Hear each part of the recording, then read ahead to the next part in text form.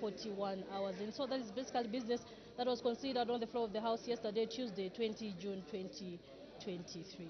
There you have it. As you can see on the screens, that's Honorable Madam Speaker's procession making way to the chamber. We do have 4 questions for oral answer under Standing Order 76, and we do have 2 reports. For now, we cross over to the floor. Madam Speaker.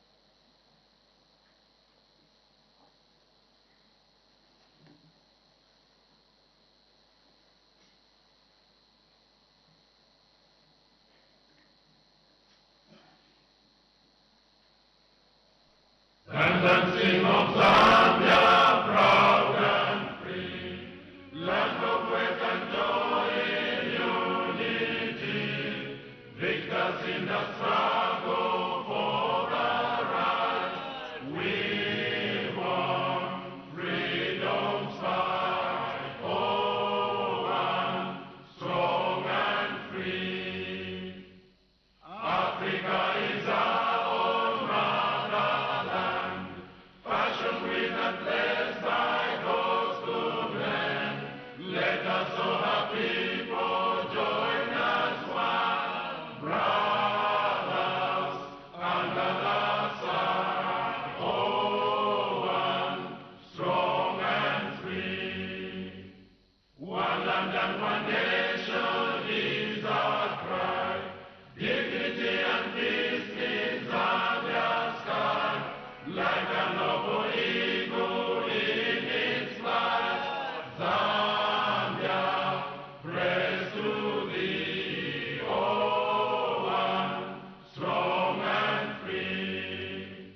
Praise be to God, praise be, bless our great Zambia, Zambia, Zambia. Green and we stand under the flag of our land. Zambia, praise to thee, oh, one, strong and free. Prayer. Almighty God, who in your infinite wisdom and providential goodness has appointed the offices of leaders and parliaments for the welfare of society and the just government of the people, we beseech you to consider with your abundant favor us, your servants, whom you have been pleased to call to the performance of such important responsibilities in this land. Let your blessing descend upon us here in Parliament assembled, and grant that we may, as in your presence, treat and consider all matters that shall come under our deliberation in so just and faithful a manner as to promote your honor and glory, and to advance the peace, prosperity, and welfare of our country, and of those whose interests you have committed to our charge. Amen.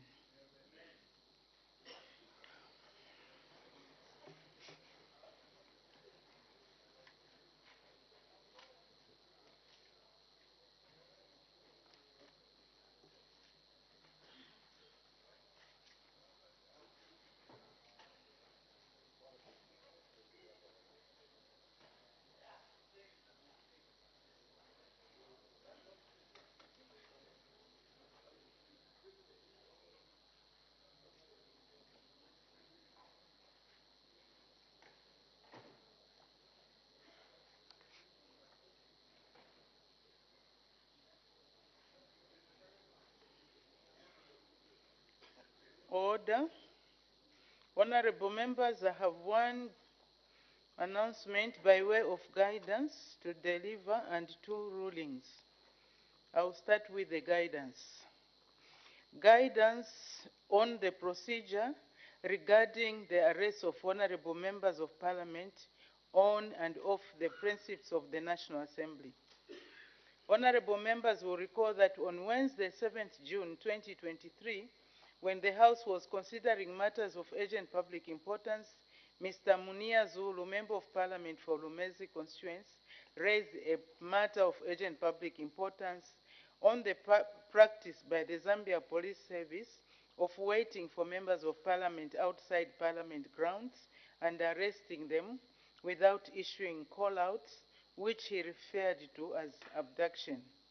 He mentioned that Mr. C. Shakafuswa, Member of Parliament for Mandevu constituency, Mr. R.K. Kalimi, Member of Parliament for Malole constituency, and himself as some members who had been abducted in such a manner. He therefore sought clarity on the matter. In my immediate response, I requested the Honorable J.J. Mwimbu MP, Minister of Home Affairs and Internal Security, to provide a response to the issues raised by Mr. Munia Zulu, MP. In response, the Honorable J.J. Mwimbu MP stated that members of Parliament did not have immunity on criminal matters. He further stated that there was no member of Parliament who had been abducted and that every arrest of a member of Parliament has been based on allegations against such member. Honorable members, after a protracted debate on the matter, I reserved my ruling to enable me provide guidance to the House on the arrest of members of Parliament on or off the principles of the National Assembly. Honorable members, I now proceed to render my guidance.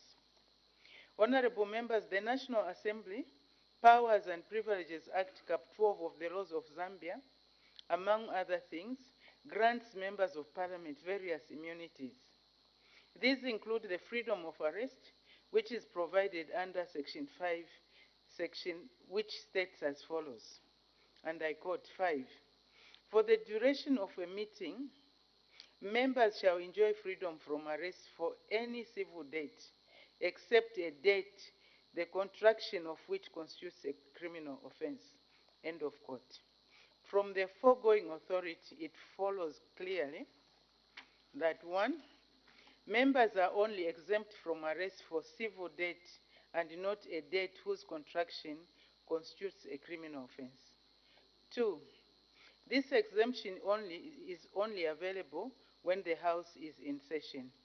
And 3, members are not exempt from arrest for a criminal offense. Honorable members, having established that members have no immunity from arrest for criminal offenses, allow me to draw your attention to Section 5A of the National Assembly Powers and Privileges Act, which provides as follows, and I quote, "Where a member is arrested for a criminal offense, the arresting officer shall inform the Speaker of the arrest within 48 hours of the arrest." End of quote. From the foregoing authorities, it's evident that members of Parliament can be arrested for criminal offenses while Parliament is in session, either off or on the principles of the Assembly. However, once a member of Parliament has been arrested, the arresting officer must notify me of the arrest within 48 hours. Honorable members, the manner and form of arrest by police officers is laid out in the Criminal Procedure Code, Chapter 88 of the laws of Zambia, whose interpretation is a preserve of the courts. I therefore cannot delve into whether the arrests complained of by Honorable Munia Zulu MP were carried out in compliance with the law. I thank you.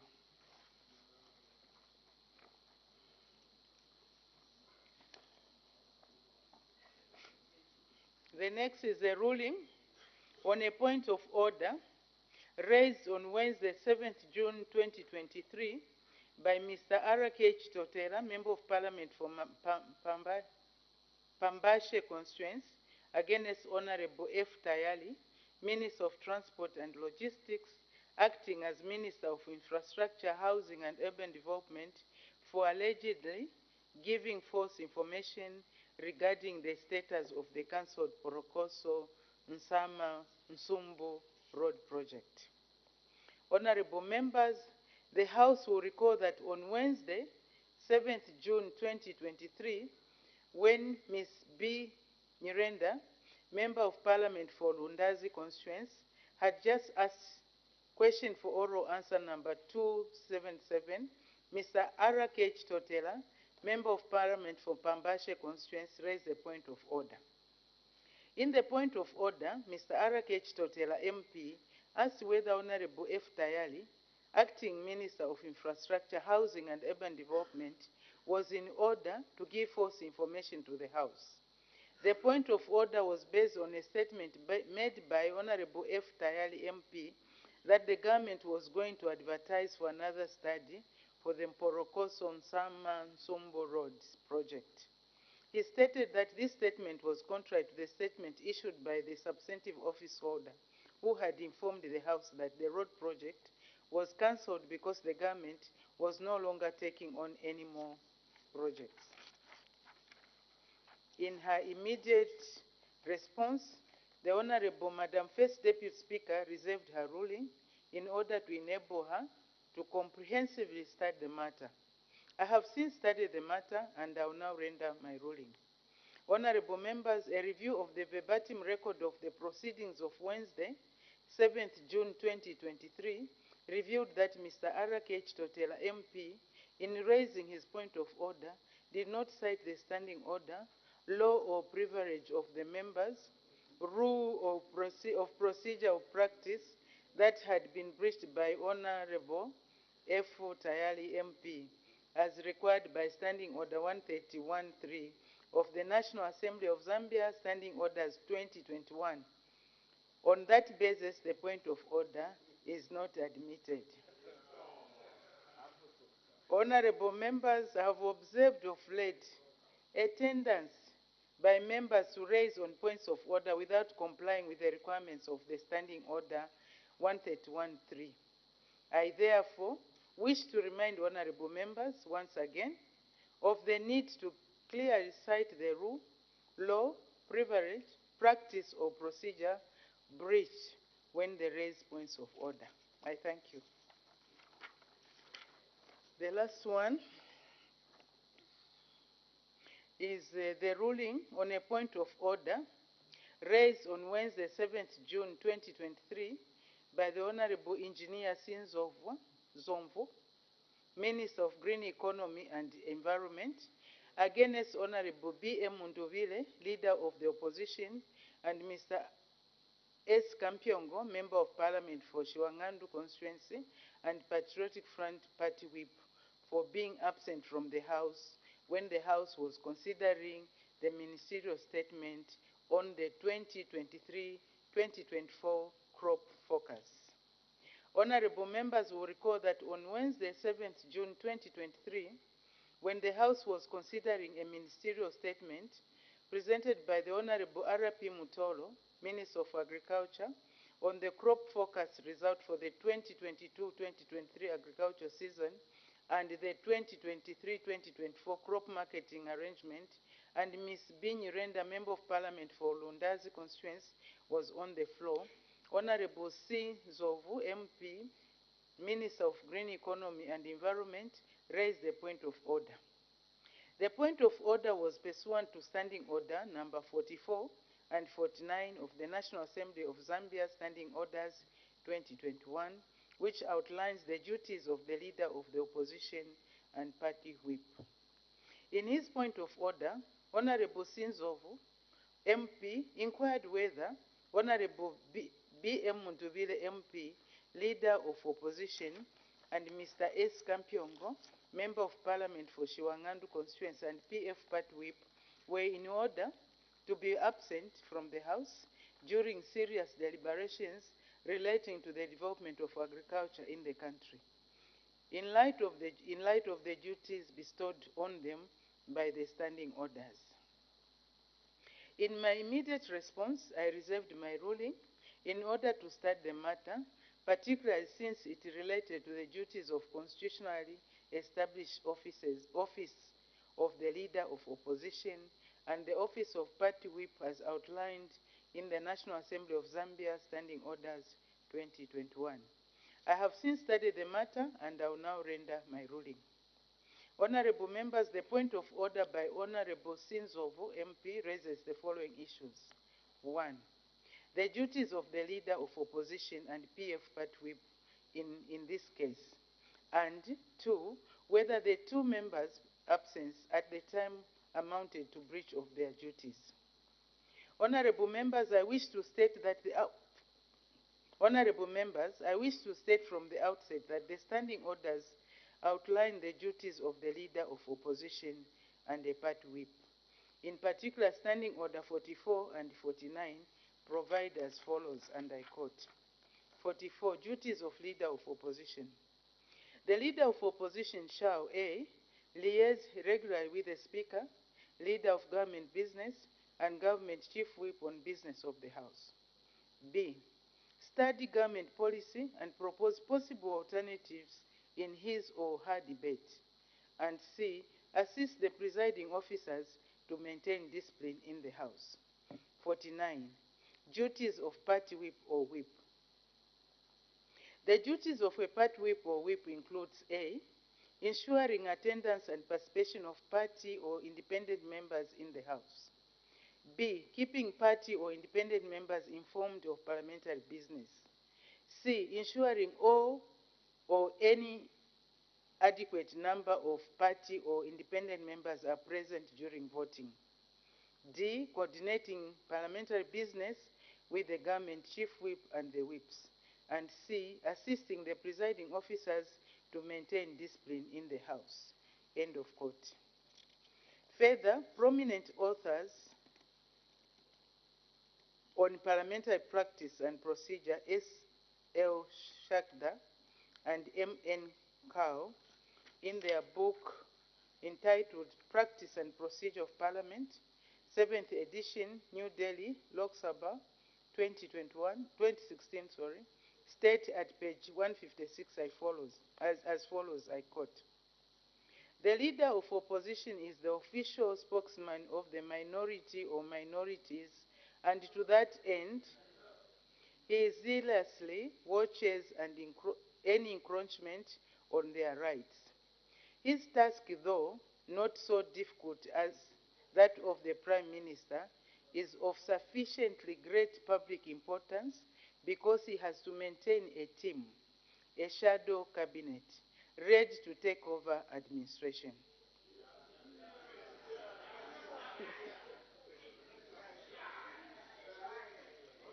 The Leader of an opposition has a very special responsibility to Parliament and to the nation. At moments of danger, moments especially of foreign danger, and particularly also in matters affecting the security and safety of the realm, while he remains a critic, he must in a sense be a partner and even a buttress of government to which he is opposed. This dual responsibility he must discharge with fidelity. Vigilance is his hallmark and must therefore be in his place constantly. Furthermore, at page 157 and 58, the authors state as follows on the duties of the party whip, and I quote, the duty of keeping the members of a party on hand accordingly devolves upon the whips. In fact, the efficient and smooth working of parliamentary democracy depends to a very large extent on the whips of the party in power or opposition. The main function of the whip is to keep members of their party within sound of the division bell whenever any important decision is under consideration in the House. Whips are responsible for the attendance of the members at the time of important divisions. They keep members supplied with information about the business of the House and enforce party discipline. And it's through whips that members of the party come to know about the leader's views and the plans into which the leader thinks it necessary or expedient to initiate them. The whips are active agents within the parties, a channel of communication whereby one party negotiates with another concerning topics for debates or conduct of business in the House. End of quote. Honorable members, in investigating the matter, I had recourse to the relevant video footage and the verbatim record of the material day. I wish to confirm that when the House commenced its sitting at 14:30 hours, Honorable B. M. Munduvile, MP, and Mr. S. Kampyongo, MP, PF Part Whip, were present. However, although the verbatim record and video footage did not capture the leaders of opposition and PF Part Whip leaving the chamber or the circumstances that led to their departure, I note that the footage showed that at the time the point of order was being raised, the two honorable members were not present in the House. The footage further revealed that Honorable B. M. Munduvile, MP, and Mr. S. Kampyongo, MP, were present in the House when it resumed sitting after the 20 minutes health break. Honorable members, from the foregoing, it is clear that the leader of the opposition and PF Part Whip were not present in the House when it was considering points of clarification arising from the ministerial statement rendered by Honorable R.P. Mutolo, MP. Admittedly, the proceedings at the time were crucial to the nation as a whole. Therefore, in view of their duties, which I outlined earlier, it would have been ideal for them to be present in the House to hear the Honorable Minister's responses. That notwithstanding, I find that by being absent from the House, the two members were not in breach of their duties for the following reasons. 1. The debate on the ministerial statement successfully continued until the House proceeded to consider the next item on the order paper. And 2, the two honorable members returned to the House and continued to actively participate in the proceedings of the House after the break. Honorable members, in view of the foregoing, the leader of the opposition and the PF Whip were not out of order. Honorable members, since I've taken time to give detailed account of the duties of the leader of opposition and party whips, I wish to seize this opportunity to remind the various leaders in the House to take their duties very seriously. This is because I have observed a growing trend by some leaders in the House to relegate their duties of assisting us, the presiding officers, maintain order in the House. Unfortunately, this tends to affect the efficiency in which the House transacts its business. I therefore urge the leaders to take their duties very seriously to enable the House to transact its business efficiently and effectively. I thank you.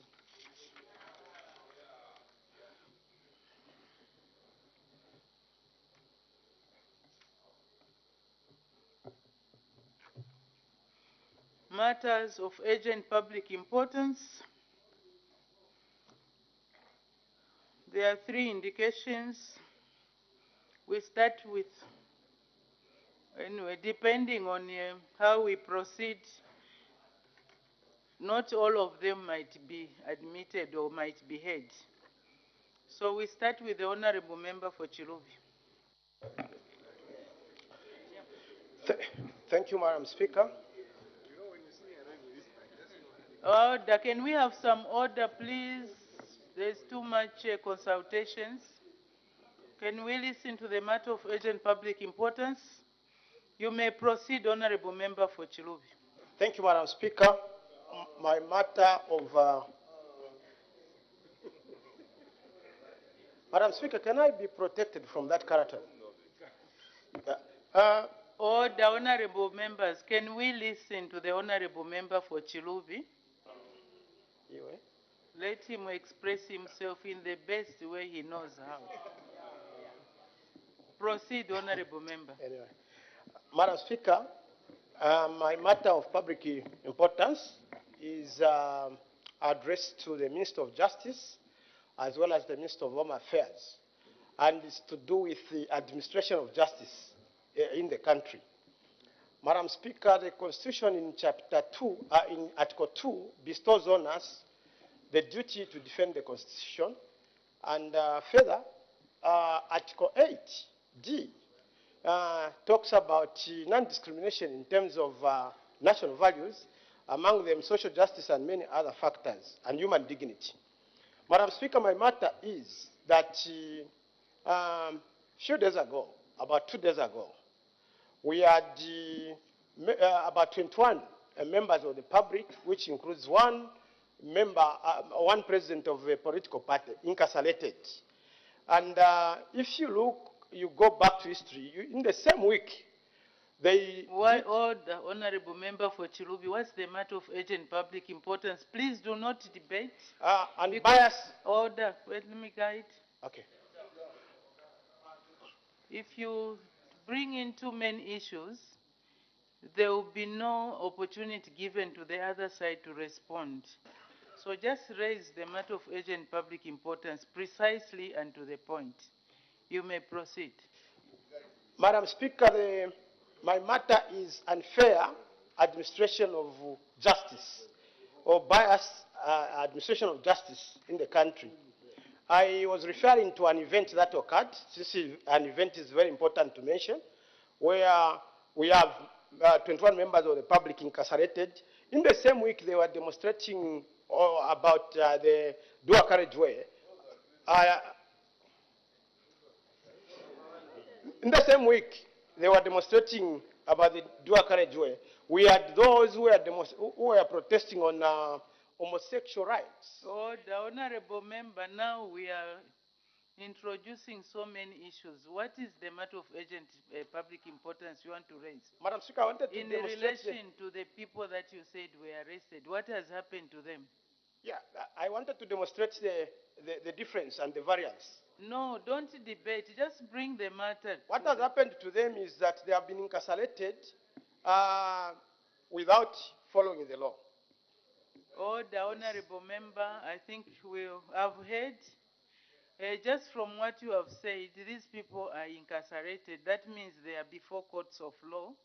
And as you know, our rules and procedure do not allow us to discuss or debate a matter that is before the courts of law. So that matter is not admitted. The Honorable Member for Lumezi.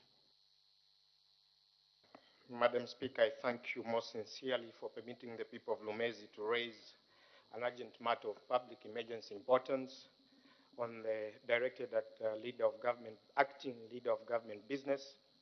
Madam Speaker, last year, the district commissioner of Lumezi was arrested for having been accused for stealing maize and some fertilizer. Then the vice president told the House that they had gotten rid of that DC. Unfortunately, the DC is still in office. Today, Madam Speaker, we've woken up to news that a truck carrying 990 kgs of marijuana. Madam Speaker, for you to travel from Lumezi to Lusaka, you pass through 4 toll gates. Order, Honorable Mayor. Do not debate, because now you are debating. What is the matter of urgent public importance? And by the way, Honorable Member for Lumezi, it's matter of urgent public importance. You always mix the two. It's matter of urgent public importance. Just precisely state what your concern is. Madam Speaker, I've got difficulties to just speak without bringing a point. Madam Speaker, this is a GRZ vehicle. The fear is how many more GRZ vehicles are transporting drugs in this country. We are here in Parliament. I'm receiving phone calls from the constituents who transported 990 kgs, passing 4 toll gates, paying toll fees. Madam Speaker, why I brought in reference of the DC is because last year we were told that they had gotten rid of that DC. Now, who is moving this contraband? Madam Speaker, Zambia has about 116 districts. So how many GRZ vehicles are being used? Because you can't tell me you move from Lumezi and the truck is only impounded with 990 kgs in Lusaka. Madam Speaker, I seek your guidance. Thank you. Thank you, Honorable Member for Lumezi. Clearly, the matter again is before the police. They are investigating. Why don't we give the police some time to investigate? Of course, it's not in the interest of the House to see such things happening. And if they are not being attended to, it is even of more concern. But now that the matter is with the police, let's leave the police to do their work. And then whatever the outcome of those investigations or whatever proceedings, if we are not satisfied, then members can bring the matter up before this House, maybe as a way of a question, so that the Honorable Minister of Justice and indeed the Honorable Minister of Home Affairs and Internal Security can address the matter. But for now, I believe it's a bit premature for us to jump on the matter because the police are still investigating. So let's give them time to do their work.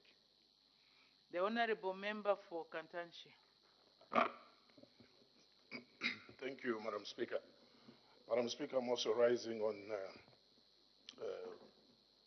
Standing Order 134 and directed to the Minister of Finance.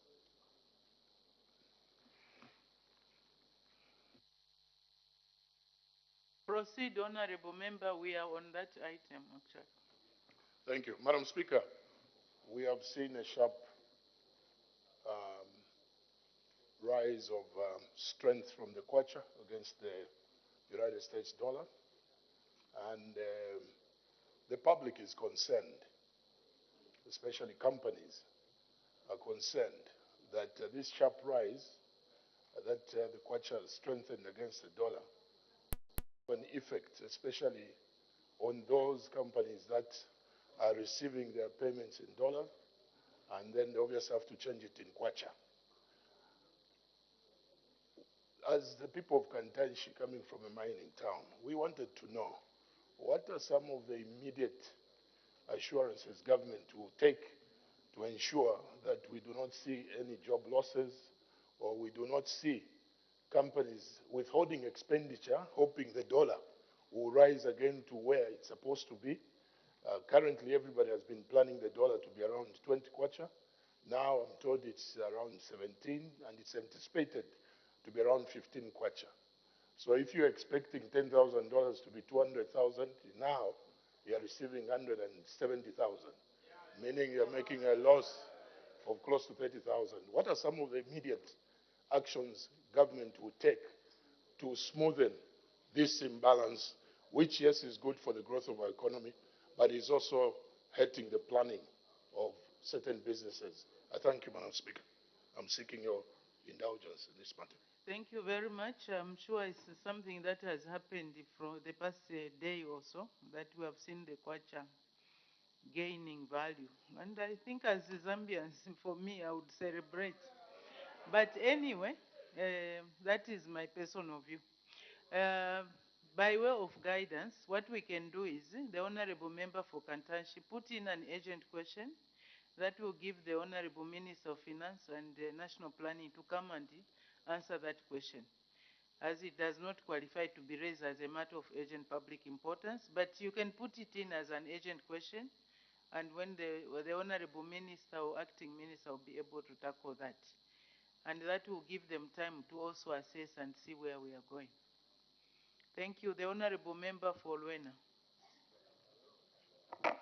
Madam Speaker, the people of Luena are grateful for this opportunity. Madam Speaker, the matter of urgent public importance I'm raising is directed to the Minister of Transport and Logistics, and it is to do with the imminent loss of employment for many young men and women that have invested their hard-earned cash in online hailing taxis, such as Yango, Wolendo, and similar entities. Madam Speaker, a quick background to this is that RTSA, RATSA, had... Order, just raise the matter. Don't introduce other things, Honorable Member. Just raise the matter, and then you'll be guided accordingly. Thank you very much, Madam Speaker. Indeed, the matter is to do with a decision that RATSA had made previously to allow operators to have their vehicles branded, even though they did not have red number plates, as well as PSV licenses. And now RATSA has reversed that decision. Order, honorable member, not to cut you short. I think that is a matter that is suitable to be asked as an ordinary question. So put in a question and the honorable minister will be able to come back. It's a matter that has been ongoing. A lot of dissatisfaction here and there, but please put in an ordinary question and the honorable minister will be able to provide the necessary answer. Thank you very much. I have permitted the Honorable Acting Minister of Finance and National Planning to make a ministerial statement. The Honorable Acting Minister of Finance and National Planning.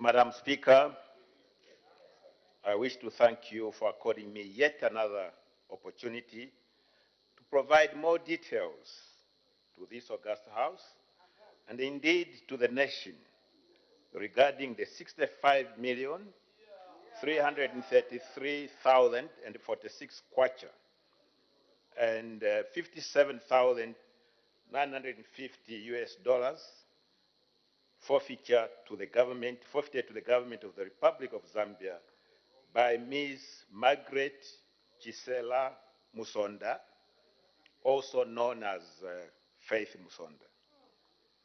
This is especially important given recent insinuations by the leader of the opposition in this august House that the money had been stolen. In particular, I'll provide the details on the process of how the money was collected, secured, verified, and authenticated by the Bank of Zambia, as well as the procedures for depositing and transferring the said amount. Further, I will in turn explain the documents I laid on the table of this House on the 13th and 14th June 2023.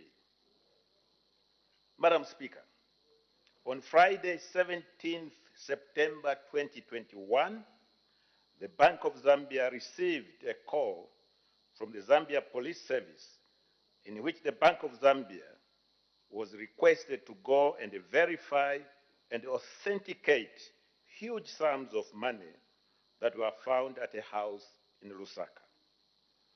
The Bank of Zambia proceeded to the site where the said amount was found to have been concealed in 30 suitcases and 2 black safes. Upon arrival, the Bank of Zambia staff explained to the police the procedure for estimating the amounts of at the scene and how the subsequent verification would be undertaken at the Bank of Zambia using authentication equipment. The money counted at the scene was estimated at 65,330,000 kwacha. This was estimated by counting the number of bundles and the loose packets found at the scene. For the sake of clarity, Madam Speaker, a bundle contains 500 banknotes and a packet contains 100 banknotes. One bundle of United States dollars banknotes amounting to $57,950 was also found at the scene, which was also collected for verification at the Bank of Zambia. Madam Speaker, following the estimation by the Bank of Zambia staff, The money was packed in trunks that were then locked with the padlocks and seals. The seals, numbers, and the keys for the locks were kept by the police, while the sealed trunks containing the money were taken to the Bank of Zambia. Madam Speaker, on 20 September 2021, the Police and Anti-Corruption Commission went to Bank of Zambia to verify the money that was in the sealed trunks and in the custody of the Bank of Zambia. In the verification, the Zambia Police Service, Anti-Corruption Commission, and the Bank of Zambia staffs had to make sure that the locks and the seals on the trunks were untampered with. I wish to state that this indeed was the case. Madam Speaker, after breaking the seals and opening the locks, the bundles and the loose packets were counted, and it was confirmed that the numbers tallied with what was counted at the scene.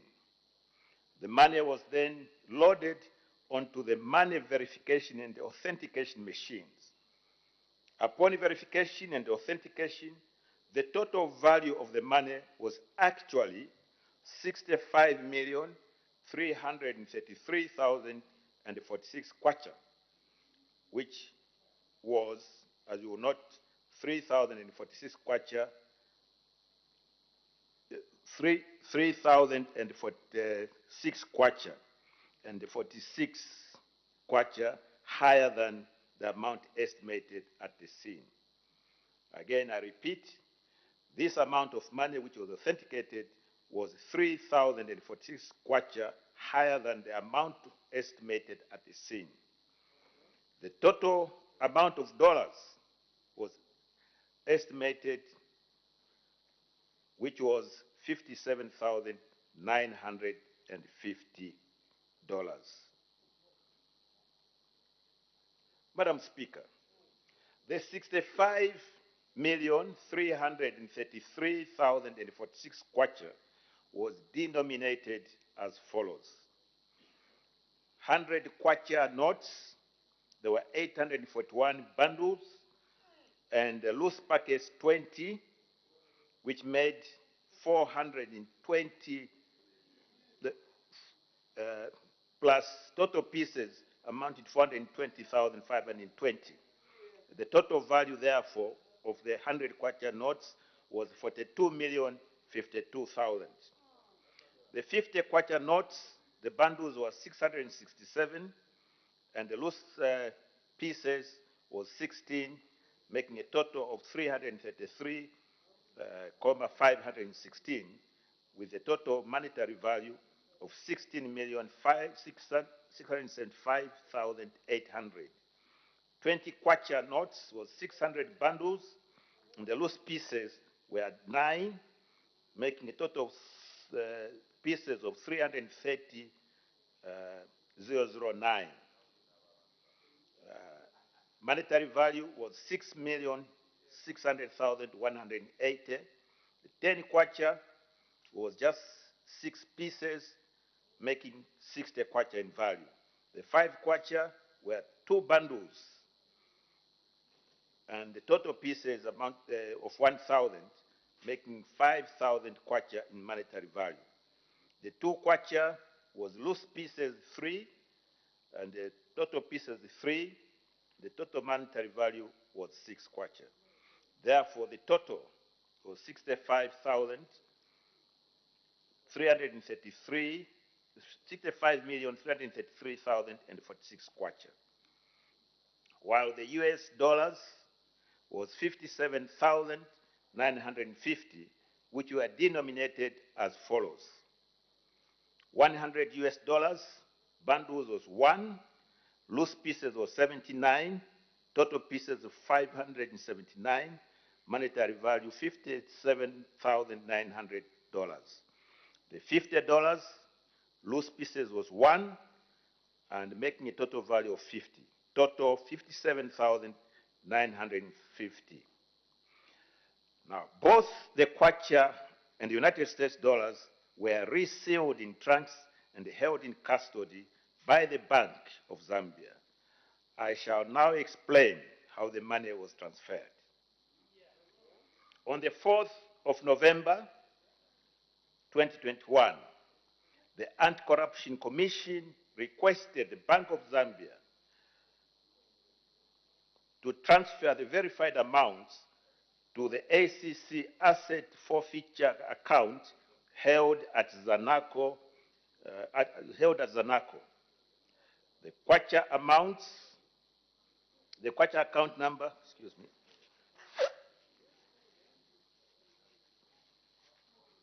the kwacha account at Zanaco, the kwacha account number at Zanaco is 1455356300194. It was on this basis that the Bank of Zambia on the 5th November 2021 converted the cash in its custody into electronic value by one, crediting the suspense account and debiting the cash holding account in the books of the Bank of Zambia.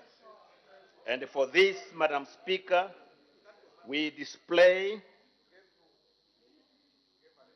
deposit slip number 1, which is on this document. We have numbered these documents so that people like you can easily read them out, because we find that you have difficulties with reading these documents.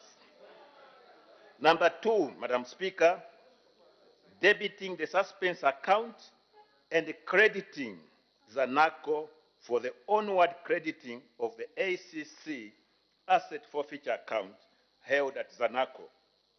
Again, for this, Madam Speaker, we display the said document, which for this purpose is labeled number 2. It's over here. Madam Speaker, on the 5th of November 2021, the $57,950 was handed over to the Anti-Corruption Commission. That is in cash. The Anti-Corruption Commission deposited the money into the ACC Assets Forfeiture account held at Zanaco. For this, the instruction slip number 3 is hereby attached.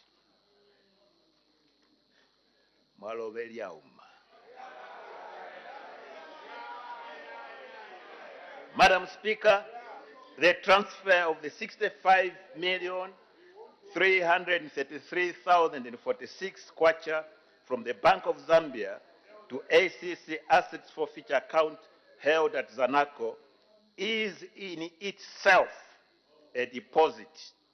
I repeat, for the benefit of the Leader of Opposition.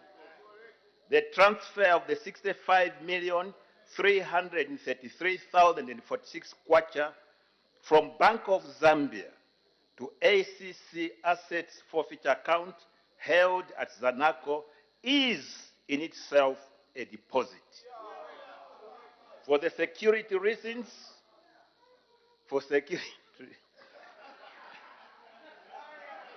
Madam Speaker. Order, honorable members, if we listen, we will be able to follow what the honorable acting minister is saying. Please just open your mind. Don't have answers already. Listen first.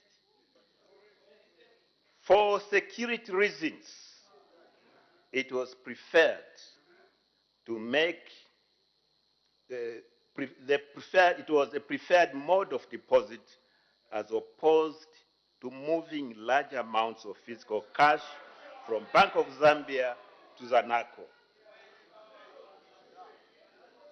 Madam Speaker, with the modernization of the payment system, this mode of deposit is very normal.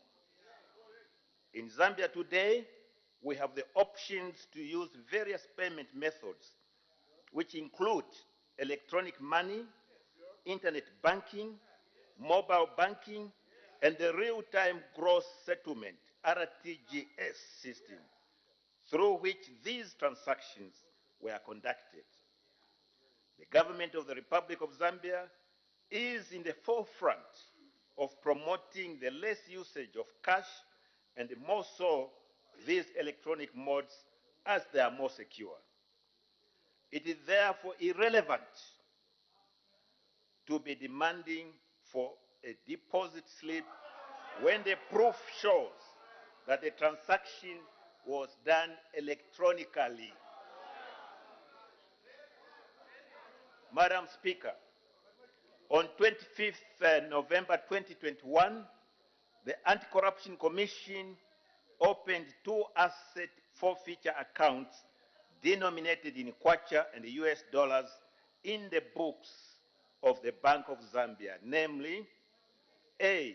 ACC Asset Forfeiture Kwacha Holding Account number 001100037184.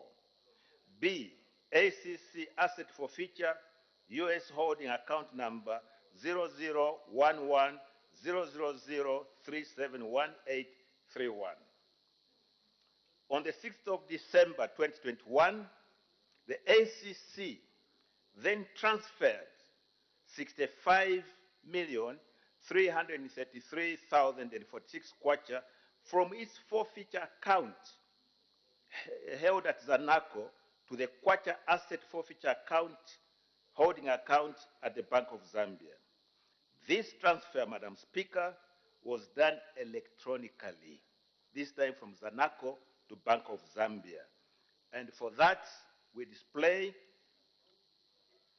slip number 4, which is attached here, Madam Speaker. See here.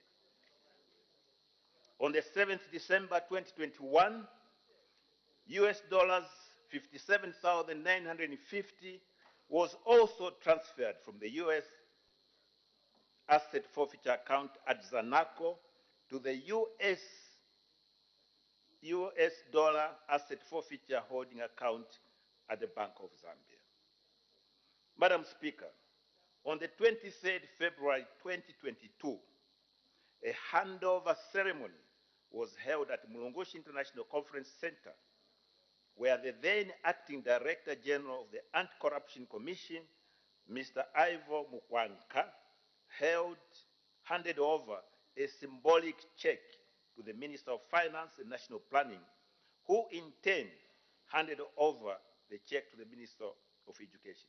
This was just symbolic. On the 1st of March 2022, the Anti-Corruption Commission instructed the Bank of Zambia to transfer the funds from the kwacha and the dollar asset forfeiture account held at the Bank of Zambia to the consolidated funds, that is Control 99. On 3rd March 2022, 65,332,446 kwacha was transferred from the Ministry of Finance and National Planning consolidated kwacha account number 0011000370,317. That's the main Control 99. And see voucher funds on slip number 5, which is here attached, Madam Speaker. It should be noted that this amount is less by 600 kwacha. Please listen to this. This amount was less than 600 kwacha due to bank charges. On the same day, US dollars 57,950 was also transferred from the ACC asset forfeiture US dollar account to the Ministry of Finance and National Planning dollar account number 00110003716114, which is the main Control 99 US dollar account. Madam Speaker, as I stated in my previous statement, the Ministry of Education had applied for a supplementary provision of 73,172,516 kwacha. under a budget line called University Education Provision, which was partially funded from the total forfeited funds amounting to 66,368,812 kwacha 21 ngwe. This amount was a combination of the 65,332,446 kwacha and the 1,036,366 kwacha 21 ngwe, which was the equivalent of the $57,950 after conversion into kwacha and an additional 6,803,703 kwacha 79 ngwe was provided from the general revenues to meet the supplementary requirement for the Ministry of Education. The supplementary was presented to the National Assembly when it was duly approved, and the supplementary appropriation bill in respect of the approved supplementary estimate of expenditure was assented to by the President of the Republic of Zambia on 3rd August 2022. Madam Speaker, the main evidence anyone can adduce on the actual transactions and movements of funds is by analyzing the statements of all the involved accounts. In this case, the asset forfeiture and the control 99 accounts. Further, the electronic transfer slips were tabled to the House on the 13th and the 14th of June 2023. In addition, the asset forfeiture kwacha holding account at the Bank of Zambia has had a few transactions, meaning the funds being discussed here were the first transactions into and out of this account. Madam Speaker, it is my hope that this comprehensive statement outlining all the transfer transactions has provided the necessary details to finally put this matter to rest. I further want to assure the House that the resources having been transferred to the Ministry of Education are now actively supporting our vulnerable students through the bursaries. Madam Speaker, I thank you. Thank you very much.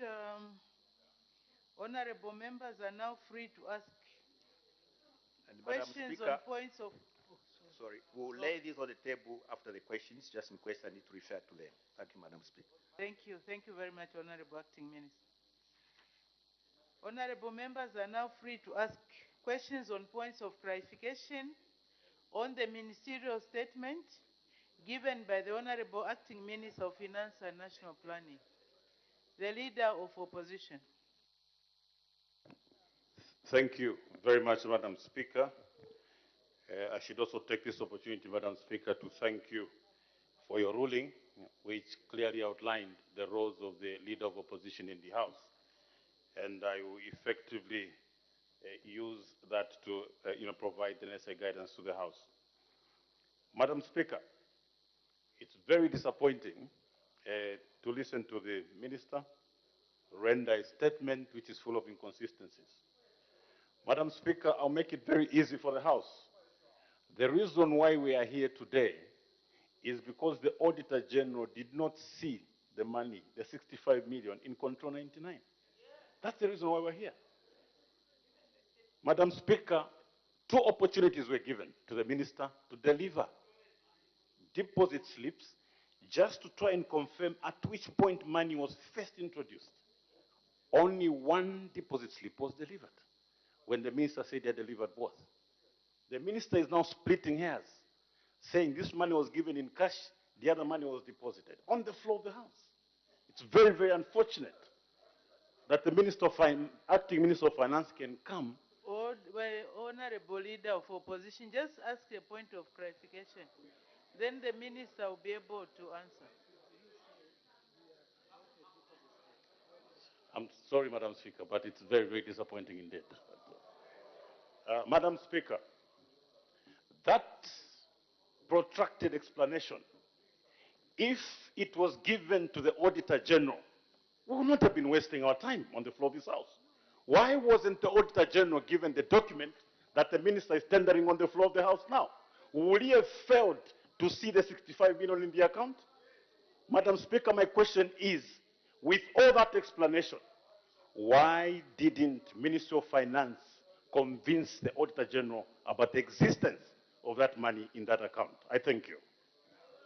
Oh, the honorable members, this is, even me who is not an accountant, very easy to understand this issue. Let's open our minds and listen to the explanation. If we do that and we look at the papers, the story will be very clear.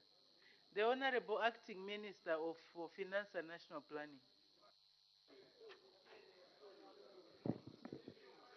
Madam Speaker, can you ask the Leader of Opposition to relax?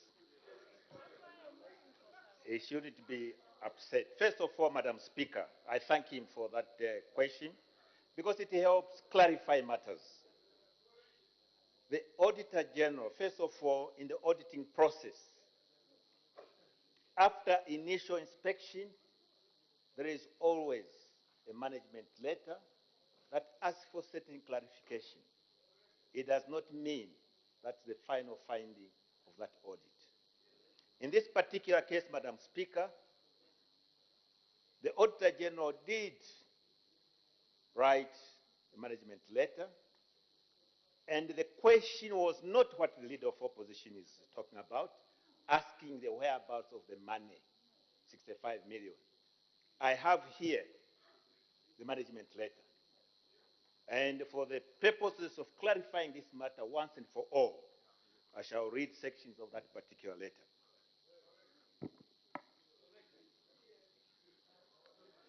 And it says, management response, failure to sweep amounts forfeited funds by Faith Musonda to Control 99, Bank of Zambia.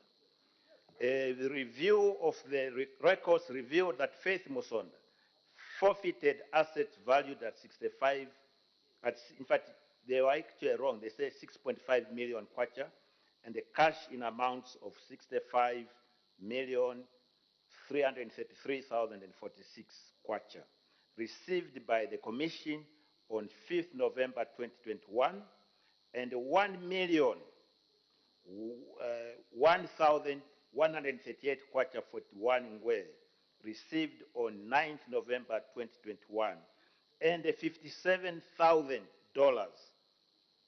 through an out-of-court settlement or understanding. However, there was no evidence sweeping amounts totaling 1,138 kwacha 41 ngwe and $57,000 to Control 99 at the Bank of Zambia.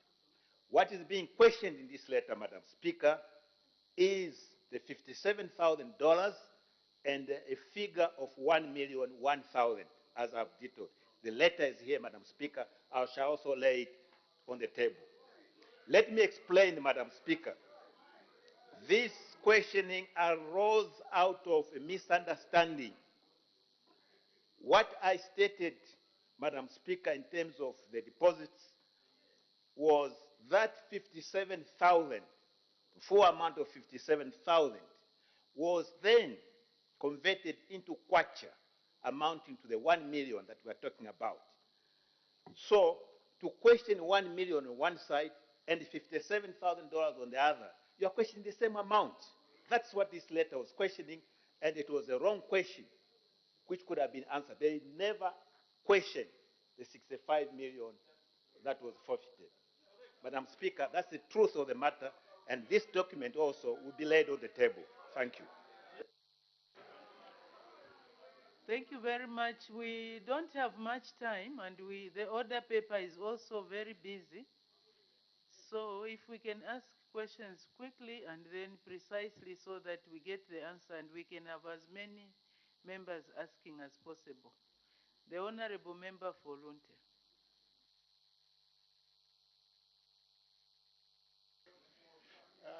Madam Speaker, thank you so much. And I would like to thank the Honorable Minister for authenticating the management letter.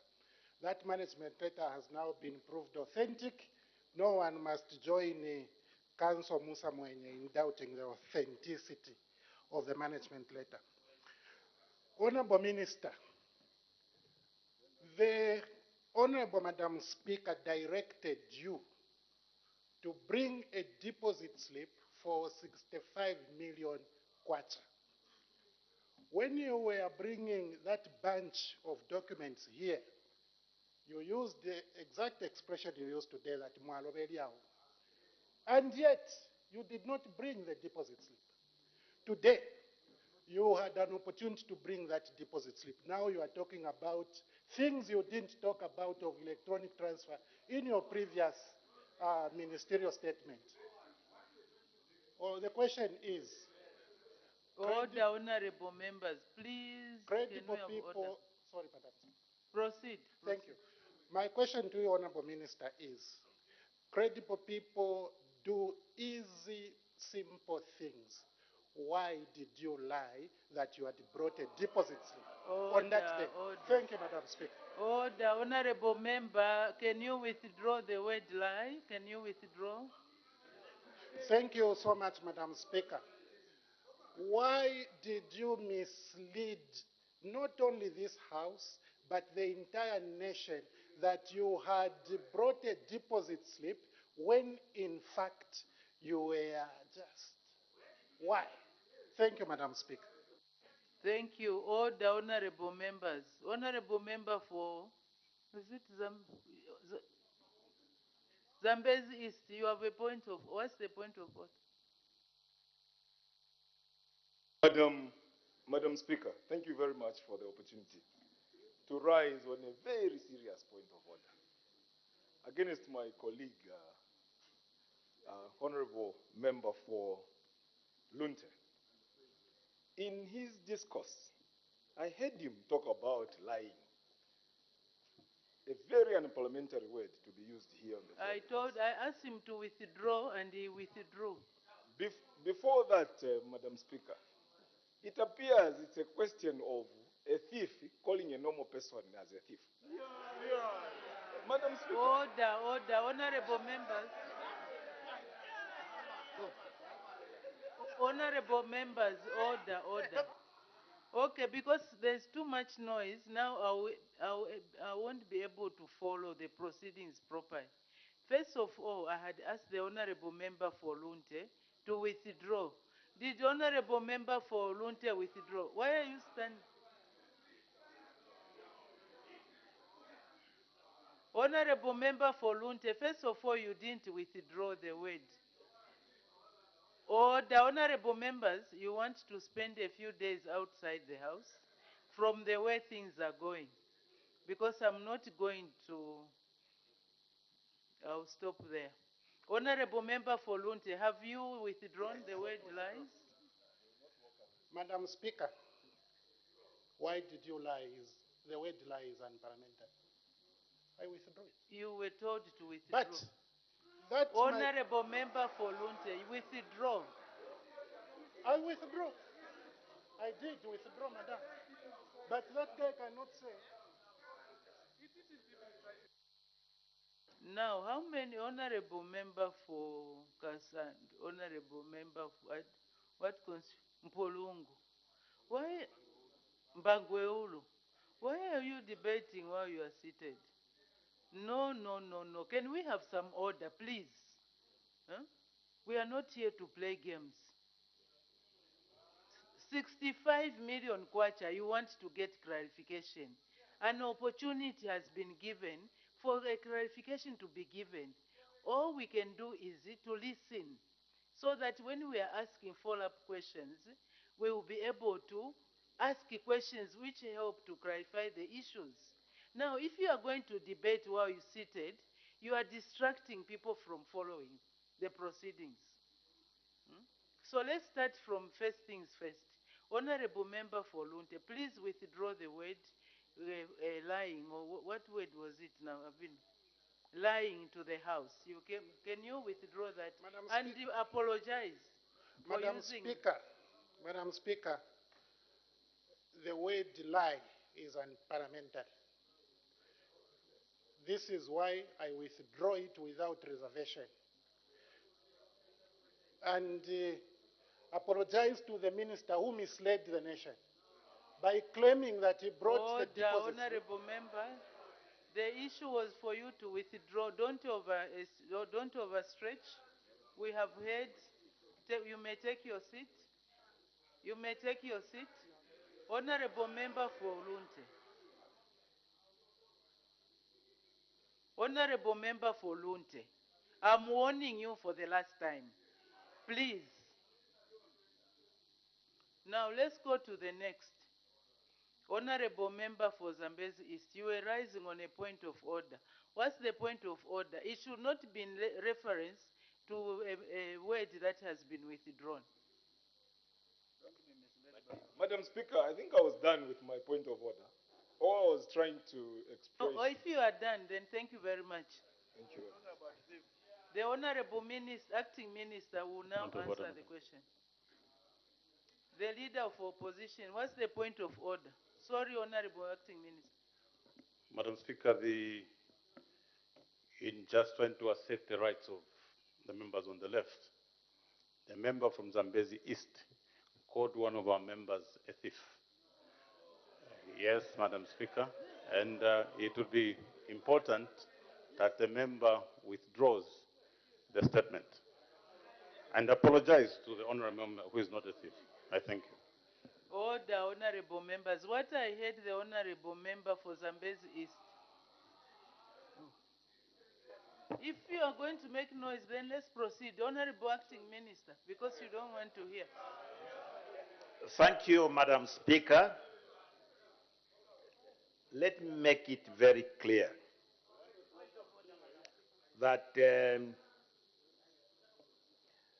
in banking parlance, in the banking language, anywhere in this country and anywhere in the world, and this, the honorable members who are questioning this can question any banking authority. Electronic slip is a deposit slip.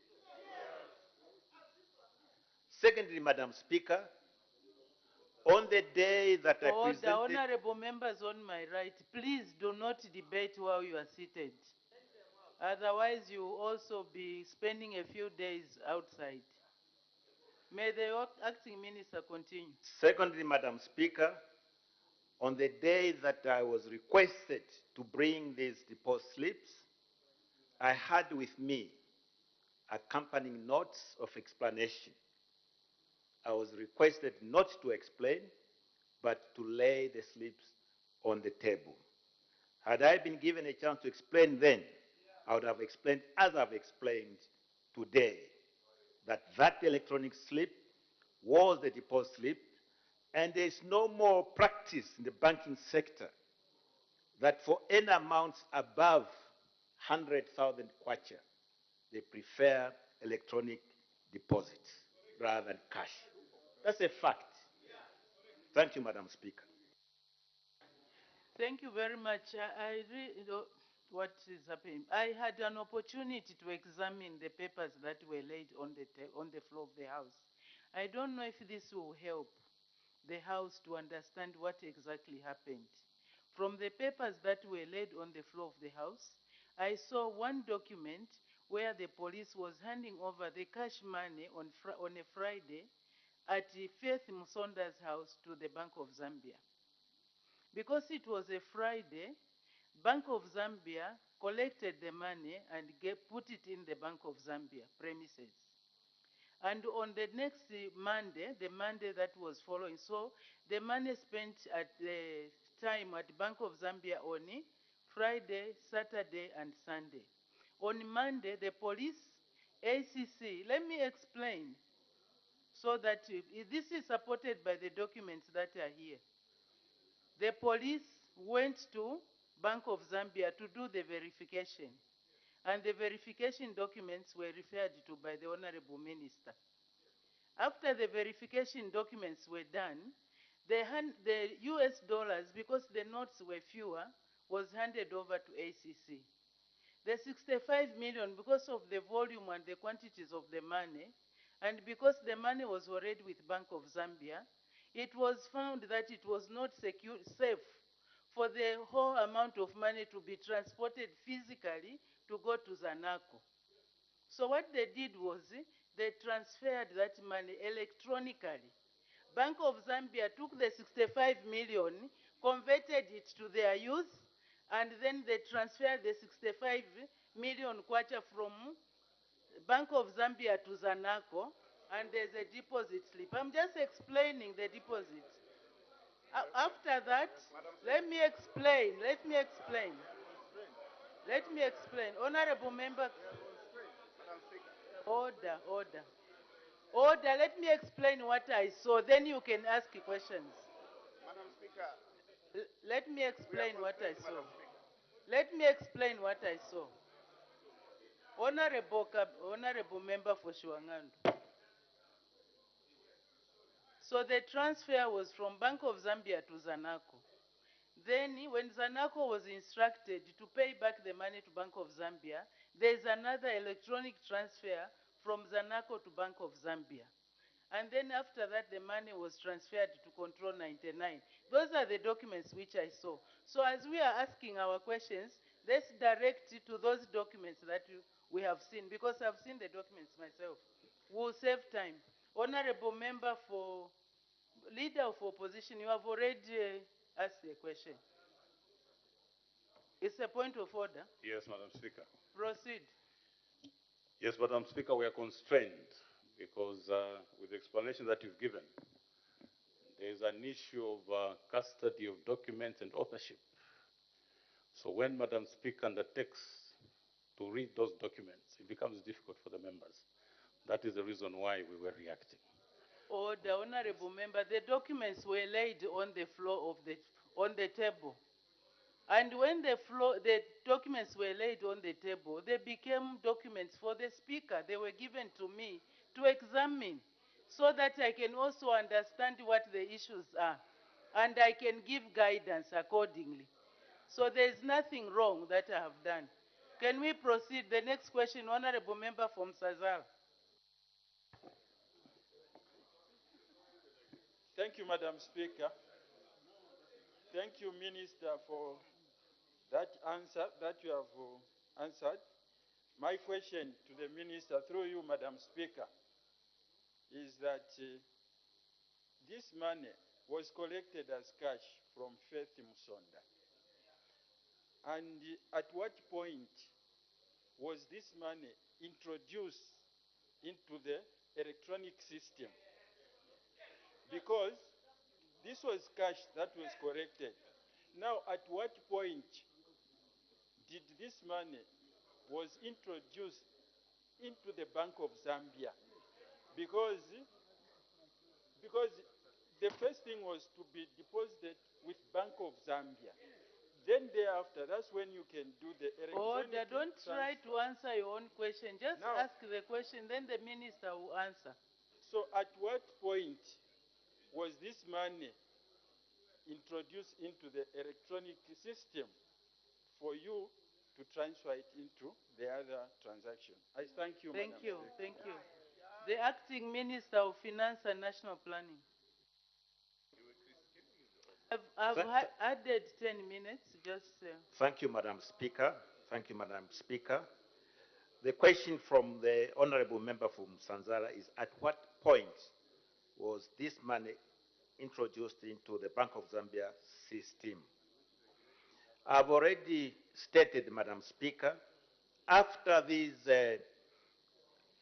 boxes in which this money was loaded was delivered to the Bank of Zambia, the keys were kept by the police, and at a later date, which the dates have already given, the police went back to have this money counted. After it was authenticated, I think that's the word, on the 5th of November 2021, this money was deposited at the Bank of Zambia suspense account, and we have a deposit slip, which I already explained. So that is when this money was introduced into the Bank of Zambia. And that is why, when it was necessary now, when the ACC asked for the money to be transferred into a forfeiture account at the Zanaco Bank, rather than get the same cash, they use electronic transfer, whose processes I've described, and that is how the forfeiture account, ACC forfeiture account at Zanaco, was credited with this 65 million kwacha. Thank you, Madam Speaker. Thank you. The Honorable Member for Masaiti. Thank you very much, Madam Speaker. The Honorable Minister indicated that it is irrelevant for us and the Zambians to demand for these deposit slips. I think you heard that very clearly, Madam Speaker.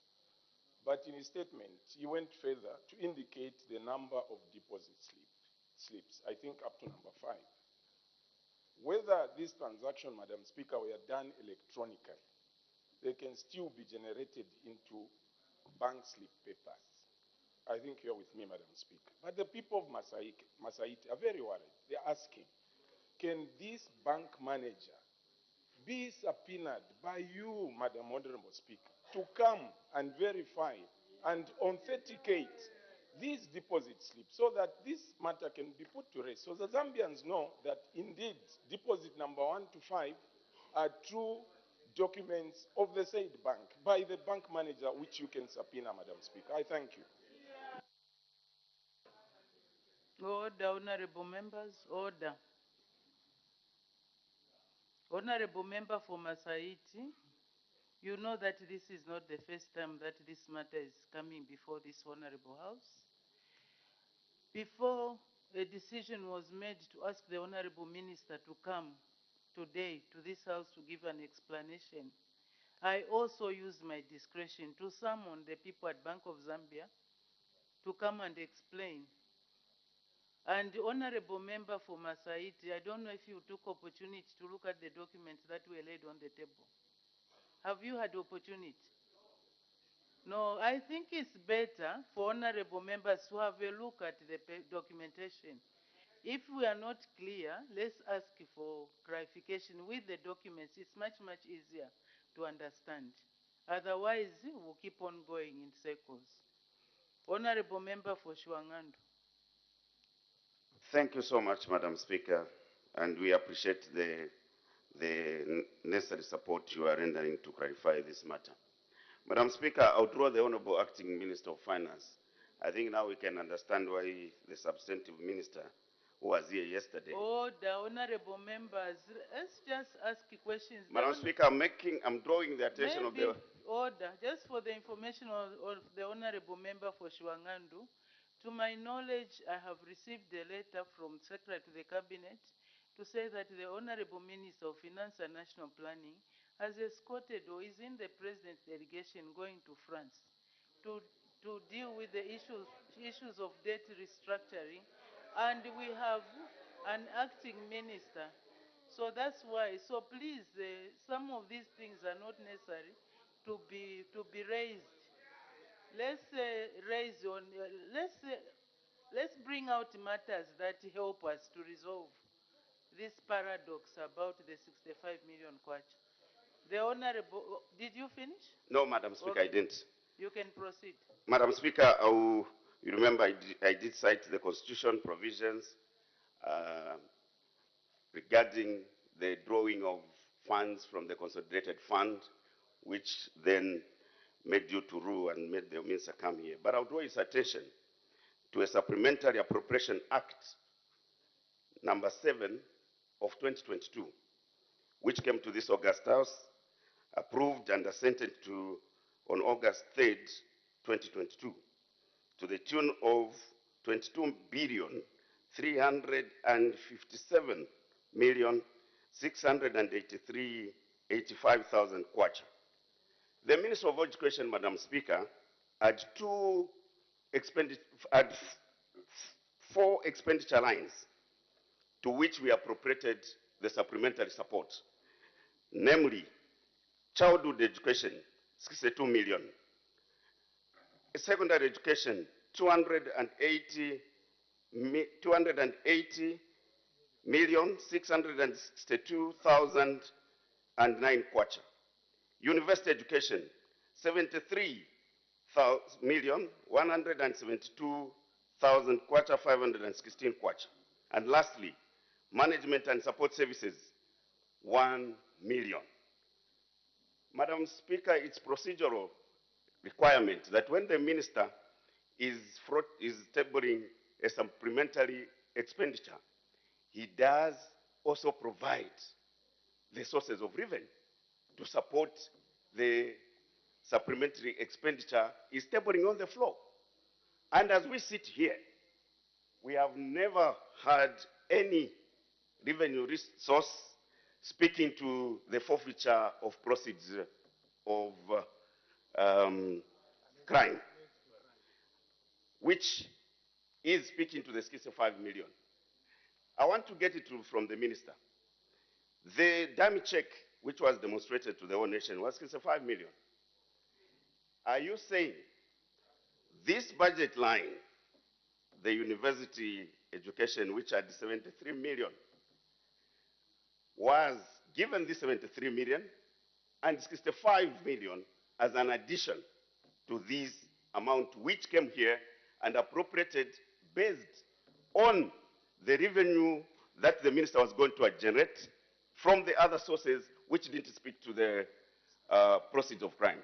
I want that clarification, Madam Speaker, to help resolve this matter because we have this supplementary which came to this August House. I thank you. Thank you. The Honorable Acting Minister of Finance and National Planning.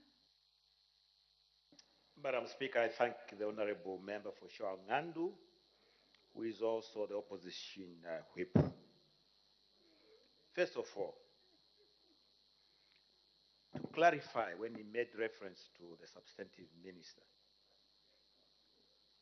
we are one cabinet, which includes all cabinet members. The former minister here, who is now whip, was also finding himself in similar situations where he was acting for other ministers who were out. And the reason for that was that they were one cabinet. The information I give here is as good as any information that would have been given by any other minister, including the substantive minister. With reference to his substantive question on supplementary budget, I have explained, Madam Speaker, that the application, the requirement by the Minister of Education for this budget line was 73,172,516 kwacha. And to make up this amount of money, the 66 million, which was made up of the 65 million plus 1 million converted from the $57,000, plus an extra over 6 million to make up that amount, is what was used. Now, Madam Speaker, he talks about the supplementary budget, and he claims that there was no source of revenue for that supplementary budget. The whip is questioning how that supplementary budget was passed. That supplementary budget was passed by this House, and if it tells... Sorry, maybe I can just guide. He's asking the source, the funding for the supplementary budget, which he says was not disclosed. I think...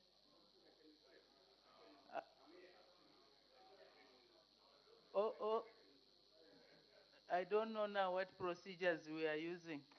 Let the Honorable Minister finish then. Sorry. The Control 99 account is where all revenues of government are kept. Whether you pay an overspeeding fine, it goes into that account. And it's from that account that expenditures are made, including supplementary budget. You cannot then go in and say, 2 days ago I was fined for this. Was that money also stipulated in supplementary budget? That is not how government works, Madam Speaker. I thank you. Thank you. Honorable Member for Lunte, please take your seat. Can we make some progress? We make progress now. The other question, the Honorable Member for Wengwa. Thank you, Honorable Mr. Speaker. Madam, thank you very much for allowing me to ask a question, a follow-up question to the Honorable Minister, who is acting as the Minister of Finance. Yeah, I think the discussion on the floor, Honorable Madam Speaker. Order. Honorable members, we have only almost 50 seconds left for this segment, and you keep on raising points of orders. Let's conclude. I want to close this because we have other work to do on the order paper. Please, just bear with me. Allow the Honorable Member for Wengwa to raise his, to ask his point of clarification. I think the discussion, Honorable Madam Speaker, of 65 million on the floor of this House today, it's a clear indication of a proof of plunder by the previous regime. Order, Honorable Member. Order, order, order. Honorable Member for Wengo, just ask a point of clarification. If there is none, let's then leave this matter. Let people go and do their own. Thank you. Thank you, What's Madam. the point of clarification? Thank you very much, Madam Speaker. Madam Speaker, I think we are very much interested here in this House to know about the depots. People just want to know the depot slip, but knowing so well that the money went to education. But Minister, through you, Madam Speaker, I just want to find out from you, when that money was discovered at Faith Musonda's house, a certain politician rushed there. And that politician went there to negotiate that, please, we don't want to be tried in the courts of law.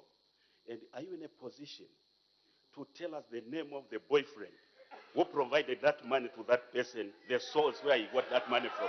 Thank you so much, Madam Speaker. Order, honorable members.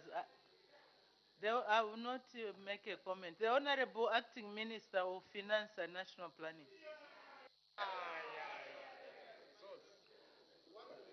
Thank you, Madam Speaker. They say, Madam Speaker, if one has a wound and you want that wound to heal, you stop scratching it. This matter was going off quietly, but certain people want to keep bringing it up. As a result, the deposit slips have been explained. But there is also need to go into the source. Where did the money come from? And we have asked the investigative officers to look into this matter to ascertain even which banks provided these bundles of money. Because when this money was recovered, the bundles indicated which banks this money came from. And as a result of that, all the banks that had money coming from them as part of this amount of money, they will be called to account, to come and state exactly where that money came from. I think this is much more a valid question for those who want to look up the resources of this country, rather than chasing after the wind in trying to split between electronic slip and a hard cash slip. Madam Speaker, we as a government take this matter very, very seriously, and as a result of questions that have been raised, this matter will be followed to its logical conclusion, so we know where this money came from. I was informed, Madam Speaker, that this money that was collected from that house was equivalent to what Bank of Zambia sends out to places like Western Province, parts of Southern Province, just the truck that carried that amount of money. That is how colossal it was. Thank you, Madam Speaker. Thank you very much. Unfortunately, we cannot continue. We have exhausted the time. But by way of guidance, what we can do, the papers have been laid on the table. Members have access to those papers. Please, let's have a look at those papers. If you have any questions, we can go to the respective banks, whatever places we want to go and gather our own independent information. May the Honorable Acting Minister lay the papers on the table.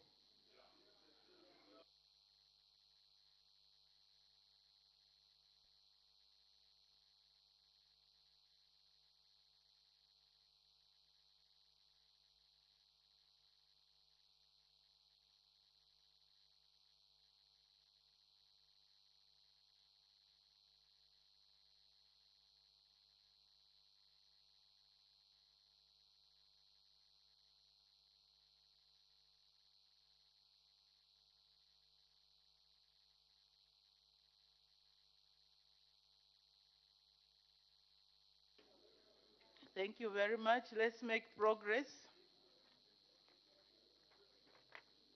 We are going to the questions for oral answer. And in view of the time that we have spent on this matter, those questions that relate to the constituents only, will restrict ourselves to the constituents. Only those which are more open-ended, that's where I'll allow more people to ask questions. Especially question number 297. So the Honorable next question. Question for oral answer, understanding order 74. The Honorable Member for Katombola. Thank you very much, Madam Speaker, for the opportunity given to the people of Katombola. Although we are still in shock, Madam Speaker, as we ask this question that such huge sums of money could end up in people's pockets when we are asking for water. So we wish to raise question number 296, Madam Speaker. I thank you. Thank you. The Honorable Minister of Water Development and Sanitation. Thank you, Madam Speaker. The Member of Parliament for Katombola, Honorable Andaleki, asked the Minister of Water Development and Sanitation the following question. Under A, whether the government is aware that the following areas in Katombola parliamentary constituency have a critical shortage of water. 1 Nyawa, 2 Ngwezi, 3 Bombwe, 4 Kauwe, 5 Nguba, 6 Sikauzwe, 7 Kanchele, and number 8 Mwomba. B, if so, what measures are being taken to provide clean water for the residents and their domestic animals? And C, what the cost of providing clean water is? Madam Speaker, our answer is as follows. A, yes, government is aware of the critical shortage of water in the following areas of Katombola parliamentary constituency: Nyawa, Ngwezi, Bombwe, Kauwe, Nguba, Sikaunzwe, Kanchere, and Momba. And under B, Madam Speaker, government has planned to drill and equip 15 new boreholes in Katombola constituency. Further, government, with support from USAID, has also planned to drill and equip 80 new boreholes with hand pumps, rehabilitate 40 non-functional boreholes, and construct 2 piped water schemes in Katombola constituency. Madam Speaker, under C, the cost of providing clean water to Katombola constituency will be determined at a point of procurement. I thank you, Madam Speaker. Thank you very much. The Honorable Member for Katombola, supplementary questions? Thank you, Madam Speaker, and thank you, Honorable Minister, for the elaborate statement. When do my people, the people of Katombola, expect the water? These boreholes you are mentioning, when exactly should they expect the water, Honorable Minister? Thank you. The Honorable Minister of Water Development and Sanitation. Thank you, Madam Speaker, and I also want to thank Honorable Andeleki for that follow-up question. The question is when. Madam Speaker, I wish to inform the Member of Parliament and the good people of Katombola, but also through him, all members of Parliament. Madam Speaker, you wish to recall that last year I did issue a ministerial statement on the procurement of various contracts to do with the drilling of boreholes. I must say that the said contract is for 1 year, which goes on towards October, November this year. And as I speak, Madam Speaker, various contractors are in the various provinces to undertake these works. I have also instructed my officers to provide us with the work schedules for these contractors, which, Madam Speaker, I will be able to provide to various members of Parliament as per province, so that they should be able to know at what point and which contractor is in their area and at what point. So I'll be able to provide the detailed schedules in due course. Thank you, Madam Speaker. Thank you very much. Honorable Member for Katombola, are you satisfied? Thank you, Madam Speaker. What is due course, Honorable Minister? In due course, the people of Katombola have no water. What is due course? Thank you. Thank you. The Honorable Minister of Water Development and Sanitation. Madam Speaker, within the next 10 days, I will have circulated the schedules. But just to emphasize that the contractors, Madam Speaker, are already on the ground in various constituencies. That is basically supplementary information to equip the members of Parliament so that they are able to follow the approximate time that the contractors are going to be in their various constituencies. So that information will be provided within the next 10 days. Thank you, Madam Speaker. Thank you very much. Since the information will be provided, the questions supplementary relating to other members can be raised at that point. We make progress. The next question. The Honorable Member from Pika, on behalf of the Honorable Member for Chinsali, by prior arrangement. Question number 297, Madam Speaker. The Honorable Minister of Mines and Minerals Development.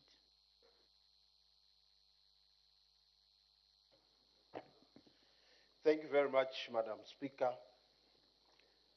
Question number 32 to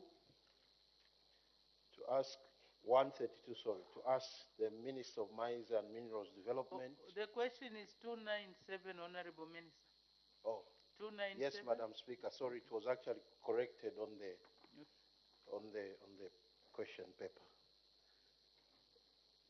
To ask the Minister of Mines and Minerals Development, A, whether there are any minerals in the following provinces: number 1, Muchinga; number 2, Northern; B, if so, what the minerals are; and C, what measures are being taken to promote mining in the 2 provinces.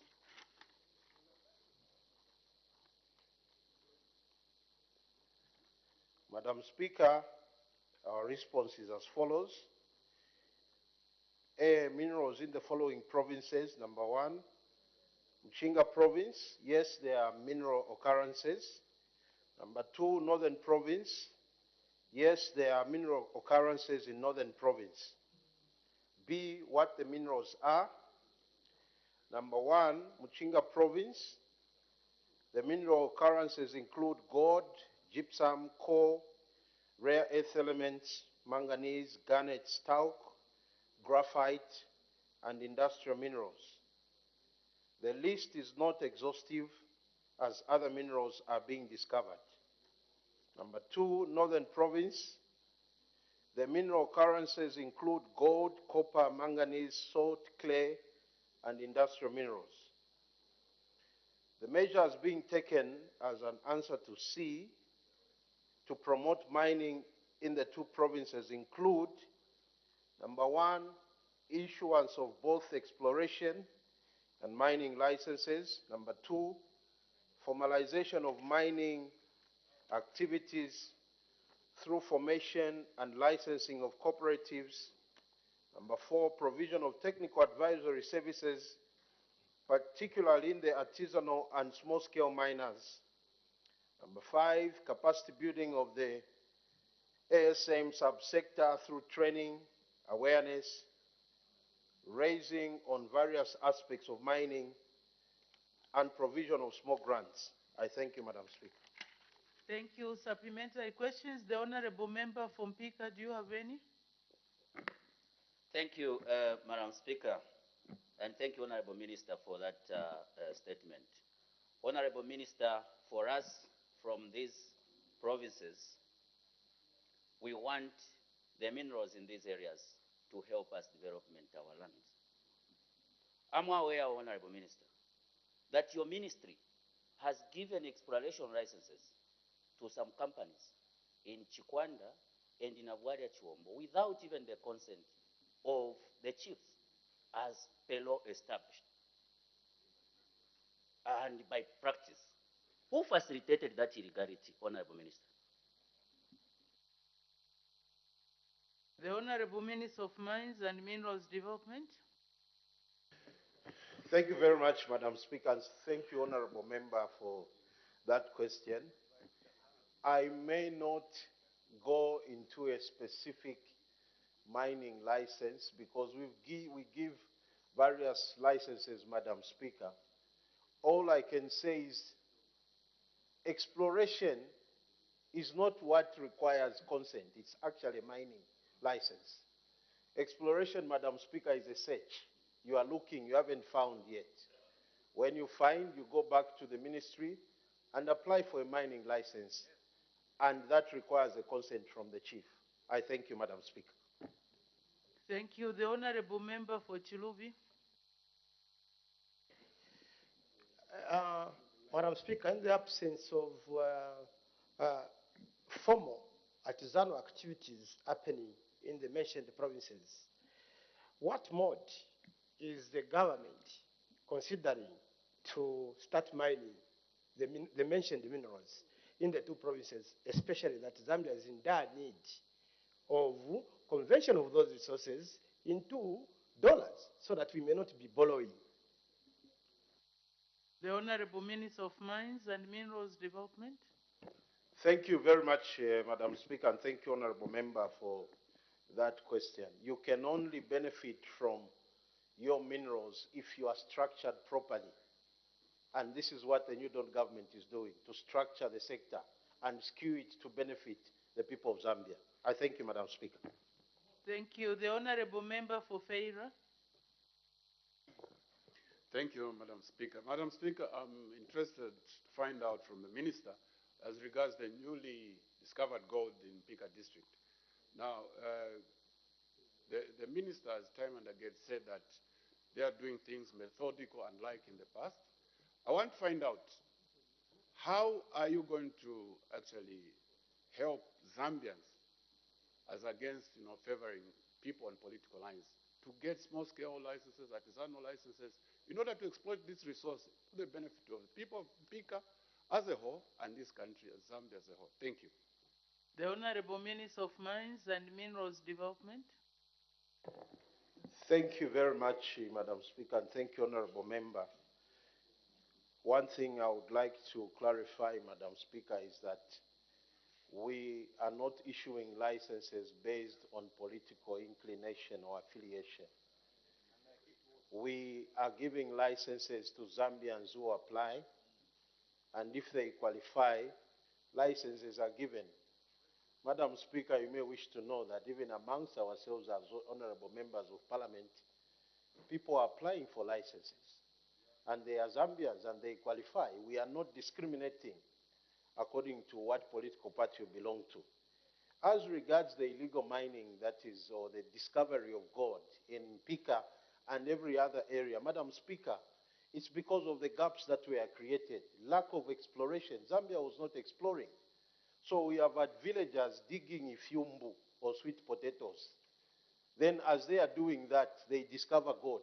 Why? Because we didn't map the country, we were not exploring, we just sat and just entertained confusion.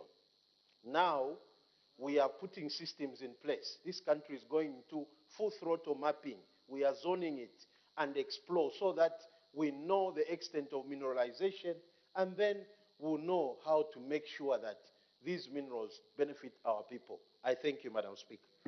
Thank you. Honorable Member for Kamfinsa. Thank you very much, Madam Speaker. Minister of Mines and Minerals Development, you have confirmed to the August House and the nation that different minerals have been discovered in Northern Province and Muchinga. I want to find out, Minister, a company called Zambia Gold Company was created some 3-4 years ago to buy off all the gold that is produced to create reserves for our country. Are you able to confirm to this August House if the gold that has been discovered will be bought by the Zambia Gold Company? I thank you, Madam Speaker. The Honorable Minister of Mines and Minerals Development. Madam Speaker, thank you so much, and thank you, Honorable Member for Kamfinsa. I'm glad you've asked this question. What we are doing as government is to create gold marketing centers, and this gold will be bought by government and other private sector members. We are going to create an aggregator, and one of the considerations we are making is Zambia Gold itself. We have not done away with Zambia Gold. It may be or it may not be the gold aggregator, but we will form buying centers. We will form a gold aggregator that will aggregate the gold for it, Madam Speaker, to be taken to either Bank of Zambia or any other entity. So we will inform the nation on the final decision around aggregation of gold. I thank you, Madam Speaker. Thank you, Honorable Member for Isoka. Thank you, Madam Speaker. Honorable Minister, in Muchinga Province, particularly in Isoka Province, we have a mine, in Isoka constituency, we have a mine called Kombwa Mine in Luangwa Ward. What is government doing about this mine? I submit, Madam Speaker. Thank you. The Honorable Minister of Mines and Minerals Development. Madam Speaker, thank you, and thank you, Honorable Member. It's very difficult for me, Madam Speaker, to answer as to what government is doing about a particular company, unless the Honorable Member can go into the specifics of really what she means by what government is doing about a particular company. Have they abrogated the license requirements? I don't know. It's too broad, Madam Speaker. Can I be guided? I thank you. Thank you very much. I think that's the correct position. Honorable Member for Isoka, if you have any issues specific, you can address them to the Minister. The question is too general. It's okay. You can put in a question if you want. The Honorable Member for Shwangando. That will be the last question. We make progress. Thank you so much, Madam Speaker. Honorable Minister, we hear you, and we appreciate your desire to structure the operations.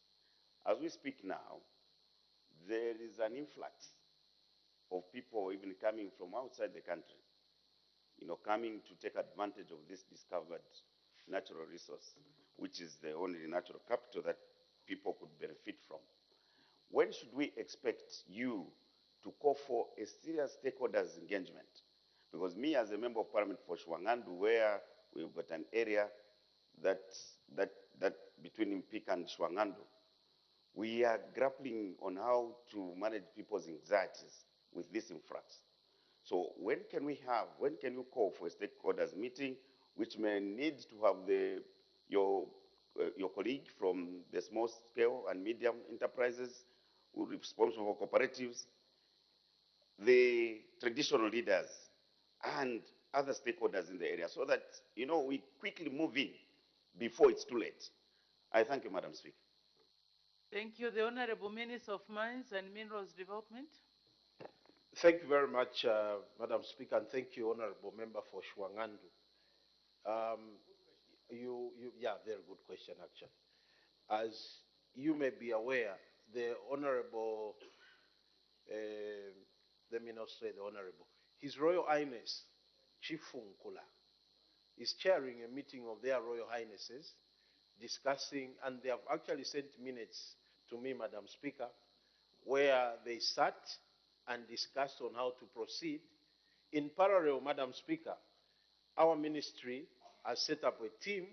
They actually went and visited the site. What we want to do now is to do an all-inclusive arrangement, because we have to form cooperatives around that area.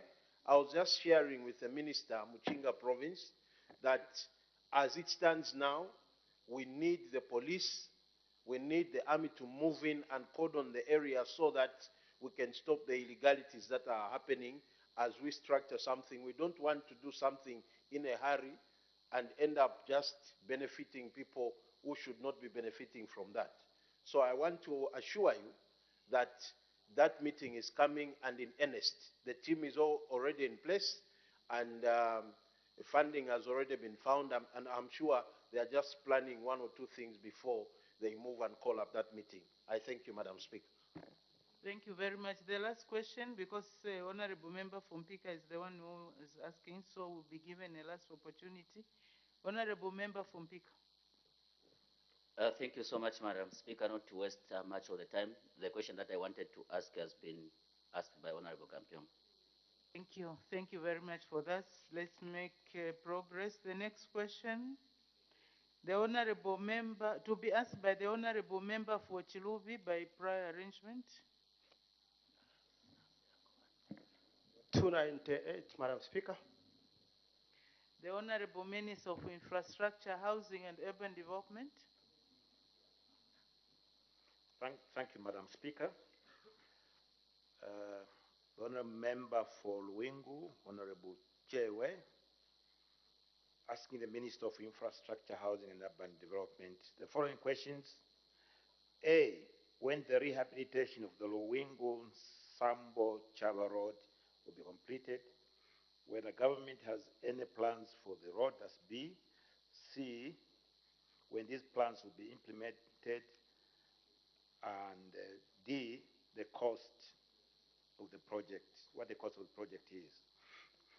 Madam Speaker, answer to A is the rehabilitation of Luingu Nsombo Chava Road will be completed when funds are secured and the new contractor procured.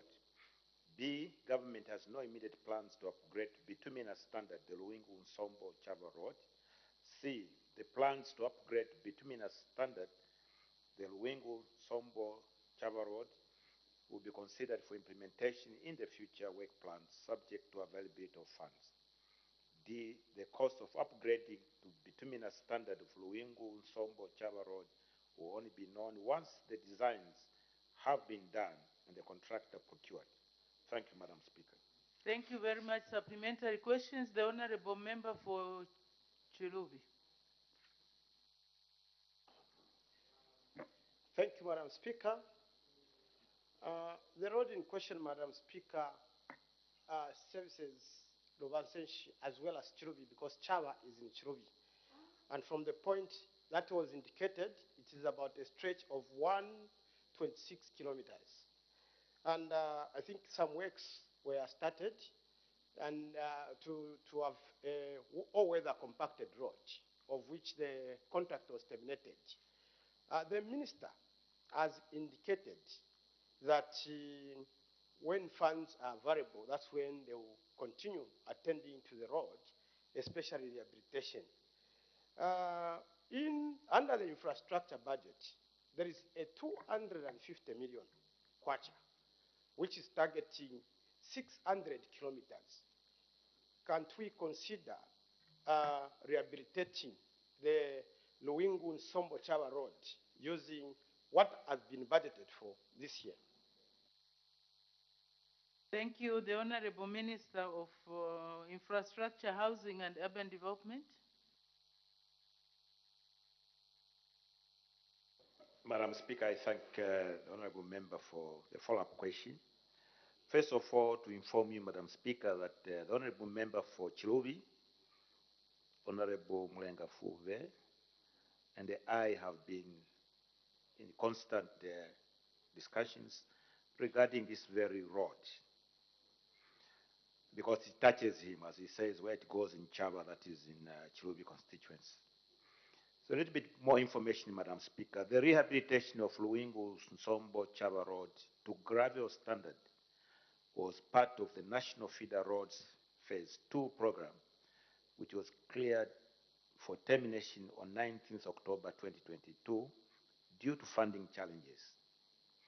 The National Feeder Road Phase 2 project was awarded to Messrs. China Geo Engineering Corporation at a cost of $48,381,013. The project scope covered a total of 486 kilometers, out of which 120 was for Luwingu Nsombo Chava Road. The details of all the roads under this particular project covering the full 486 kilometers. Madam Speaker, suffice to say that the contractor completed, as the Honourable Member for Chilubi is saying, completed graveling the 50 kilometers out of the 120 kilometers, leaving a balance of 70 kilometers at the time the project was terminated. The contractor was paid a total sum of $477,000. But this is what is happening at the moment, Madam Speaker, because that's what the people of Luwingu and Chilubi along this road want to know. The three councils, that's Luwingu, Lupososhi, and Chilubi, are collaborating to carry out holding maintenance works by providing fuels and wages to China Geo Engineering, that's the contractor. The contractor has offered to provide equipment and human resources for this exercise. The scope of work is sport improvement with cost of fuel and wages amounting to 3.6 million kwacha.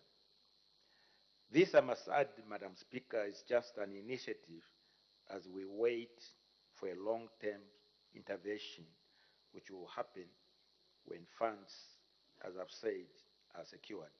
Thank you, Madam Speaker. Thank you very much. Honourable Member for Chilubi.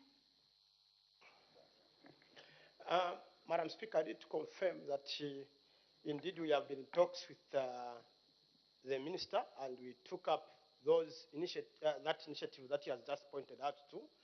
But the current scope, Madam Speaker, exposes the road to harsh weather conditions like rain season.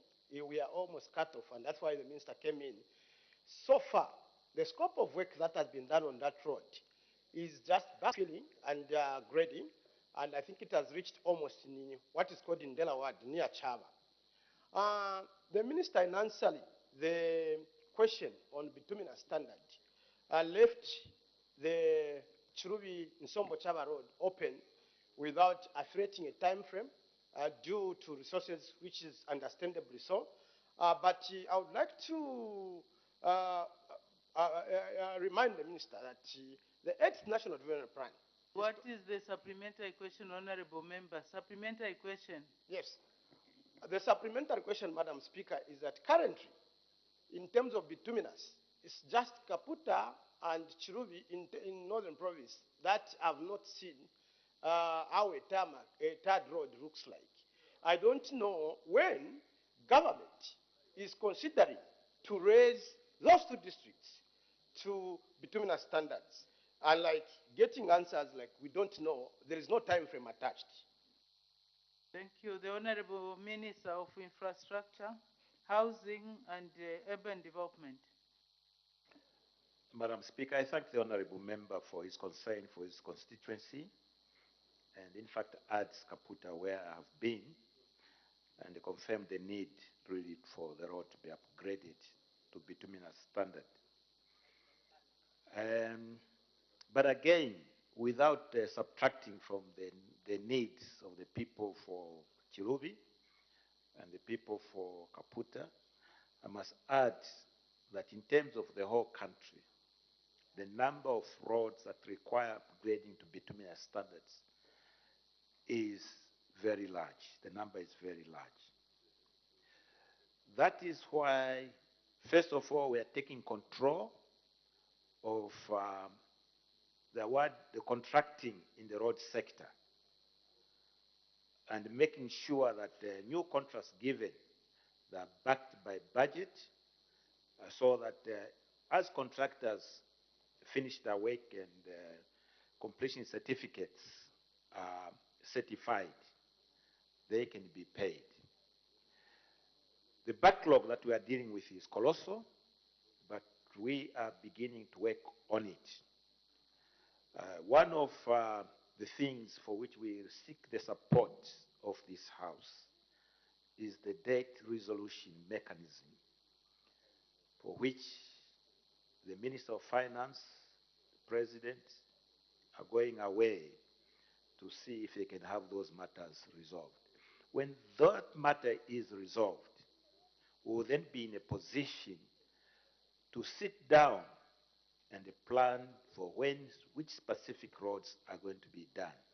Until such time, with the scarcity of resources, with the inability to borrow, it will be very difficult to give specific time frames for specific roads. But our desire is that our people in this country, our citizens, wherever they are serviced appropriately with hard-surfaced roads, whether it is gravel roads or bituminous roads. Thank you, Madam Speaker. Thank you very much. We need to make progress. Sincere apologies, Honorable Member for Shuangandu. Next question, the Honorable Member for to be asked by the Honorable Member for Bahati by prior arrangement. Thank you so much, Madam Speaker. Question number 299. The Honorable Minister of Health. Thank you, Madam Speaker. Madam Speaker, Mr. Emmanuel Musonda is asking the Minister of Health when the construction of the following mini hospitals in Loposelshi parliamentary constituency will commence. 1 in Sombo, 2 in Chimbwe. B, what has caused the delay in commencing the project, and C, what the estimated time frame for the completion of the project is. Our response is as follows. Madam Speaker, the construction of the mini hospitals at 1 Sumbu and 2 Chimbwe in Pososhi parliamentary constituency will not commence because the distribution list for the construction of the 150 mini hospitals countrywide was revised in order to ensure equity in the provision of health services in the country. The 2 mini hospitals were redistributed to other areas in the country that had none. The House may wish to note that the Pososhi district was allocated under the same project 2 other mini hospitals at Katuta and Chungu. The construction of these 2 mini hospitals has been completed and the 2 mini hospitals are now functional. B, Madam Speaker, as earlier stated, construction of the 2 mini hospitals at Sumbu and Chimbu will not commence. Therefore, Part B and C of the question falls off. Madam Speaker, I thank you. Thank you. Supplementary questions. The Honorable Member for Bahati. Thank you so much, Madam Speaker. Madam Speaker, some ministers during the campaign in the Katidie local government by-election promised the people of Nsombo and Chimbwe that the 2 main hospitals will be completed this year. And Madam Speaker, His Excellency the President, when he held a thanks giving rally at Calabar ground attested to this. So, Madam Speaker, the people are actually asking that when is this government going to fulfill the campaign promise it made during the local government local government elections in Katilia Ward? Madam Speaker, Honorable Elvis Nkandu stood on that platform and made this promise to the people of Vipososhi. I thank you. So I don't know now who you are directing. Honorable Member, you are directing your question to the Honorable Minister of Health. The Honorable Minister of Health. Thank you, Madam Speaker. Thank you, Honorable, for your follow-up question. Madam Speaker, I want the members of Parliament to help me in the future, even when you ask questions. You recall what I've told you, that we have redesigned everything. And very shortly, Madam Speaker, I think once the Minister of Finance is back, I'll be able to issue a ministerial statement and guiding members exactly what we're doing in regards construction, new construction, because we had to renegotiate and we are going into a different phase with different things, so that you don't ask questions of the past, you ask present. Now this is a present question and I'll be able to respond accordingly. Thank you. Thank you very much. Honorable Member for Bahati, any question? You are satisfied? No, Madam Speaker. Madam Speaker, there was a presidential directive that the hospitals will be built this year. So I don't know why the minister has decided to disobey the directive of the president. I thank you. The Honorable Minister of Health. I know there are many of you that want my job. On a lighter note. Madam Speaker, that's why I've said current issues, I'll come back to give a full comprehensive statement once the Minister of Finance is back. In short, it's a yes, but let me come and so that we don't make a promise I not. And please take note, a presidential policy direction is not questioned. Thank you. Thank you very much. So there's still hope there, Honorable Member for Bahati. Just hold your fire. Notes of motion, the Honorable Member for Itesh.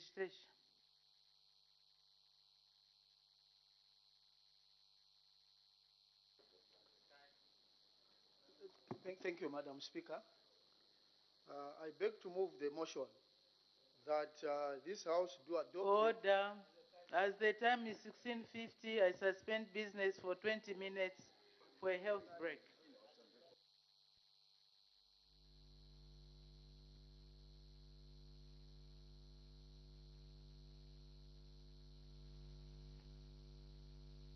$20 minutes. At the time business was suspended, the House was considering the motion, which was about to be moved by the Member of Parliament for Iteji, who is also a chairperson of the Committee on Education, Science and Technology, and this is Mr. Twambo Muchinta, urging the House to adopt the report of the Committee on Education, Science and Technology on the free education policy in Zambia, opportunities and challenges for the second session of the 13th National Assembly. And this document was laid on the table of the House on Monday, 19th June 2020. So business resumes. The Member of Parliament for Iteji will continue moving the motion. Matimba, let's quickly look at what has been considered on the floor of the House. Yes, President, there was a guidance by the Honorable Madam Speaker on the procedure regarding the arrest of Honorable Members of Parliament on and off the precincts of the National Assembly of Zambia. Thereafter, there was also a ruling by the Honorable Madam Speaker on a point of order raised on Wednesday, 7th June 2023 by Honorable Engineer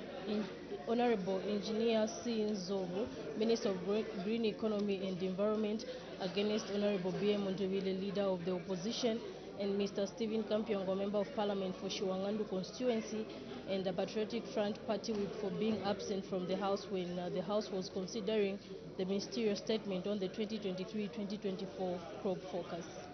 After that ruling that was made by Madam Speaker, Madam Speaker, did permit the Acting Minister of Finance and National Planning, and this is Honorable Charles Milupi, to render a ministerial statement. And this ministerial statement was on the forfeited 65 million kwacha by Ms. Faith Musonda to SEC and procedures used to transfer the money to Control 99. I'll give you the details of that ministerial statement just before we leave the chamber after adjournment. And there were 4 questions that have been considered on the floor of the House today, Martin. Yes, the first question for oral answer, understanding order 74, came from Katombola Member of Parliament, Mr. Clement Andeleki, who posed this question to the Minister of Water Development and Sanitation. He wanted to find out whether the government is aware that the following areas in Katombola parliamentary constituency have a critical shortage of water. That's Sanyawa, Ngwezi, Wombwe, Kauwe, Gua, Sikauzwe, Kanchela, and Momba. And in B, he wanted to find out if so, what measures have been taken to provide clean water for the residents and their domestic animals, and in C, what the cost of providing clean water is. We'll be able to share with you the details of the remaining 3 questions for oral answer, understanding order 74 that have been considered on the floor of the House. For now, we'll take a quick break. Keep watching Parliament Television.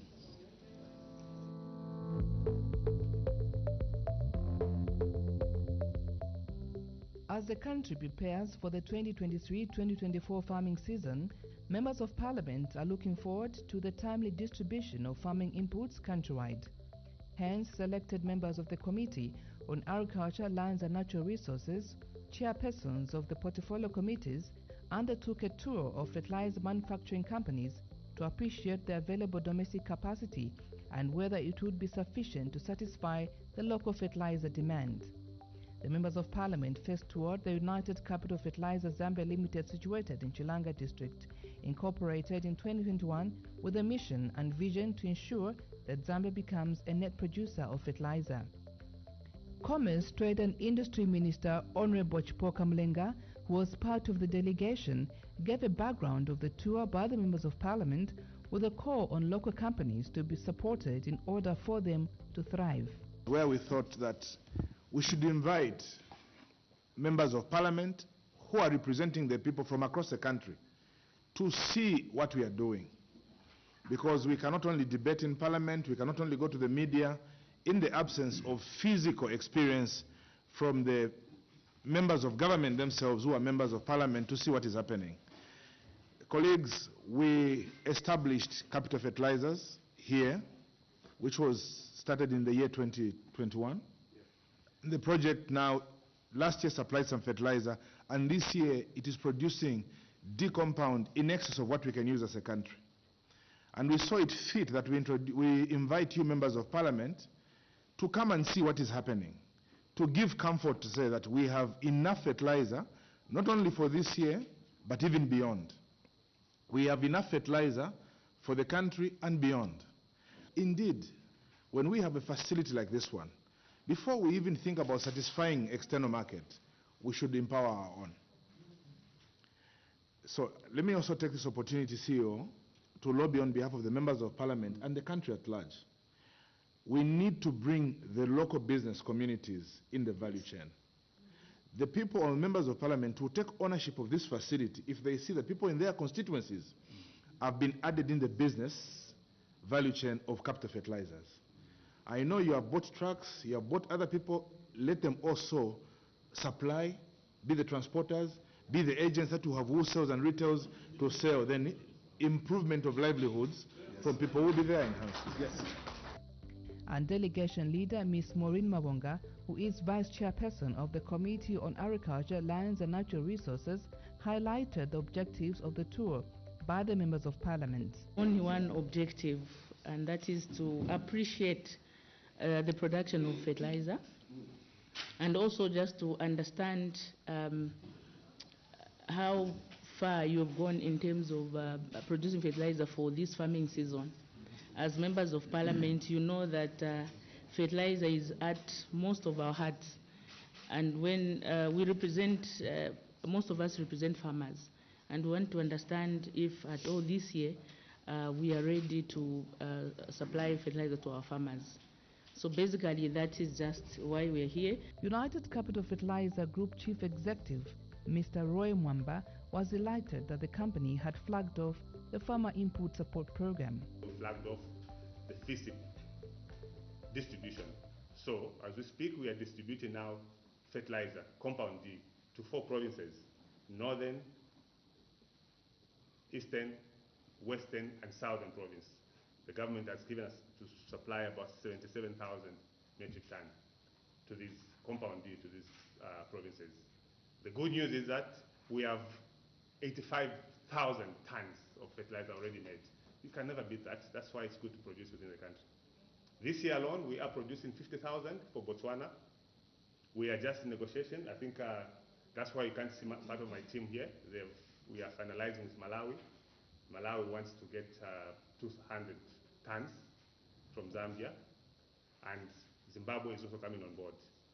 So this year alone, we are scheduled to produce about 400 metric tons of fertilizer, 100 for Zambia and 300 around.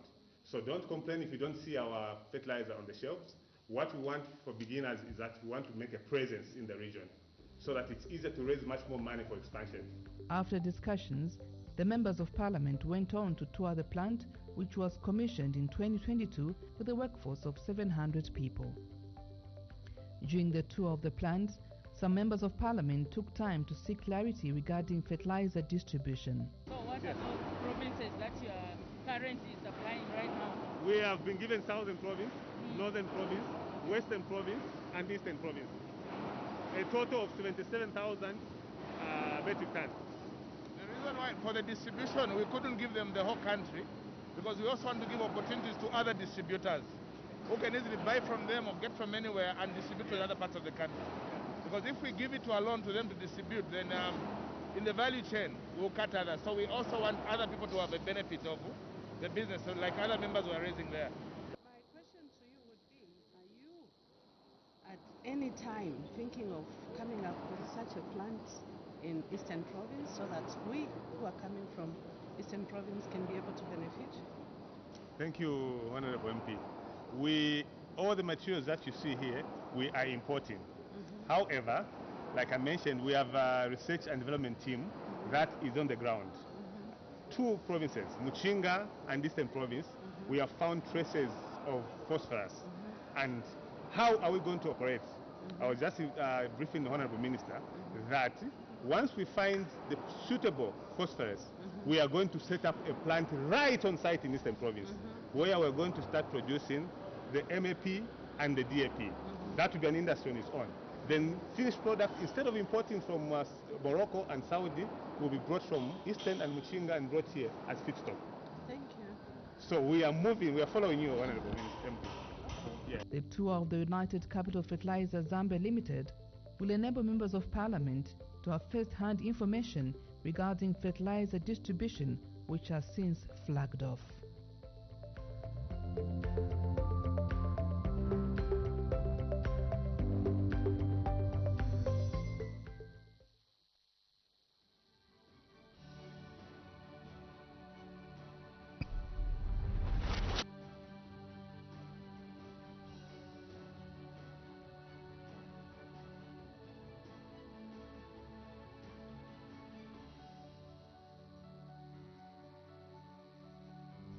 My name is Christopher Chibuye, born 52 years ago, married with 5 kids, 3 girls, 2 boys.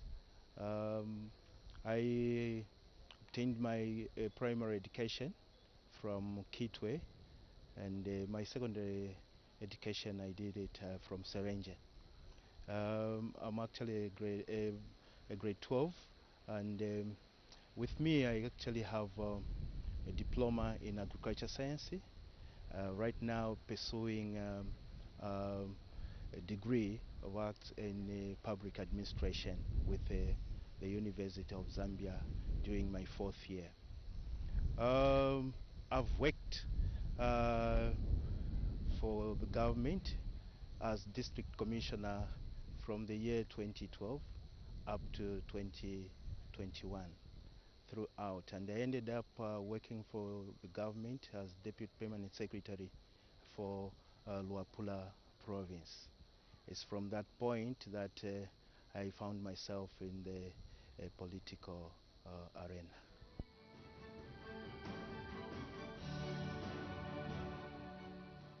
My constituency is actually Mukushi North constituency, and it has 16 wards with 3 chiefdoms, which is Shaibila, Chitina, and Mulungwe.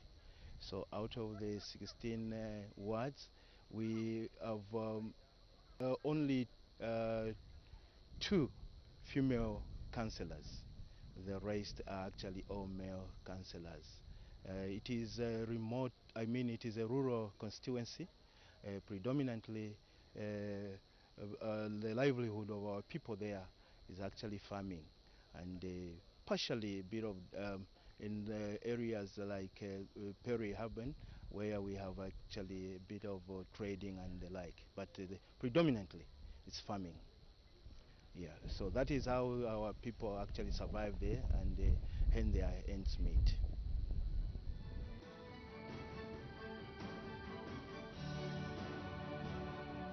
Too many challenges as usual.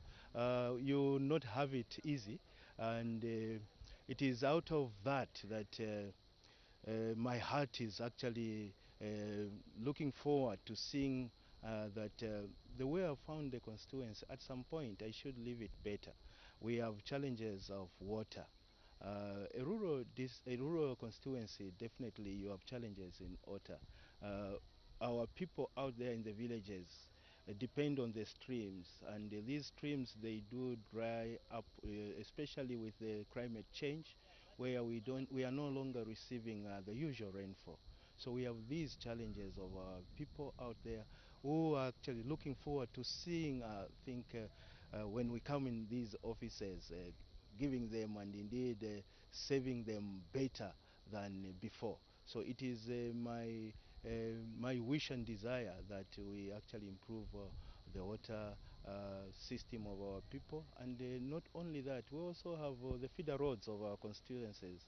Our constituency is actually very bad. We're looking forward to someday where we are going to have better roads.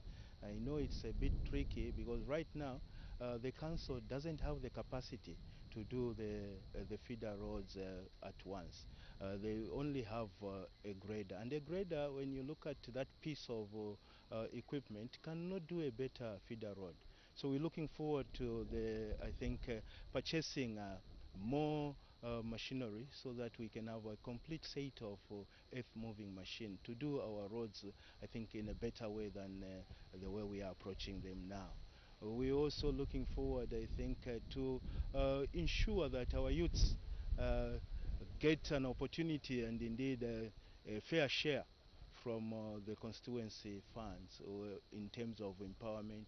But my disappointment, on the contrary, is on our youths who don't see what they can get out of the skills package. Yeah, that package actually is very good for each and every youth, because it's a skill that should be developed, and it is out of that skill where we expect our youths to survive.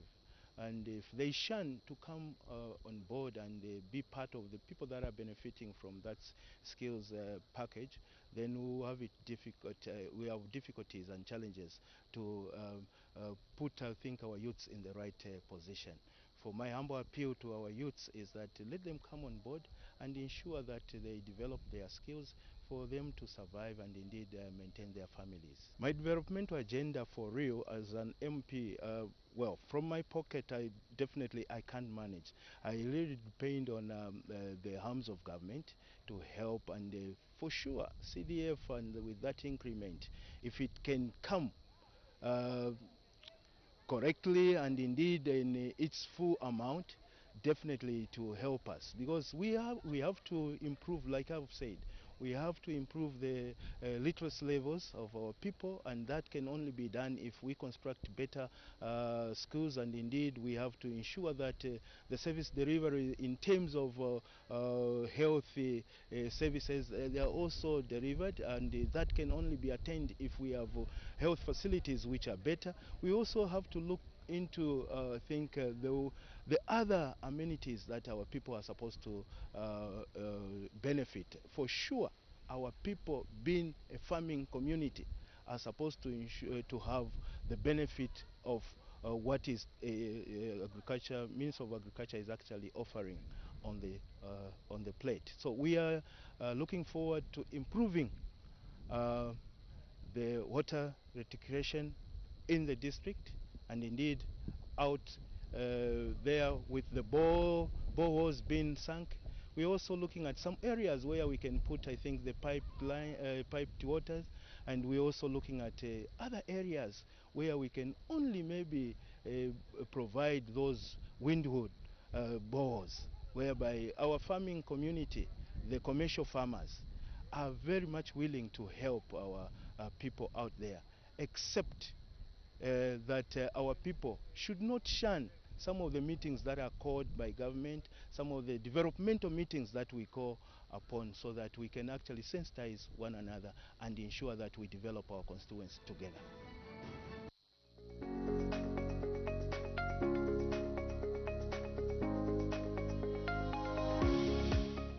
Thank you so much for still being with us on Parliament Television. At the time business was interrupted, on the floor of the House was Mr. Mtinta Twambo, about to move the report of the Committee on Education, Science and Technology on the free education policy in Zambia, opportunities and challenges, for the second session of the 13th National Assembly, laid on the table of the House on Monday, 19th June 2023. And this motion is seconded by Kasama Central Member of Parliament, Ms. Wangile Mwamba. And later on, once the motion is moved, we'll see members of Parliament debating to this motion.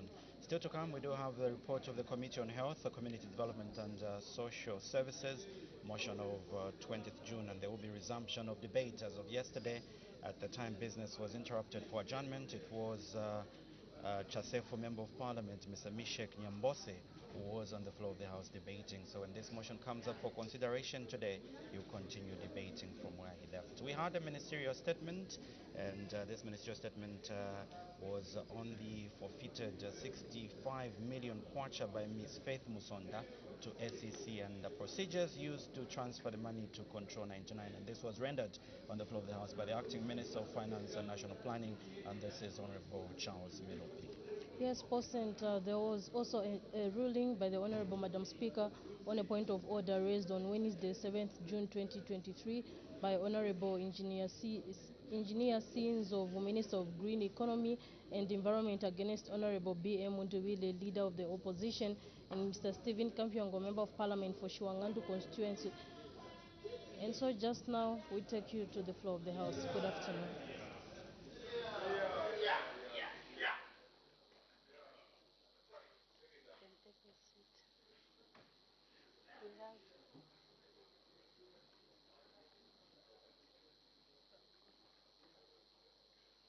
The ringing, which means that the quorum is not yet constituted. It is a requirement that 1/3 of the total number of members of Parliament be present for any business to be transacted on the floor of the House. At the time business was interrupted, the House was considering a motion which was being moved by Teji Member of Parliament, Mr. Twambo Mutinta, who is chairperson of the Committee on Education, Science and Technology, urging the House to adopt the report of the Committee on Education, Science and Technology on the free education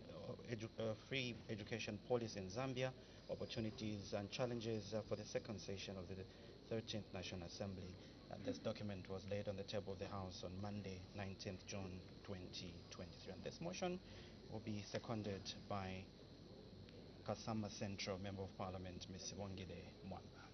Yes, President, still to come on the order paper, we have a resumption of debate. This is on the report of the Committee on Health, Community Development and Social Services. At the time business was interrupted yesterday, it was Chasefo Member of Parliament, Mr. Mishek Nyambose, debating to this report, and so he will continue with his debate today.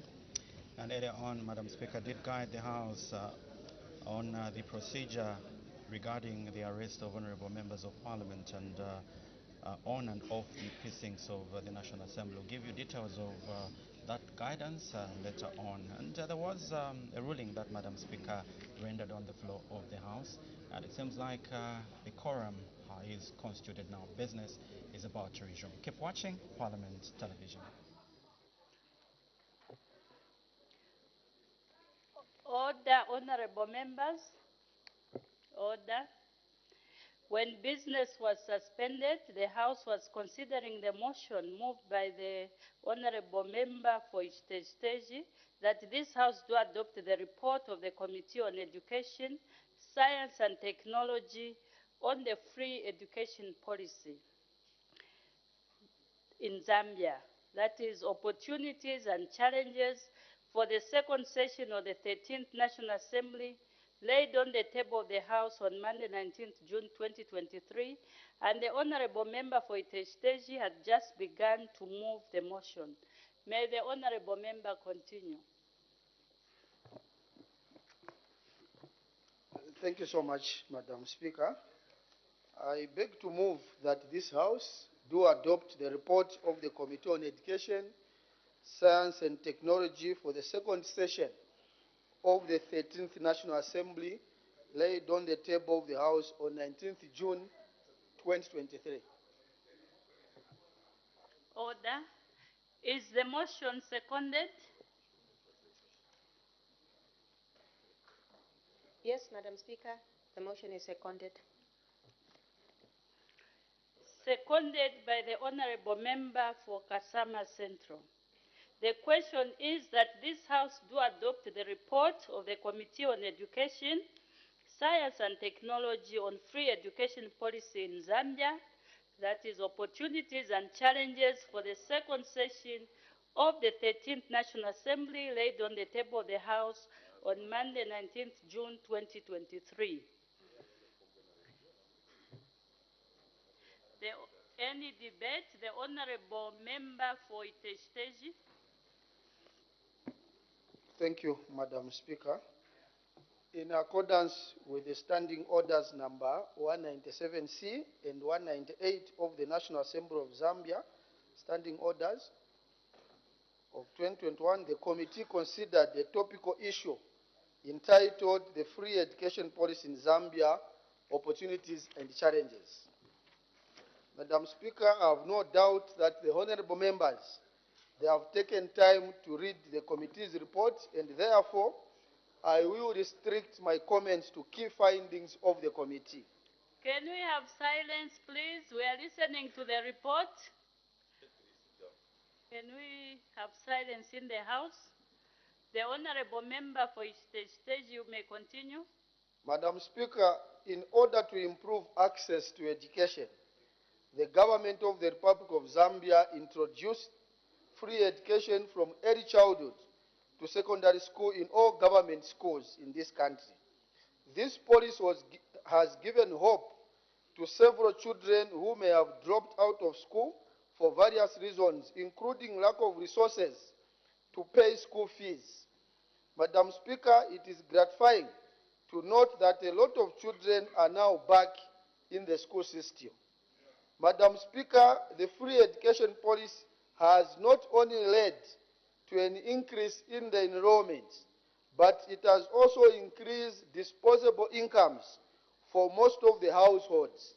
You may wish to know that the little monies raised by these households, which would have normally been used to pay school fees, is now being channeled to other activities such as improving nutrition at household levels. Further, Madam Speaker, the influx of learners has increased the demand for desks, and this has presented business opportunities for households that are able to participate in the maintenance and the production of school desks. This has increased income at household level, thereby contributing to the reduction of income poverty. Madam Speaker, despite the benefits of the implementation of the free education policy, there are some challenges that have arisen in the process. One of the notable challenges, Madam Speaker, has been the limited infrastructure to accommodate the increase in the number of learners, as witnessed that most of the learners during our tours, we found them sitting on the floor. In light of this, the committee recommends that the government should prioritize building more classrooms to accommodate the learners who have come back to school. Madam Speaker, another challenge arising from the implementation of the free education policy is the high pupil to teacher ratio. Madam Speaker, I wish to commend the government for having recruited 30,496 teachers. This is commendable, and it will go a long way in mitigating the current deficit of 85,000 teachers in the country. However, there is still an urgent need to recruit more teachers, as the number of teachers in schools is still very low compared to the number of learners.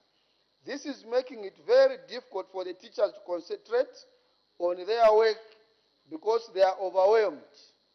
The committee is concerned that if this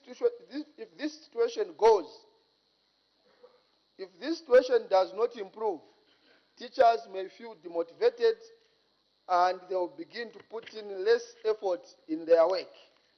It was disheartening to hear complaints from teachers that they were not paid double class and rural hardship allowances. Madam Speaker, the teachers deserve these allowances, especially with the amount of work they are doing now with the introduction of the free education policy. The committee recommends that as a matter of urgency, more teachers should be recruited to mitigate the challenge of high pupil to teacher ratio. The government should ensure that the teachers are motivated by providing them with a conducive accommodation, pay them the applicable allowances such as rural hardship allowance, and improve their conditions of service generally. Further, the committee recommends that the government should learn from Kenya by implementing the continuous recruitment of teachers to ensure that those that retired were immediately replaced. Madam Speaker, I would like to touch on the importance of providing for a legal framework for the free education policy. The introduction of free education policy from early childhood to secondary school is a very important move in the quest to ensure that every child has access to education. However, as important as it is, this policy is not backed by any legislation. In light of this, the committee strongly urges the government to issue a statutory instrument that will provide the legal backing for the free education policy in Zambia. Madam Speaker, in order to appreciate the best practices in the implementation of the free education policy, your committee undertook a benchmarking tour to Kenya, where the committee learned that the Constitution, as well as other pieces of legislation, clearly provided for free and compulsory education from early childhood to secondary school. Further, the Basic Education Act of Kenya provides that it is an offense for parents and guardians to fail to make education available for their children. In light of this, the committee strongly urges the government to issue a statutory instrument that will not only provide for the free education, but ensure that education was compulsory, and any willful neglect to make a child not to be in school should be criminalized. The committee also strongly urges the government to make concrete steps in addressing various challenges that have arisen as a result of the implementation of the free education policy. Madam Speaker, I wish to conclude by thanking all the stakeholders who appeared before the committee. Lastly, let me thank you and the Office of the Clerk of the National Assembly for the guidance and the support rendered to the committee throughout its deliberations. Madam Speaker, I beg to move. Thank you. Does the seconder wish to speak now or later? Now, Madam Speaker. The Honorable Member for Kasama Central. Madam Speaker, I rise to second the motion, which has ably been moved by the chairperson of the committee, Honorable Twambo Mtinta. Madam Speaker, as I second this motion, please allow me to highlight a few issues arising from the study of the committee that may not have been covered in the statement by the mover. Madam Speaker, it was surprising to learn that during the tour, many of the members of the many parents were not aware of other benefits arising from the implementation of free education. Madam Speaker, it was surprising to learn during the tour that many of the members of the community did not fully understand the policy of free education being implemented by the government. It was regrettably observed that despite the introduction of free education policy, only a few parents take their children to special education units and to early learning centers. Madam Speaker, in order to bridge the information gap, it is important for the government, through key offices such as the DEBS, to conduct extensive sensitization awareness programs on the implementation of free education policy. This should be done by using various strategies, including conducting physical meetings, sponsoring radio programs, among others, so to explain the different roles by different stakeholders such as parents, Parents-Teachers Association, community members in the whole process of the policy implementation. For many parents, once they hear free education, they fold their arms and say the government shall do everything. A lot have left everything on the government's shoulders. Madam Speaker, in this vein, the committee appreciates the good work being undertaken by the various cooperating partners in supporting government efforts in the promotion of education among learners. However, it is observed that there is seemingly poor collaboration between the government and the cooperating partners with regard to the implementation of the free education policy. As the chairperson pointed out, Madam Speaker, some challenges have arisen as a result of the implementation of the free education policy in Zambia, which should not be left to government alone, as I mentioned earlier. Some of these challenges include limited classroom space, poor water and sanitation, insufficient teaching and learning materials. Most of these are what are affecting the rural areas. Madam Speaker, parents still have a role through the PTA. If you may recall in the past, you would actually find that communities would help to build classrooms. Right now, everybody has their arms folded, saying government will do it. It is our children that need to learn in these classrooms. Government can only do so much, so that cooperation is needed. The committee is therefore of the view that the government and cooperating partners, including the business community, churches, other religious groups, and non-governmental organizations, should find a way to amicably work together in supporting its effort to provide free education.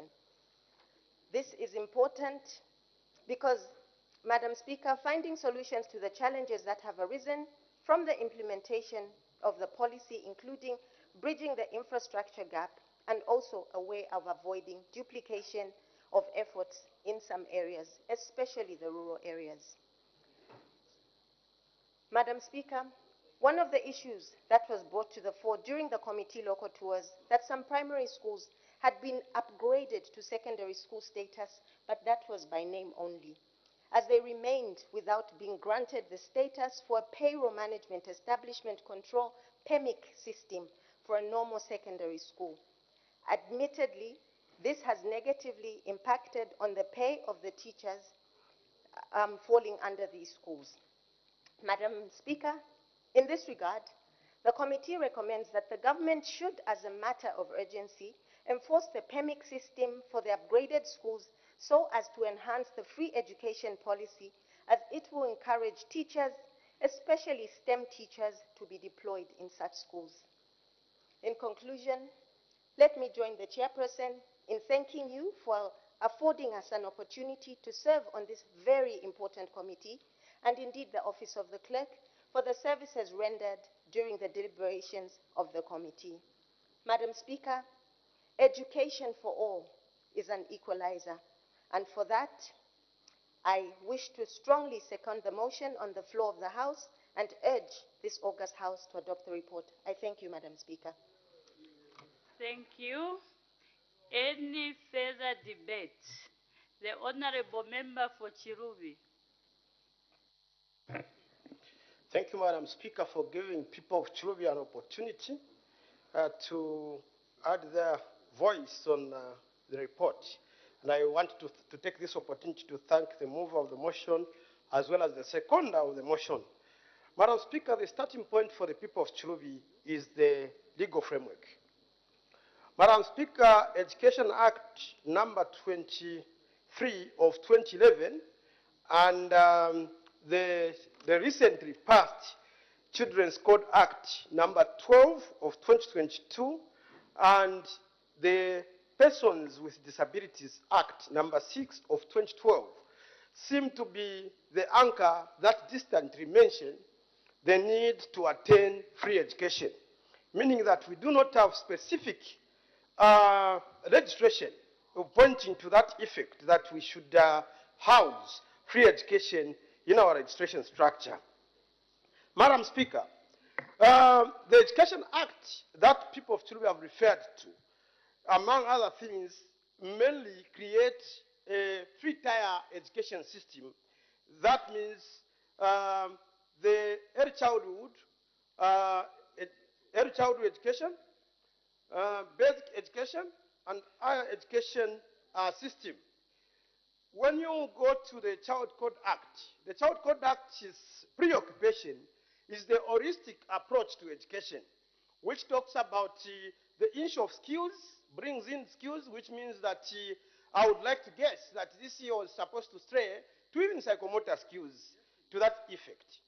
And it is taking more of a transformational approach to free education. Madam Speaker, further, the Disabilities Act brings in confusion by stating that people with disabilities can access an inclusive, quality, and free primary, secondary, and higher education.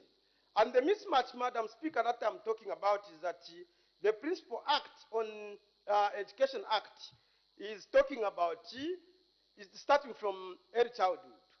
The Disability Act starts from primary school. And I think that is a mismatch that needs to be attended to for us to flow well.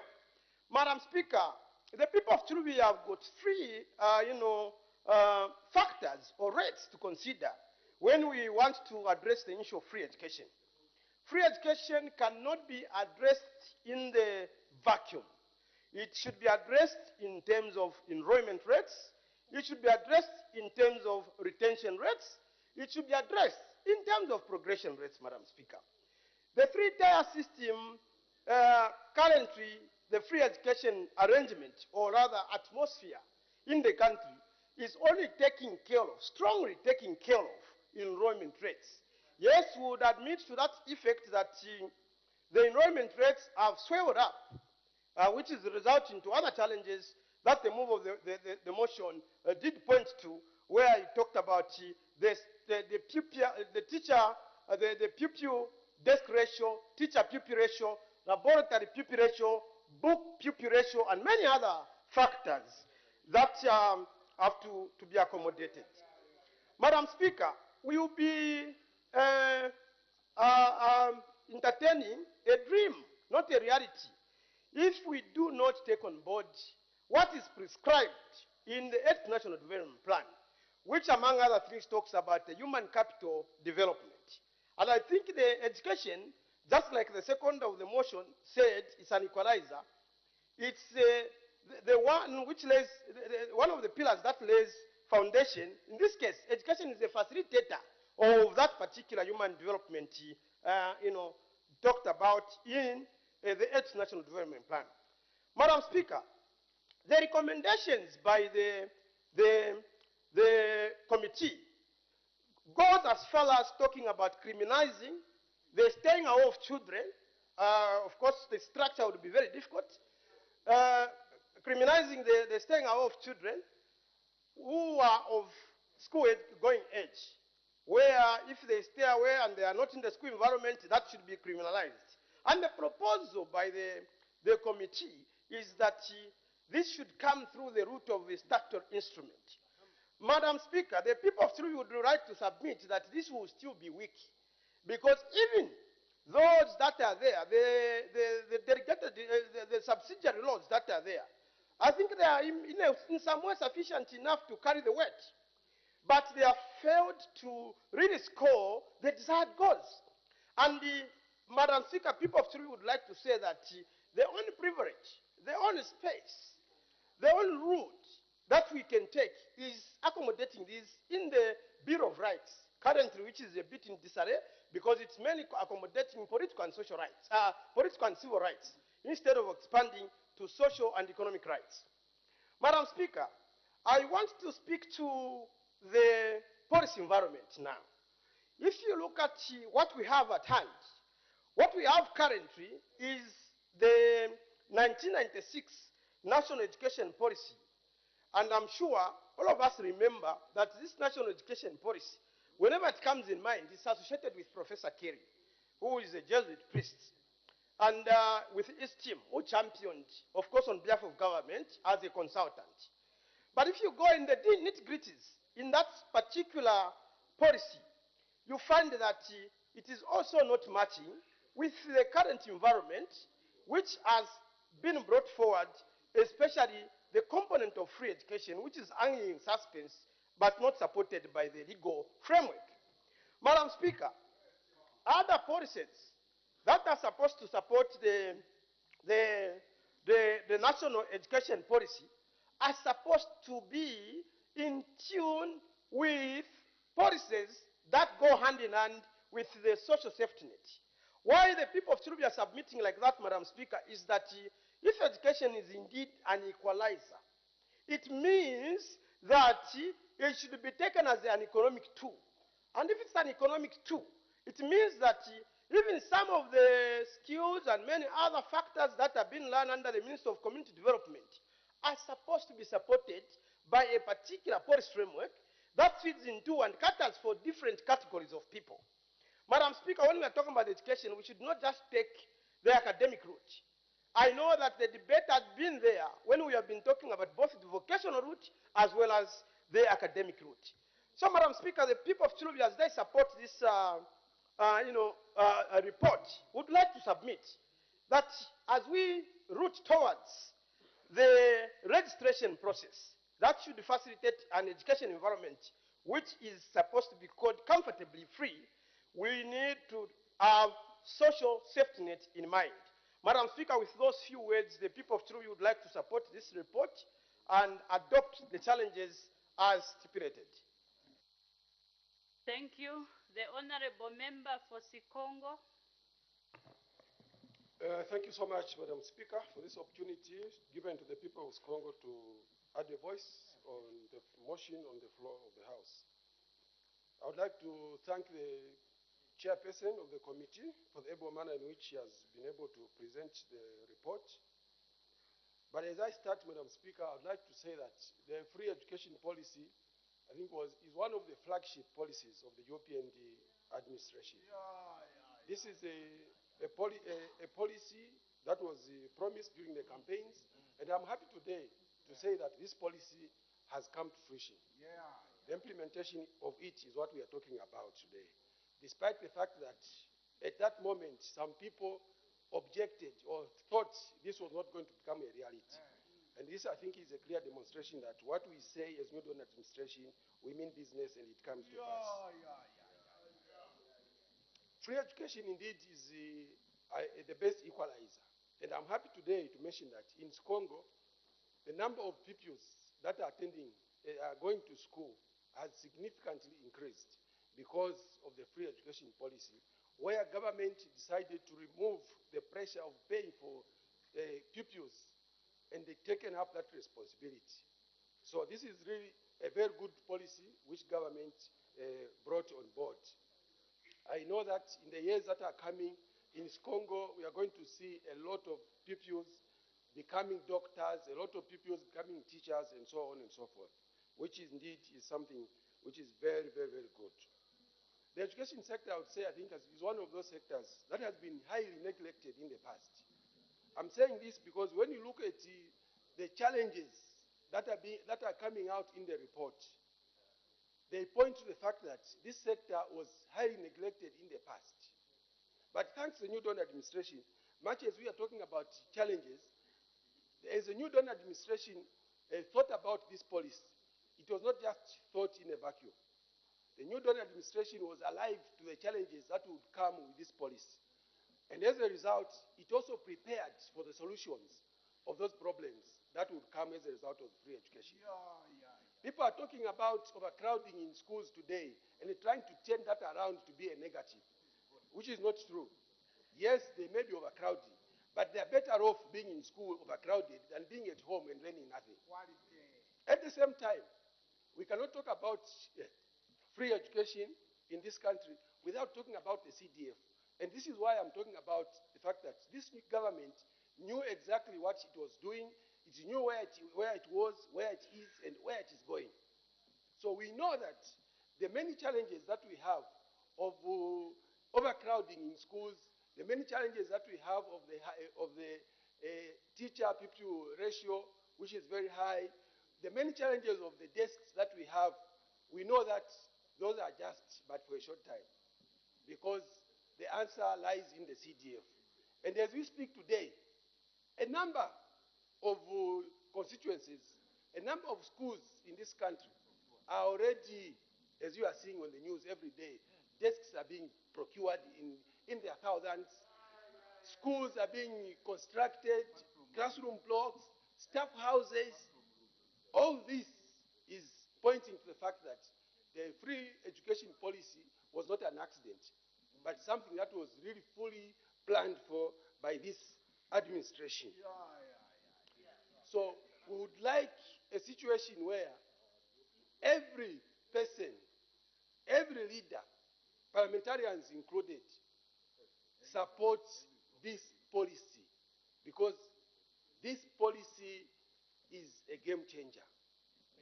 This is a policy that will make this country develop. When you talk about education being an equalizer, it means that it gives each and every child an opportunity to become whoever they want to become in life. So let's not politicize this, but let's just support this good intention, which I know has been made possible by the new Dawn administration. So the other aspect I want to speak to is the issue of where did the money come from to implement this policy? We are all alive to the fact that we have got a huge debt that is squeezing us so much. But despite this squeezing of the debt, the new Dawn administration is still able to come up with these flagship policies. Now, in answering that question, where is the money coming from? The money is coming from the prudence management of the resources. The money is coming from prudence management of resources. Let's avoid debating all seated. I'm sure we've only got one debater on the floor. You may continue, Honorable Member, for Sikongo only. Thank you so much, Madam Speaker. So I'm saying the resources are coming from prudence management of the resources. And like we heard today, we had money that was recovered from some people. Where they got the money, I don't know. But this new Dawn administration managed to channel those resources to where they are best needed, and that is education. The university students got that money in form of student allowances, which is a very good thing that has happened. So again, like I'm saying, let us support this administration, because it means well for every Zambian. It means well for all of us. So yes, the challenges are there, but let's not try to put the challenges ahead of what the main objective, what the policy is. Let's be part and parcel of the solution to the problem that has come up with this good policy of free education. Madam, in ending my debate, I would like to mention that, yes, there are so many challenges that are there, But I think the answer lies in us making sure that we put more money into the education sector. Because the education policy has brought a lot of issues that need to be addressed through budgetary allocations. So my request is, as the 2024 budget is brought to this house, the floor of this house, I think we expect to see more money going into the education sector, so that a number of these challenges that we have, coupled with the CDF funding that we have, can go towards addressing these major challenges that will see our country become a country of educated citizens who will be able to contribute significantly to the development of this nation. And also, as politicians, finally, we should be mindful that as our people are getting more educated, those of us politicians who want to ride on the ignorance of our people will no longer have that opportunity to do so. I thank you, Madam Speaker. Thank you. I'll try as much as possible to balance the debate. In fact, we have a lot of time, but maybe one request from the honorable members, let us try as much as possible stick to the report. We've heard from the seconder that people out there, they have little information about this free education. So please, let us stick to the report. Let's give them useful information so that they'll be able to understand the free education policy in Zambia. The honorable member for Chama North.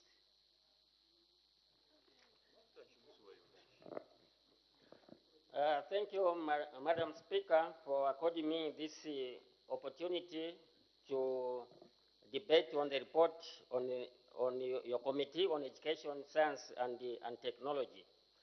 First and foremost, I want to thank the mover of this particular report, Honorable Mutinta, and also the seconder, Honorable Mwamba. I've gone through the report, and I think the committee, Madam Speaker, has done a very, very good job.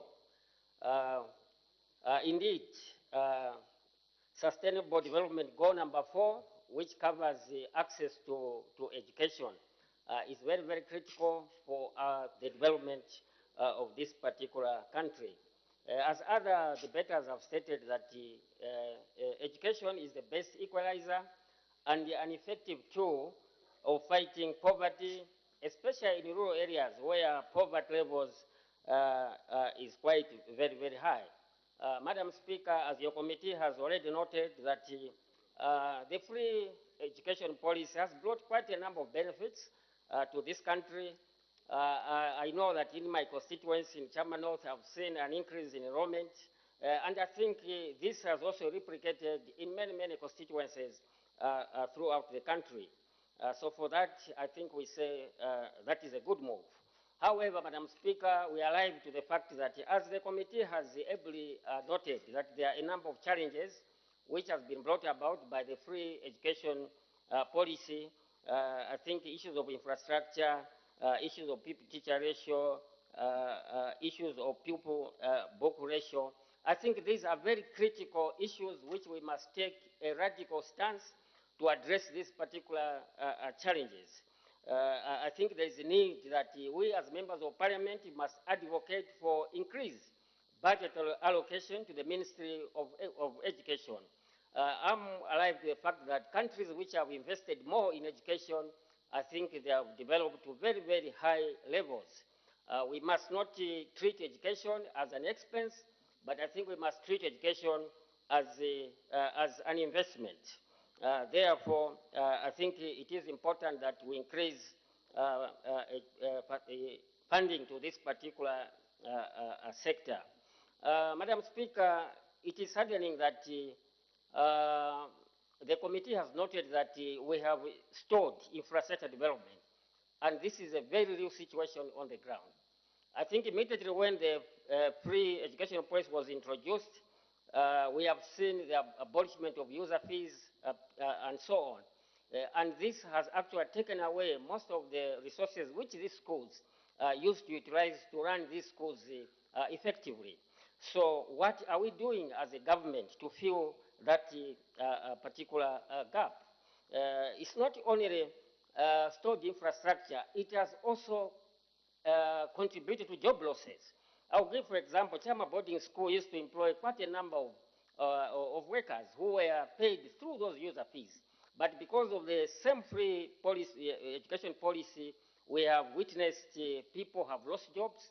So while we are saying that the free education policy is good, on the other hand, there are also negative consequences, which I think as a government we must deal with such issues. The issue of community schools, compared to us in rural areas, Madam Speaker, community schools were really providing educational services to our people because of lack of infrastructure, mostly in rural areas. But as we have been told that now those volunteers have withdrawn services because now parents cannot be able to pay something, so that at least those volunteer teachers are able to pay something at the end of the day. Madam Speaker, also another area which caught my attention is lack of mathematics and science teachers in our country. If this country has to develop at a high level, like our friends, the Asian tigers, I think it is important that we must invest more in mathematics and science. So I would like to appeal to the government that let's put deliberate policies which we can sponsor those who want to study mathematics and science. We give them automatic bursaries so that we have more mathematics and science teachers. This is a very, very serious concern. Let's take, for example, Singapore. Singapore is, I think, the leading country in the world in terms of pupils who are doing very, very well in mathematics and science. So I believe that as Zambia, we can also achieve the same. The same issue has been noted about the lack of ICT computers in school. If we have to develop, we have to invest more in this particular sector. And for us to promote ICTO, I think we need accessibility to electricity. Most of our rural areas should have access to electricity, and that's why it is important that we need more money in the Ministry of Energy so that Honorable Kapala is able to take electricity to Chama, Shangom, and many, many parts in this country. In conclusion, Madam Speaker, I am concerned and saddened as a former trade unionist that teachers have poor working conditions. And that's why most of them are not even able to stay in rural areas. Even when the minister has given an assurance on the floor of this house that there will no longer be, when people are employed, they will no longer leave the rural areas, but the trend has continued. Even the teachers who were employed recently, you'll find that they are being transferred to urban areas because of these, the rural areas lack this amenity.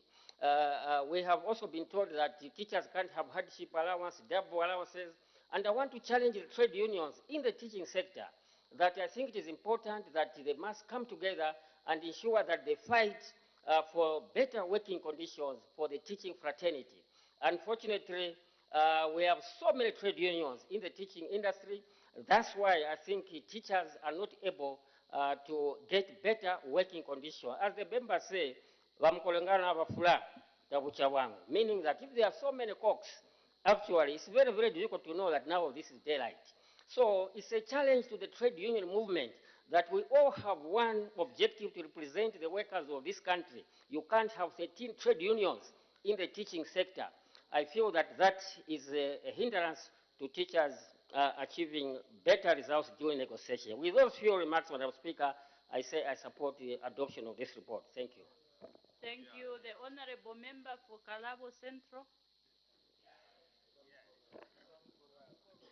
Thank you, Madam Speaker, for according me on behalf of the people of Kalabo to add on to the motion on the floor.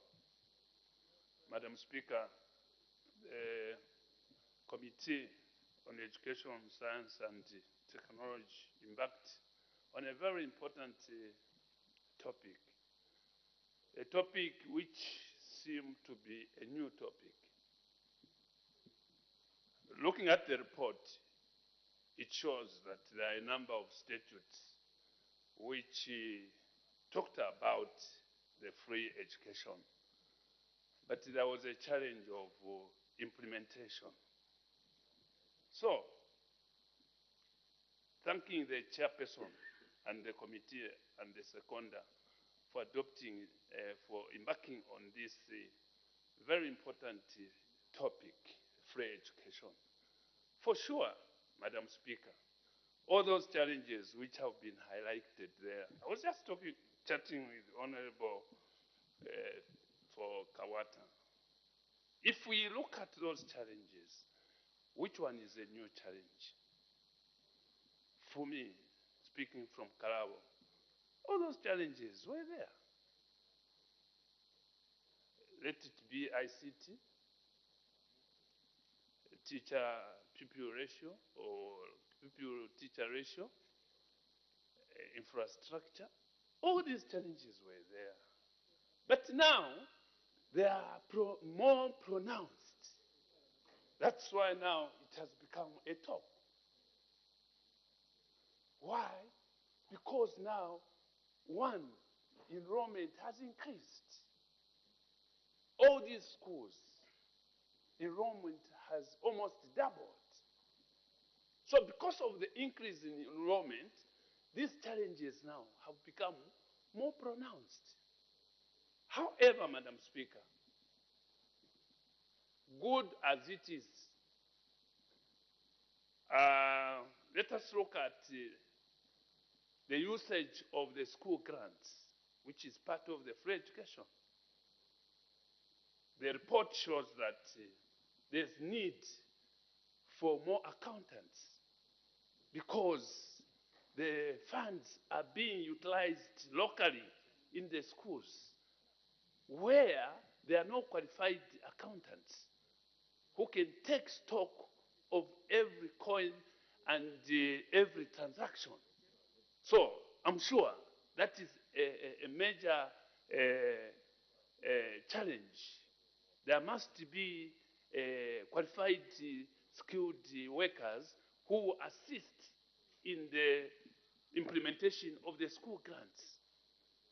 This morning I was chatting with one of the head teachers who was saying I should help in transporting the school material to the school. Here comes the issue of planning. Schools are made to plan because now there's a bit of resource which is flowing to the school. Madam Speaker, the issue of community schools. Community schools, for sure, because of the free education and the banning of the user fees, many of these community schools have almost become a challenge because all those teachers who used to be employed and be paid by the communities now have withdrawn from contributing to sustain those teachers in the schools. So it has become a burden on some elements in the community to support those teachers so that they continue maintaining the community schools where there are no government teachers. So this is an earnest appeal to the government, to the Ministry of Education, that since there's free education, which every child must access, would request that let them deploy teachers. What happened in Karabo, Madam Speaker, I lamented here, was not fair because teachers were lumped in few schools. So you find many of the schools in Karabo, they don't have the qualified school government teachers. So this was an oversight which those people in the committees of distribution overlooked. And so we don't want that thing to repeat. The report also talks of their benchmarking tour where they went in Kenya there. They are talking of continuous recruitment of teachers. For sure, if the government embarks on a continuous recruitment year after year, some of these challenges of shortages of teachers in the schools we are talking about will reduce because sustaining of those teachers also will be part of it. But if there's no recruitment, it means the schools will be without teachers. Madam Speaker, these days, I've seen those photographs.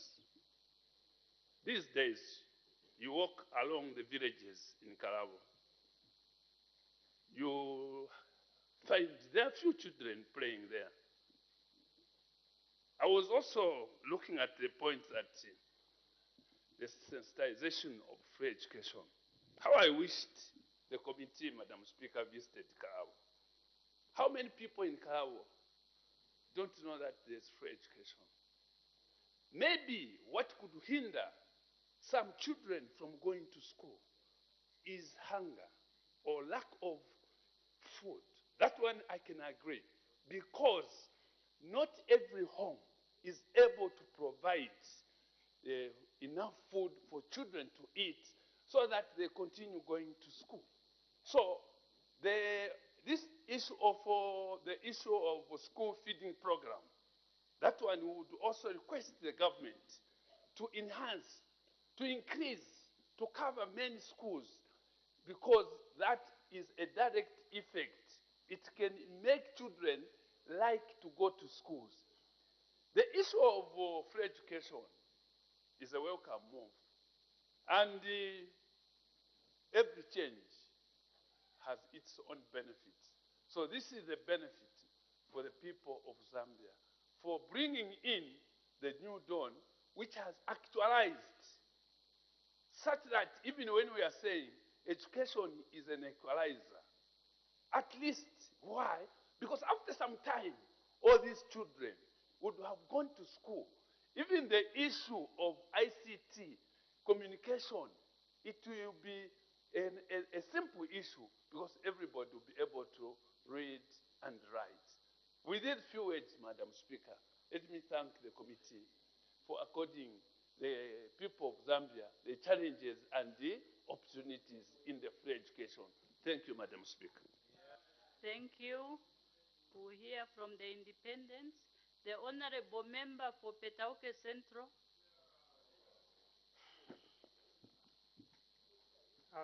Thank you, Madam Speaker, for giving the good people of Petauke to add their voice on this very, very, very important motion on the floor of education, as it says that education is the key to success. And indeed, is the key to success, because all of us without education wouldn't have found ourselves in this house, Madam Speaker. Madam Speaker, I want to thank the mover, Honorable Mchinta, for its tezi, and the seconder, Honorable Madam Mwamba, for Kasama Central. Madam Speaker, on the free education, we have heard that the committee, they found a lot of challenges. And indeed, these challenges, especially in Petauke, they are there. But I was very happy, because one of the challenges is that, like in Petauke, we have got a lot of schools with, which are not yet commissioned because of lack of staff houses. And the president is on record, came here and said, to say, you can commission the school even if there are no staff houses. But the minister, the provincial minister and PSS in the province, they are contradicting what the president usually say, and make it very difficult now even for the learners who are still learning under the tree, Madam Speaker, which this time in June, it really demoralized the children because of coldness. Instead of, if the classroom is there, like when you come to Petauke Central Constituency, you found that at Lusowe Primary School, we have got a school which we finished long time, and it's and the kids, the pupils are looking at it, but it can't commission because the minister of the province and the PS, they are saying that you can't commission because there are no staff houses. Yet the president is saying that you can commission that house and start using it, because those teachers are on housing allowance, because government is paying them for housing allowance, which the good people of Petauke, they agree with the president because taxpayer money for the people of Petauke, they are there. Those teachers are provided.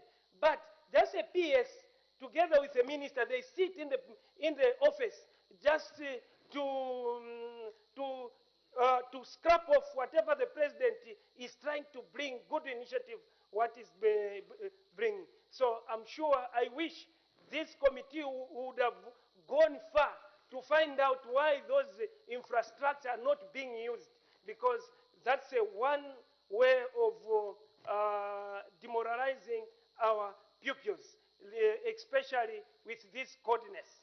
Madam Speaker, I wouldn't continue without also thanking the new the MMD in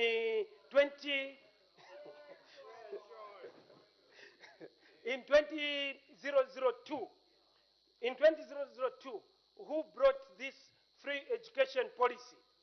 And in 2011, the Act 23 under also PF would also thank them because they're the ones for putting it in Act that free education should be there from grade 1 to grade 7. And the new dawn now came in. Indeed, Zambia now we are improving soon, I'm sure, will be like America, improving, like from this government improves to that level, this level again. So even me, when I become the president, I will improve it, whereby, Madam Speaker. Honorable member, I don't think you are supposed to debate yourself. The people of Petauke, they are listening. And the point that you had brought out was very good. So can you please continue in that order rather than discussing yourself or talking about yourself?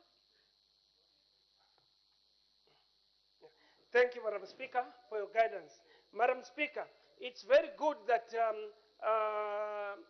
new dawn also picked it up from grade 8 to grade 12 to provide free education. And the way free education has been now,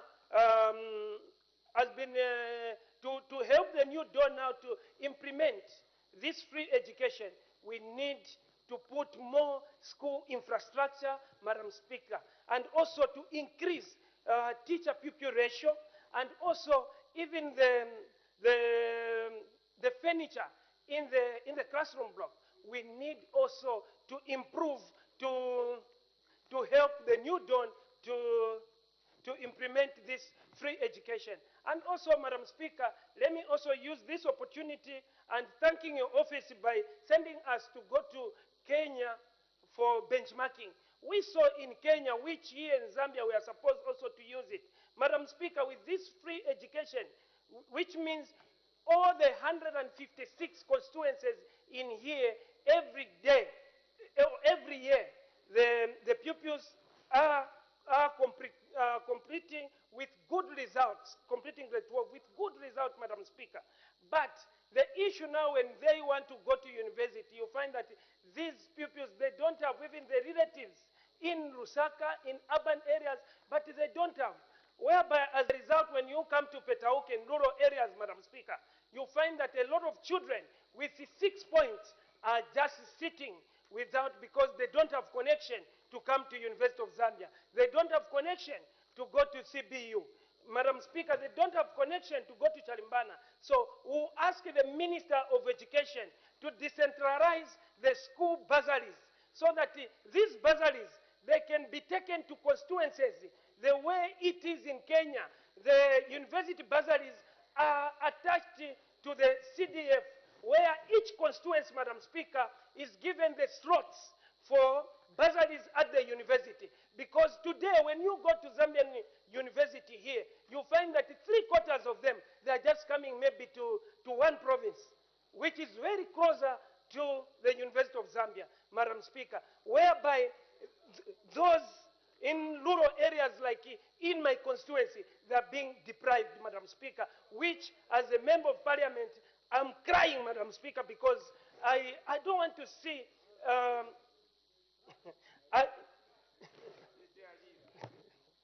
I don't want to see my children, because some of them, because now the constitution is even changed. For someone to be a civic leader is supposed to have the 12 results, which I'm sure I want the ones who take over from me, they should come from my constituency, not outside, to start importing, like some of the constituencies, the way they have imported the members of parliament. That's why they don't talk here when they come, even to represent their people, Madam Speaker.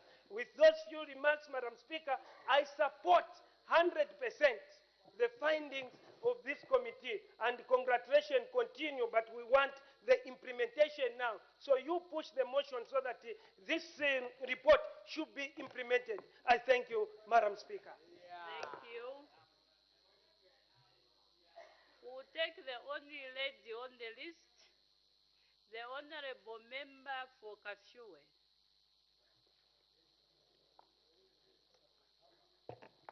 Thank you so much, Madam Speaker, for this opportunity.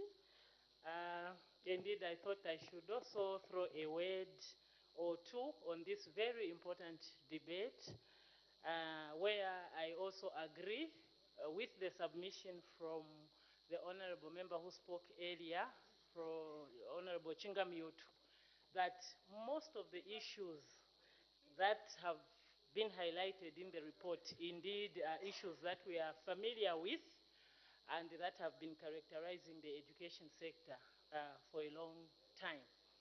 And of course, they look exacerbated due to the free education policy, that our New Dawn government has brought, to fruition, which is highly commendable. However, Madam Speaker, reading through the report, what I wanted to highlight, which caught my Honorable attention. Member for Kafue, there's an indication for a point of order. The Honorable Member for Dundumwezi, what is your point of order? Thank you very much, Madam Speaker.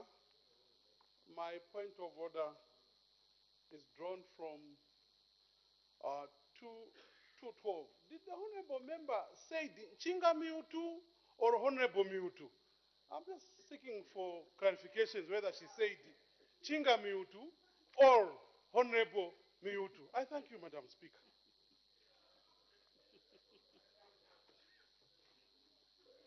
Thank you so much. I think the rule of the House is that the honorable members are addressed like honorable.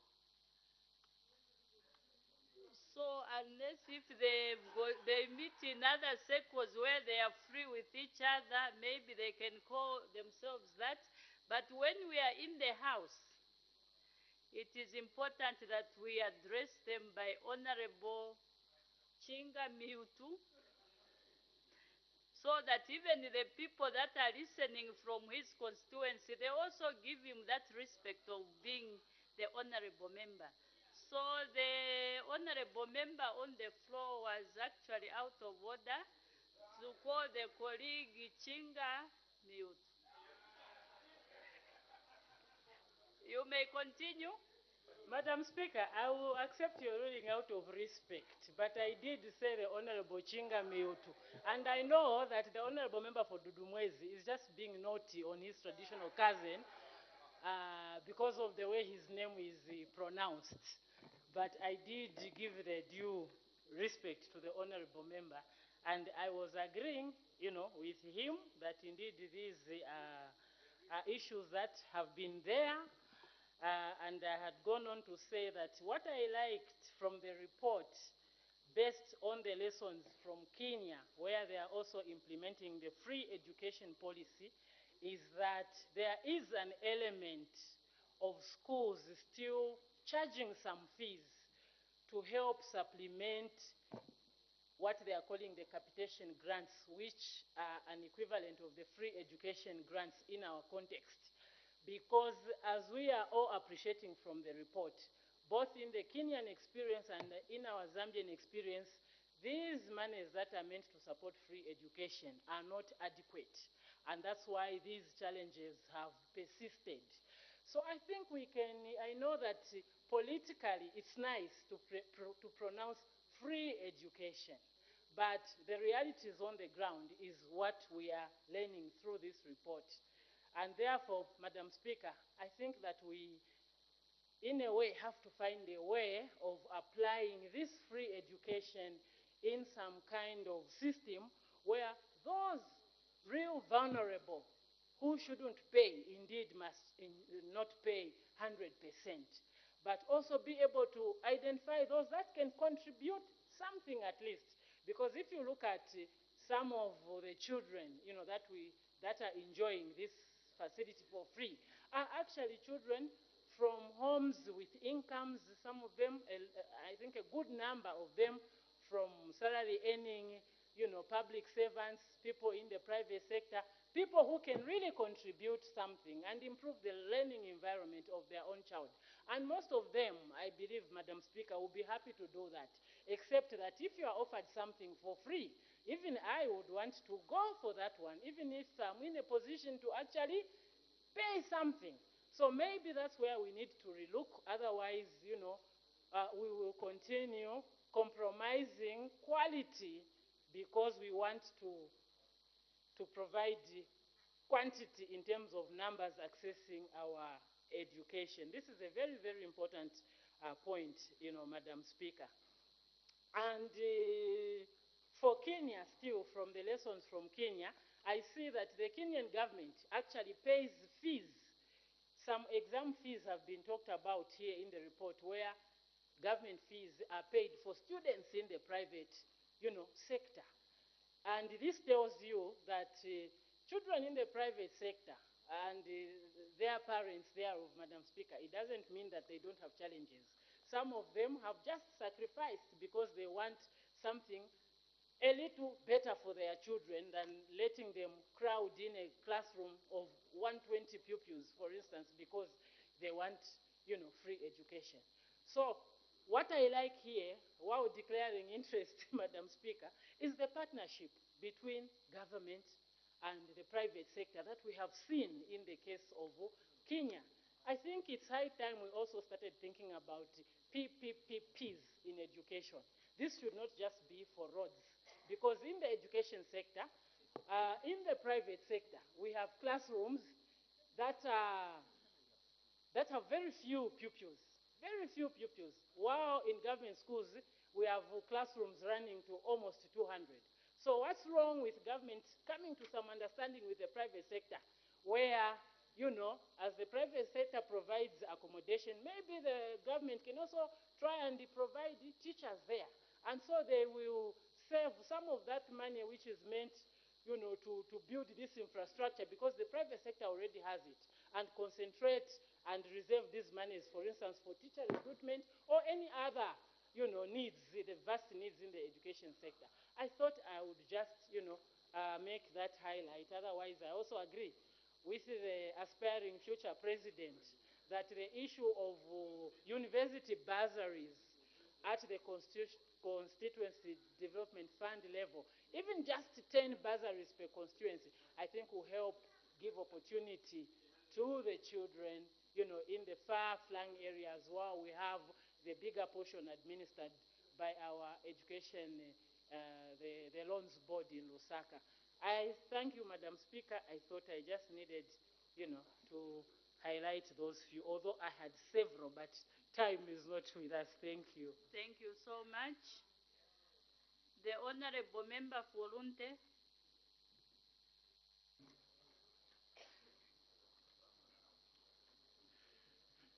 Thank you so much, Madam Speaker. Madam Speaker, I would like to appreciate my honorable colleague, Honorable Tuambo Elvis Mutinta, who moved this motion, as well my honorable colleague here, Honorable Siwongile Mwamba. Madam Speaker, education is the key to unlock the golden door of freedom. George Washington. The purpose of education is to free the student from the tyranny of the present. Marcus Tullius Cicero. Madam Speaker, in January 2022, according to your report, the free education policy was introduced. And your committee goes to highlight the policies on the policy framework, which you will find on page 3. Let me highlight to you the policies which exist under policy framework. Free Primary Education Policy 2002, the 8th National Development Plan, the National Education Policy 1996, the Ministry of Education Guidelines for Utilization of Funds. Madam Speaker, none of these policies were promulgated in 2022. They are all old. Meaning that the education policy, which began in 2022, has got no policy. It has got no policy document anywhere you are going to go. Is that the reason, Madam Speaker, the problems in the education sector have become so rampant? And I heard my honorable colleague from Kalabo saying these problems were there. Yes, they were. And he acknowledges they have become rampant. Why? Because of implementing a policy which is non-existent. Madam Speaker, your report is here. And this report does not contain any policy which was made in 2022. There's nothing. It was perhaps a campaign. Well, let me end there. Madam Speaker, so because there's no policy, it is my recommendation to the executive, and I put it to them. Create a policy. Create a policy, pass it through cabinet. Let stakeholders critique it so that you come up with a policy which is going to be consistent in terms of harnessing all parameters that are relevant to the provision of free education. Can I let you know, Madam Speaker? In fact, this so-called free education is being paid for. It's being paid for. The Treasury is releasing money every month to support this program, so it is not free. Madam Speaker, Madam Speaker, Madam Speaker, I know it's difficult to get protection from those ones there. It's very difficult. Honorable member, you have the floor. Thank you so much. And you saw me, I'm looking at you directly. Absolutely, Madam Speaker. So please Madam continue. Speaker, all members have debated quite freely. It is just me who can debate freely in this House. Order, honorable members on the right. Please, if we are not in agreement, that's why we have the honorable minister to come and respond. In fact, we haven't also closed the debate time. You can try to chance so that you can also debate. But as at now, he's just bringing out his own views, which will be responded to by the Minister of Education to give us the way forward so that we know whether what the honorable member is talking about is in agreement with what the government is planning to do. The honorable member for Lunte, please continue. Lack of teachers in schools is a constraint. Lack of infrastructure is a constraint. Lack of furniture is a constraint. Madam Speaker, failure to pay double class allowances for teachers is a serious constraint. Failure to pay rural hardship allowances for teachers is a serious constraint. Madam Speaker, with a coherent policy, which has gone through the process of policy promulgation, you solve these problems very easily. Order, honorable member. There is an indication for a point of order by the member of Kalabo Central. What is your point of order, Honorable Member? Thank you, Madam Speaker. Madam Speaker, my point of order is based on Order 65. In totality, Madam Speaker. Which 65? 1, 2, and 3. Okay. The honorable member who is on the floor was saying that the free education policy which is being implemented by the New Dawn is not backed up by any policy. In the report, item number 4.3.1, free primary education policy of 2002. This policy was not abolished. It is still operational. So, Madam Speaker, government exists on continuity.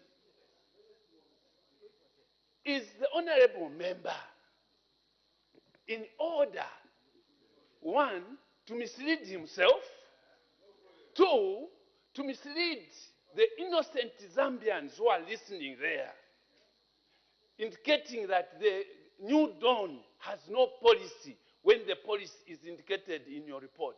Is the honorable member in order? I need your serious ruling. Thank you, Madam Speaker.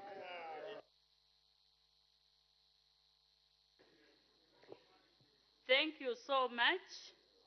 From what I'm seeing on the report, under policy framework, there are those policies that have been indicated. Whether they are implemented or not, that is another question. Because there is 4.31, which talks about a policy that was formulated in 2002. Then there is also the 8th National Development Plan. This one is latest. Then we have the National Education Policy of 1996. Then we have also the guidelines for utilization of the funds. So I can see two policies here that have been mentioned. Just like on any other subject that we've seen, we have a lot of policies. But the issue is whether those policies are being implemented. I think that's where we have to ask ourselves. But the existence of those two policies is there and it has been indicated. So the honorable member for Lunte, really because of what the report is telling us, that there are policies that do exist, you misled the public by saying there are no policies at the moment. We have these two, but we are not sure of them being implemented. I think that is where the question is. But these two policies that are there is another issue, which we've all read that these are existing. So the honorable member who is on the floor, please, let us try as much as possible to be factual and let us follow what the report is saying, so that, like I indicated, the honorable minister will come and respond to the issues that you are raising. If the policy is not being implemented, then it's the duty of the minister to come and tell us where we are, whether indeed these are not there. We need something new. So the honorable member will be focused on the report so that you update the people out there with correct information. Your people from Lunte are listening right now so that they hear more about this free education that was implemented in 2022. You may continue, honorable member.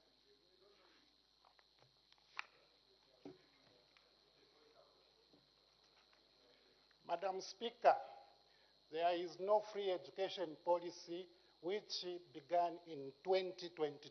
Let me read from the report.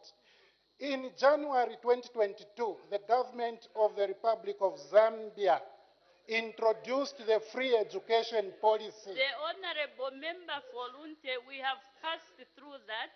Sorry? We have passed through that. Which passed? We have already passed through that Yes, stage. I'm passing. I'm going. It's a Pardon? report. I'm reading a report. No. I'm debating. The issue that you are talking about, there was a point of order that was raised, and there was a ruling on that. You cannot again resurrect a point of order. The issue that was addressed in the point of order. I think for the sake of progress, can you please tackle other areas?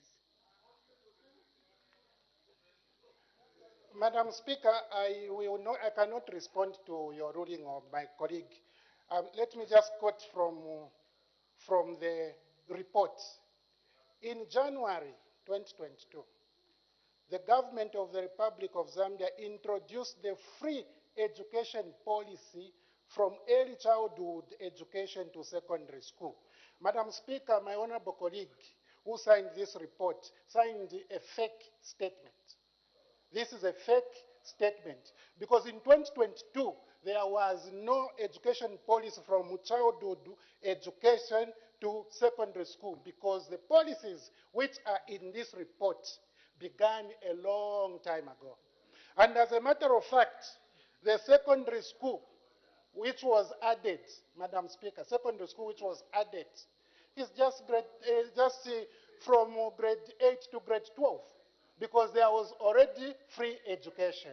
Now, my proposition is that the executive must promulgate policies through correct channels because in 2022 there was no policy. Even in this report, it's not there. But this is the beginning, only paragraph 2 of the entire report. Paragraph 2. This is fake, Madam Speaker. Madam Speaker. Order. I think we cannot debate in that manner. We are misleading the people out there, especially when you come out so strongly to say that the report is fake. No, it doesn't augur very well. Because the people out there won't trust you. The people trust you that you give them the correct information and where the government is standing. So for you to come and say that this report is fake, we do not agree with you, Honorable Member. We do not agree with you because you are misleading the public out there. They won't trust us with all the reports that we are giving or debating in this House.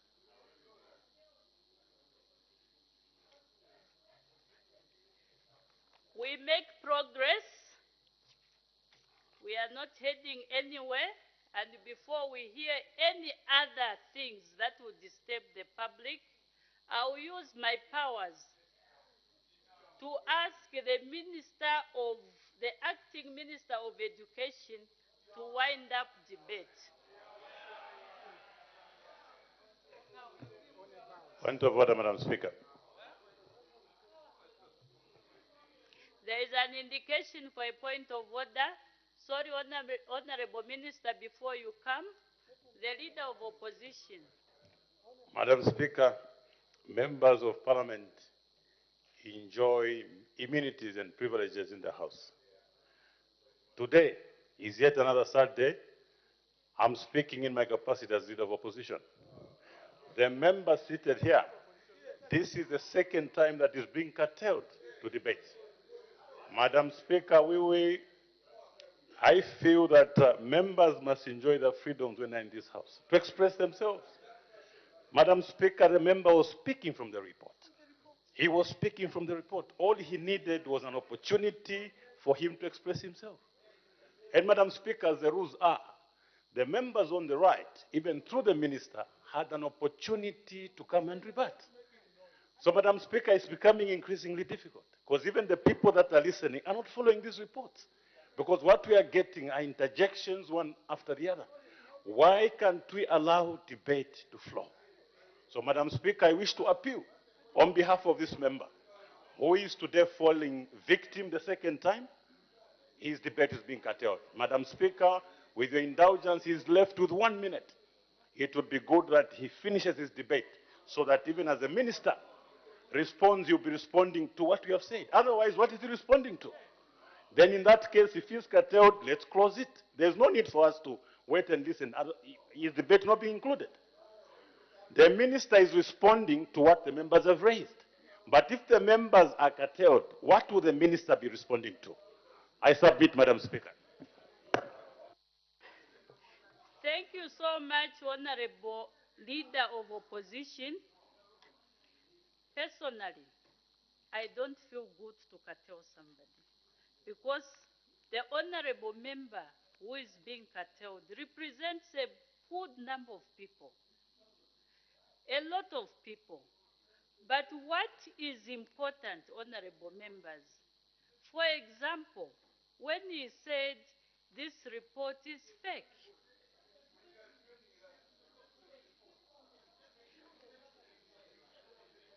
order, honorable members, order. When you use such words as fake,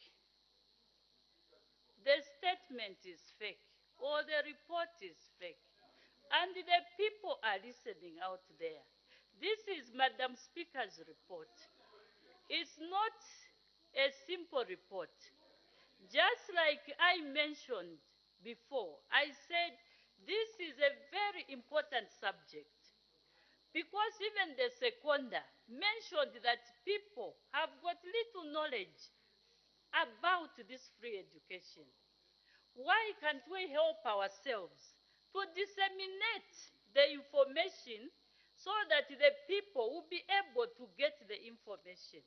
But when you say the statement is fake, I wonder what people out there are listening.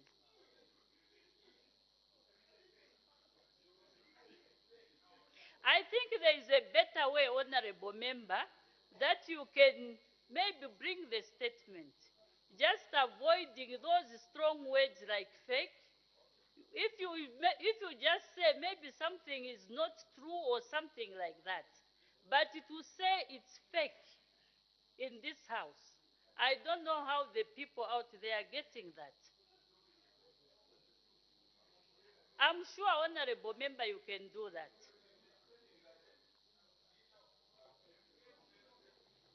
The clerk, what do we do? Pardon? Okay.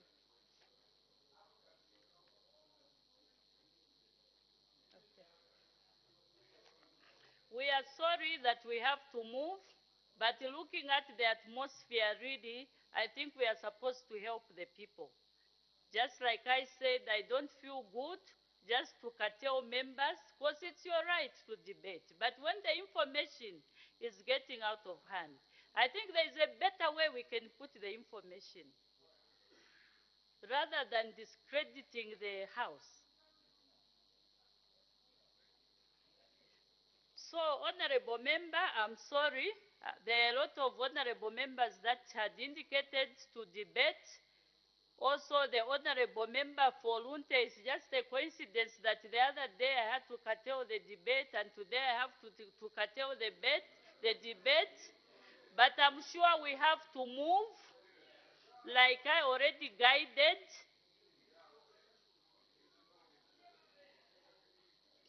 The Honorable Minister of the Acting Minister of Education, you can respond to the report.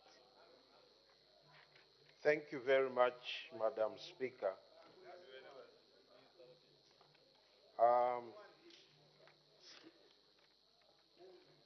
Madam Speaker, sometimes one wonders why certain people are no longer holding the instruments of power. It's clearly exposed here Minister, as to why they are no longer holding power. Order, Honorable Minister. Order. The Honorable Minister, the Acting Minister of Education, I'm sure you can do better. This is a very important report which really needs important responses from you without deliberately beginning to bring in political issues. Can you please go straight to the response so that we make progress? Thank you very much, Madam Speaker. I apologize, that was coming out of shock. Madam Speaker, yes, certain behaviors you can be shocked. Madam Speaker, I wish to express my sincere gratitude for according me this opportunity to make a submission to support the adoption of the report by the Committee on Education, Science and Technology regarding opportunities and challenges on the free education policy in Zambia, laid on the table of the House for the second session of the 13th National Assembly. Madam Speaker, allow me to thank the committee chairperson, Honorable Mtinta MP for Iteztezi parliamentary constituency, for ably moving this motion. In addition, I'm extending my appreciation to all honorable MPs for their contribution to the motion. I want to emphasize, Madam Speaker, that this is not a fake report. The report, Madam Speaker, gives an opportunity to conduct an introspection for taking collective measures in the provision of quality, equitable, and inclusive education. Madam Speaker, the implementation of this policy has shown to us how that a lot of our children were outside, not going to school, just roaming the streets. I'll give an example of one school in Chirelabombe constituency, Madam Speaker, which before the free education policy was implemented by the New Dawn government, had around 1,500 pupils. As we are talking right now, immediately after the implementation, the school has gone to 3,500 pupils. One wonders what was happening to that number, and Chilabombe constituency, Madam Speaker, has over 9 schools. If you multiply that number, you are talking about 15,000 plus pupils, potential pupils who were out of school. But because of the introduction of the free education policy, the implementation of the free education policy by the New Dawn government, these children are back in school, they are back in class, they are learning, and this is as it should be. Madam Speaker, we acknowledge the observation and recommendations set out hereunder based on the findings from the interactions with stakeholders, both written and oral submissions, and from the local and foreign tours the committee undertook. Madam Speaker, Madam Speaker, indeed the government needs to put in place a comprehensive policy and legal framework to guide the provision of free and compulsory education in Zambia. Madam Speaker, you may wish to note that the government is reviewing the Education Act of 2011, which backs free education at primary school only. This review will result and ensure that statutory provisions support the policy. The reviews include, among others, the National Education Policy, the National Curriculum, the 2016 Guidelines for the Operation of Community Schools. Madam Speaker, the drive of the Education for All policy is that the opportunity to benefit from education cannot wait for perfect conditions. Indeed, the urgency to deliver education services to more people affordably is now challenged by the pressure on the education system that lacks adequate classroom space, desks, textbook, teaching and learning materials, water and sanitation facilities, science laboratories with adequate tools staffing, and other critical factors whose absence is likely to undermine learning. Madam Speaker, I wish to state here that this government, being methodical and serious and having planned properly, because of the consequence of the free education policy implementation, the government in parallel has put in place the Constituency Development Fund, which is that it has increased, to very high figures, and this in turn is supporting the implementation of the free education policy through the provision of more desks, the construction of more classroom blocks. Madam Speaker, immediately this government came into power, it employed more than 30,000 teachers. That is to support this policy. That is to make sure that as we are implementing free education to our children, we are also in parallel improving infrastructure, providing desks, employing teachers. This is how you do things. So, Madam Speaker, we believe that this government is very ready to absorb the shocks that will come with the free education policy. Given these challenging effects, the government will continue to embark on stakeholder engagements to galvanize a collective effort and develop strategies which will generate additional resources to support the implementation of the Education for All policy in line with SDGs Target 2030 commitment to ensure that all girls and boys complete a free and quality education. This is aimed at encouraging cooperating partners, including business houses, churches, non-governmental organizations, to supplement government efforts in providing appropriate support to the provision of quality education.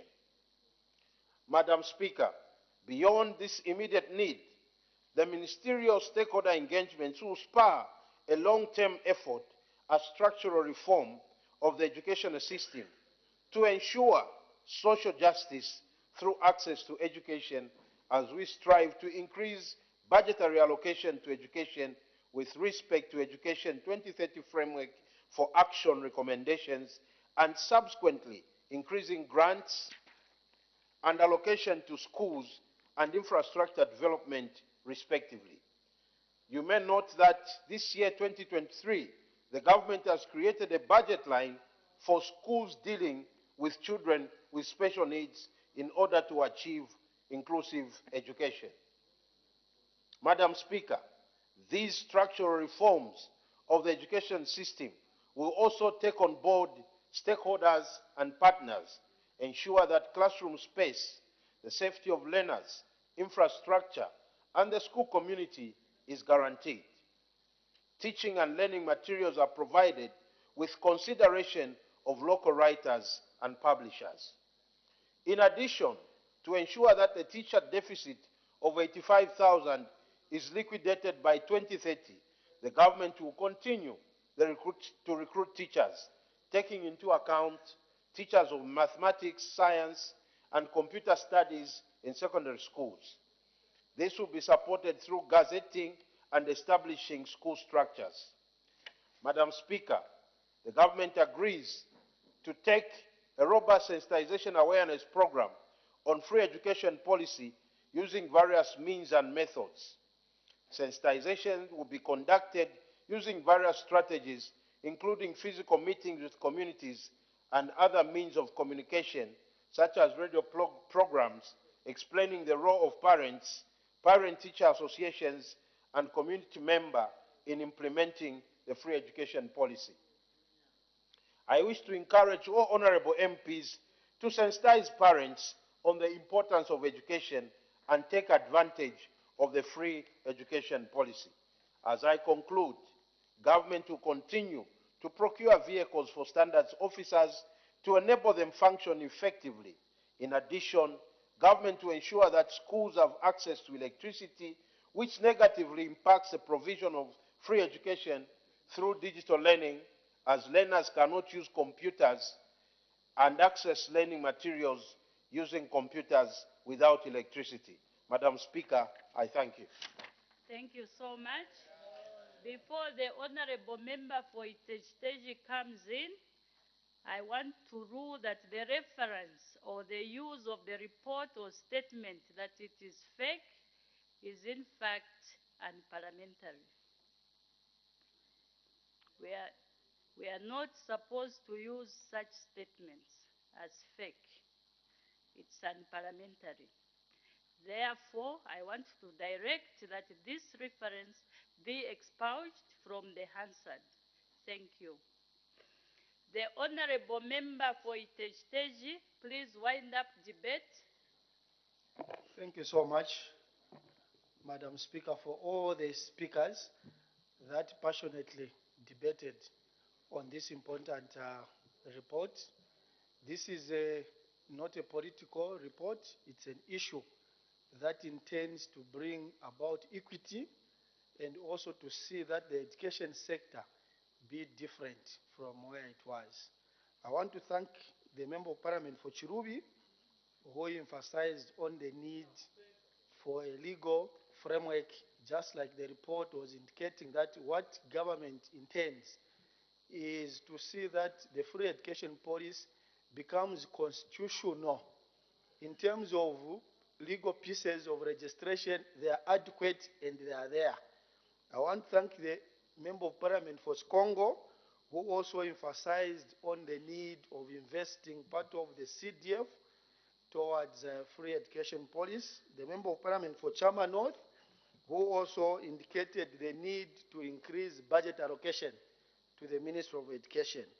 I want to thank the Member of Parliament for Karabo, who also indicated the need that the school feeding programs should also be embedded in ensuring that children access education. Honorable J.J. Banda for his passionate debate, also with regard to how the governments that have come and gone have progressively wanted to see that the free education policy is sustained.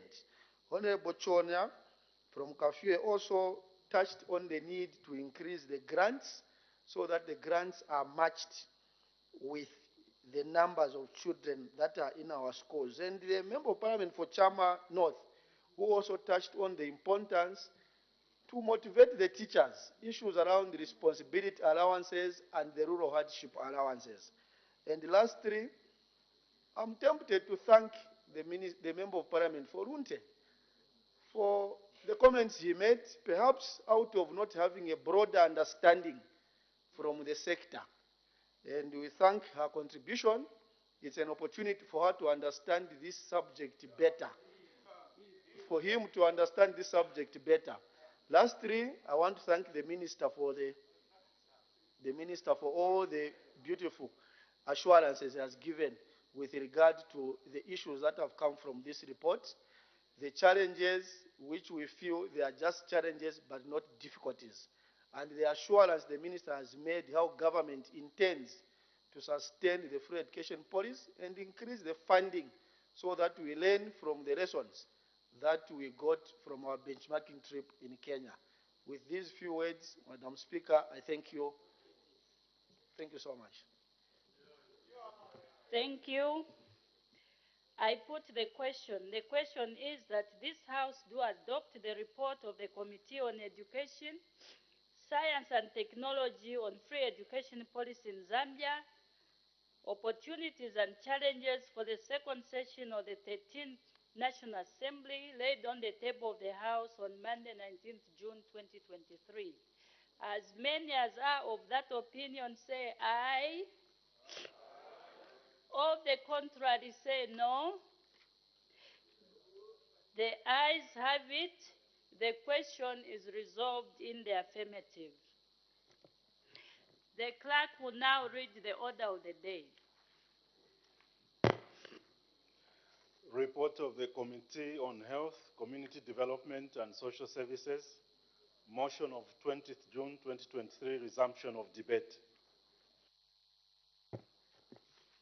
When business was interrupted yesterday, Tuesday, 20th June 2023, the House was considering the motion moved by the Honorable Member for Lukulu East that this House do adopt the report of the Committee on Health, Community Development, and Social Services on the review of the operations of the Zambia Flying Doctor Service and the Social Cash Transfer Program for the second session of the 13th National Assembly, laid on the table of the House on Tuesday, 13th June 2023, and the Honorable Member for Chasefu was debating. May the Honorable Member continue. Thank you very much, Madam Speaker. As I was debating on the report, I was talking about the CWAC committees and the CWAC members, challenges to do with social cash transfer. And my speech was centered on the CWAC. The issue about CWAC is real, Madam Speaker, and the chairperson of the committee and the members of the committee.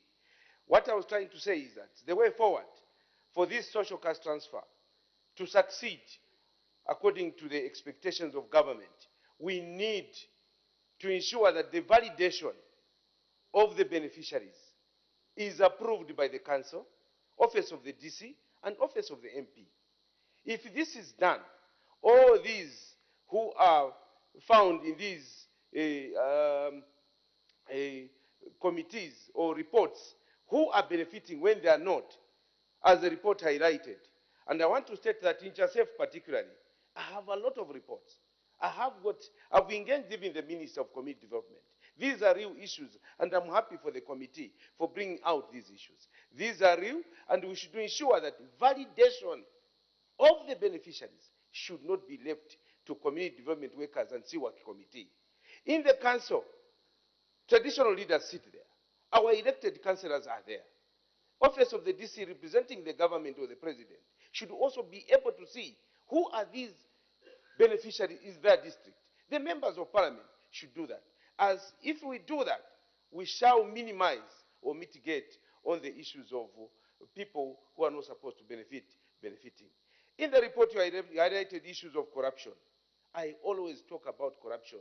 It had really become endemic, Madam Speaker, deep-rooted, that everyone was involved. And this became a culture and a norm in this country. And for this, we can eradicate or reduce it by ensuring that those, whether they are civil servants, who indulge themselves in corrupt practices by bringing in people who are not eligible, are punished. And when they are punished, this country will be a better country. Corruption is a cancer that needs to be fought before, now, and forever. The government is grappling to find resources for social cash transfer, intending to benefit people who are vulnerable, but these monies are finding themselves to people who don't benefit, which is injuring the people of Chasefu and myself. And I want to see those who are involved to be punished, and punished seriously. With this, I support these remarks. I support this report. Thank you very much, Madam Speaker. Thank you. The Honorable Member for Mansa Central. Madam Speaker, I thank you for this opportunity to debate in support of the report of your Committee on Health that was ably laid on the House, on the floor of the House by Honorable Kalila. Madam Speaker, our aspiration for universal health coverage must be relentless, resolute, and must leave no one behind. We must perceive the Zambia Flying Doctor Service as a cog in the health system. Madam Speaker, there are citizens in this country who reside in areas with a major challenge of difficulty in geographical access. These must not be left behind. They are entitled to primary health care services. They are entitled to health services across the continuum of care. It is for this reason that the Zambia Flying Doctor Service comes in handy and must be sufficiently resourced to ensure that primary health care services and other services across the continuum of care are reaching these citizens of this country. Madam Speaker, as I state that, it is important to focus on the health system in the country. Our robust infrastructure expansion program must target areas where, in transition, we are reaching through the Zambia Flying Doctor Service. We must invest in infrastructure expansion to create access to health services for areas that cannot be accessed save through the Zambia Flying Doctor Service. Yes, for the moment, that's what we must do. But in the medium to long term, we must invest in infrastructure. Government is a going concern, and Honorable Speaker, we must take note of the progress that has been made in the past and ensure that we build on what was started. Madam Speaker, it is for this reason that I am calling for persistent, consistent investment in health systems to expand infrastructure so that those areas in Sanfia, those areas in Imusho, those areas in Kaputa, those areas in Muchinga, in Nabwalia, which cannot be accessed easily and are being serviced by the Zambia Flying Doctor Service, could be in the medium to long term be supported with infrastructure and human capital to provide sustainable, high-quality health services. Madam Speaker, the other important function of the Flying Doctor Service is emergency evacuations. Accidents do happen everywhere, in every part of this country.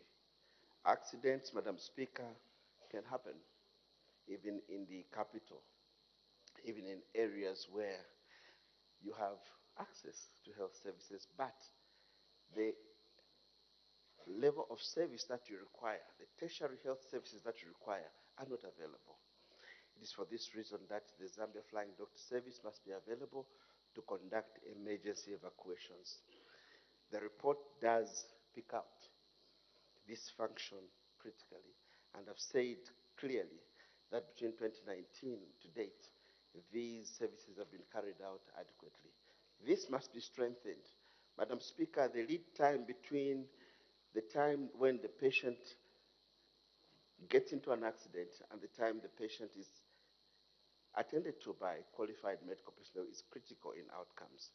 It is for this reason that the Zambia Flying Doctor Service must be part of the broader emergency response system so that those patients who find themselves in unfortunate circumstances of accidents can actually be supported. The third aspect, Madam Speaker, I would like to talk about is healthcare financing. Madam Speaker, evacuation of patients could be part of the package of the health insurance cover that we have under NEMA. Therefore, the Zambia Flying Doctor Service must forge a strategic partnership with NEMA to ensure that certain subscriptions involve evacuations. And it's for this reason, Madam Speaker, that I am calling for a strategic partnership between NEMA and the Zambia Flying Doctor Service so that there could be services that will be provided for to ensure that services that include evacuation could be provided. This will also give an opportunity for the Zambia Flying Doctor Service to raise resources for their own operations. Madam Speaker, it is not sustainable to rely on government financing from the Treasury where we compete with other sectors. But it's important that we come up with measures that are innovative so the Zambia Flying Doctor Service can raise their own resources. Madam Speaker, as I conclude, I want to emphasize the need for us to look at the Zambia Flying Doctor Service as part of the whole health system to support primary health service provision to areas or to people in areas where geographical access is a major challenge, and also to ensure evacuations are made possible, but also to be a strategic port of healthcare financing. On social cash transfer, Madam Speaker, I would like to agree with the committee on the importance of social cash transfer. Household income is an important tenet of primary healthcare, and it is important that government continues to invest in social cash transfer to support the vulnerable. We have seen an increase in the quantum, in the amount of money that is available to the vulnerable, from 60 kwacha in 2011 to around 400 kwacha to date. Madam Speaker, this must be supported. Household income is an important tenet of primary health care and would support the health of our people by ensuring that they're able to afford not only what they're able to feed in their homes, but also other socio-economic activities. And critically, Madam Speaker, again, social cash transfer must be a part of partnership with NEMA so that those who are vulnerable can be supported and paid for through NEMA so that NEMA can be sustainable. Madam Speaker, with those remarks, I would like to support the report of this committee and urge government to look critically at Zambia Flying Doctor Service, invest in the infrastructure there, the transport systems, the financing, and ensure the human capital is adequate, and also keep their gaze firmly focused on universal health coverage by investing in infrastructure so that in those areas where we are going at heavy cost with the Flying Doctor Service, we can eventually win them off because we would have had infrastructure and human capital available. And we should also ensure that social cash transfer is available for all the vulnerable so that we can manage the inequalities. Madam Speaker, with those remarks, I support the report. Thank you. Because of the nature of the report, it's covered by two ministries, and we've run out of time. That is Ministry of Health and Ministry of Community Development. They are going to respond to the report.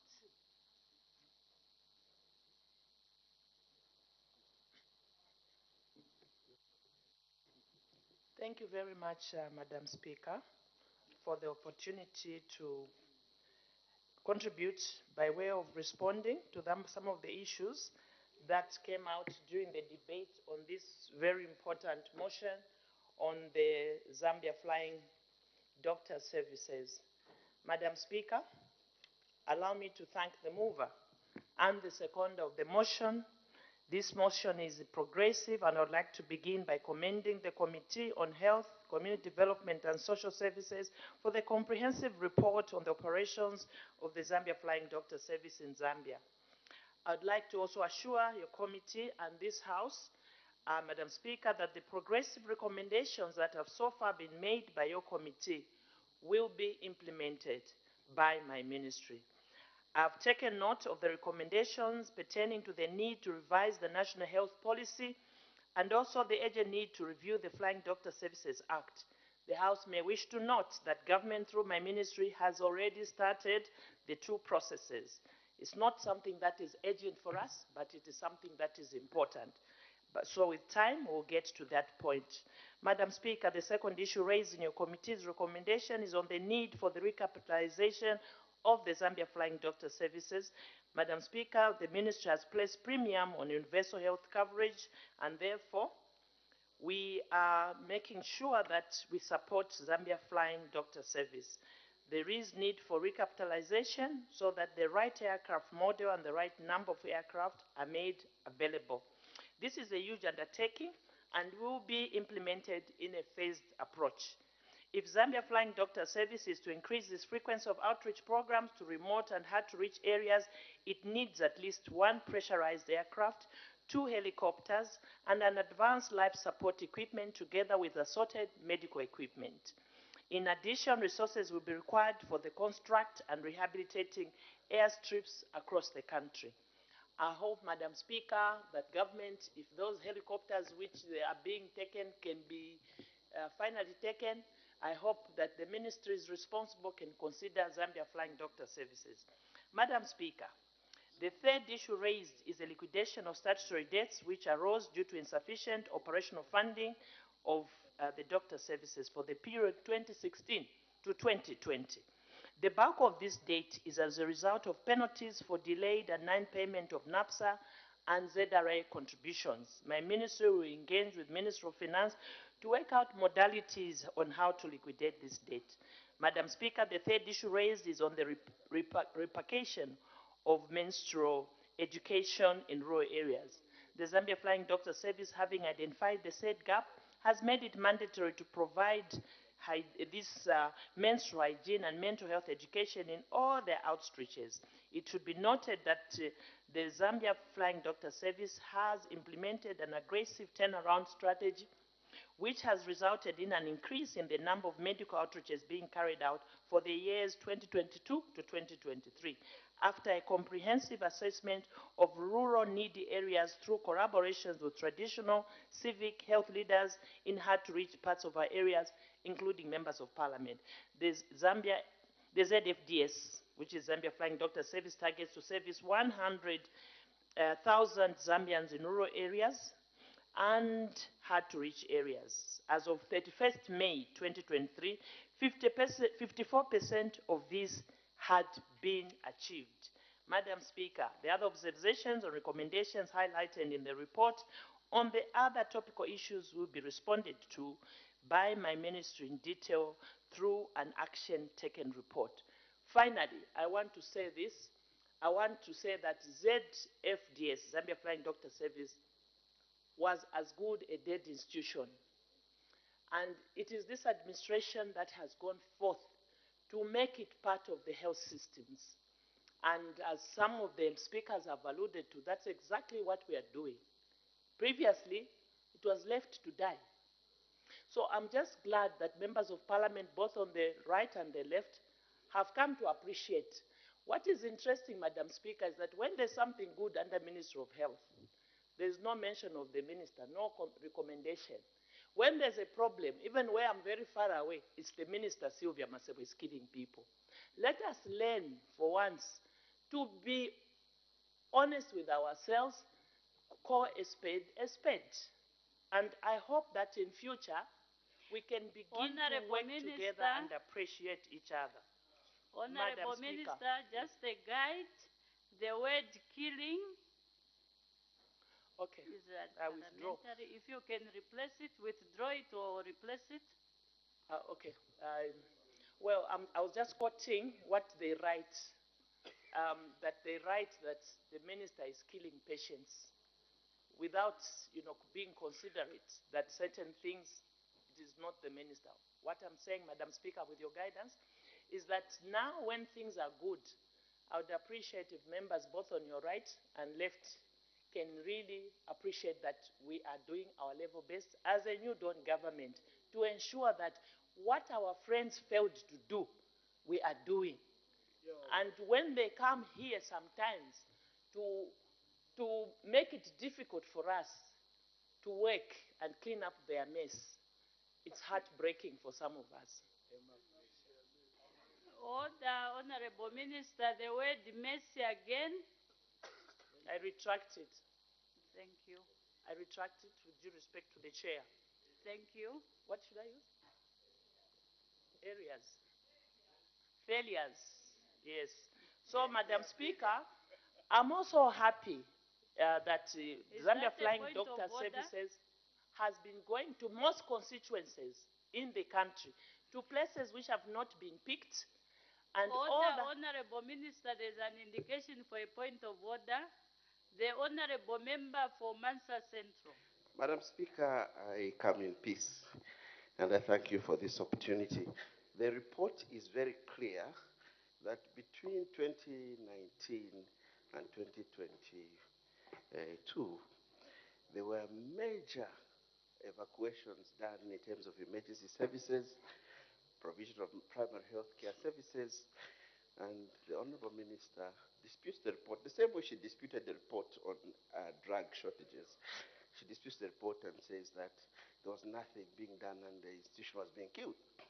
She goes further, Madam Speaker, to state that there were failures that is trying to manage. Madam Speaker, just hold on. If you can also cite the breach as well. The breach is in 65, according to number 65. Madam Speaker, we must be factual. Madam Speaker, we did not fail in the health sector. Madam Speaker, we did not have the drug shortages that we have today. Madam Speaker, we created more than 500 primary health care facilities. Madam Speaker, we created 6 specialist hospitals. Madam Speaker, last week we were graduating 100 specialists. Madam Speaker, could you manage the language of the minister so that she can be factual and does not mislead the public and this House? Madam Speaker, I thank you. Order, Honorable Member, from what I've heard, it's like you've debated the point of order. Yes, you've debated the point of order. it's very difficult to make a ruling because all the issues you brought them out with answers to them. The Honorable Minister of Health, please wind up debate. Thank you, Madam Speaker. Madam Speaker, you have seen, this is the issues we talk about. So in winding up, I want to say, let us pay tribute where it is and say thank you that we are cleaning up the systems that collapsed under your charge. Thank you, Madam Speaker. Wow. This was a very clean report where people were just supposed to debate nicely. I'll call upon the Honorable, the Acting Minister of Community Development. Is it the Lusaka province? Oh, sorry. You can go ahead, Honorable Minister. Thank you, Madam Speaker. I should first take advantage of this opportunity, first to thank the Zambia national soccer team for qualifying to Africa Cup of Nations after so many failures. And I should also, Madam Speaker, want also to congratulate the Oki women's national team also for qualifying to the World Cup next year. Having said that, Madam Speaker, I want also to say that the credibility of every leadership, Madam Speaker, is measured by its capacity to fulfill promises. I've said this because when we were discussing the issue of social cash transfer, members of parliament are aware that when we were campaigning in 2021, there was a narrative that was given to the voters that if you vote for UPND, they will scrap off social cash transfer. Now, today, it has been increased. In 2021, the budget allocation was 2,344,000,000. Today, it is now 3,720,000,000. So meaning we have really posted a very huge increase to social cash transfer. I thought I should mention that.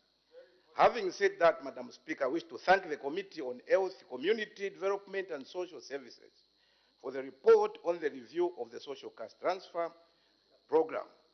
Allow me also to commend the Chair and his team for a well-thought-out report whose recommendations will go a long way in bettering the delivery of the social cash transfer program, and in turn, the welfare of the poor and vulnerable people in our communities.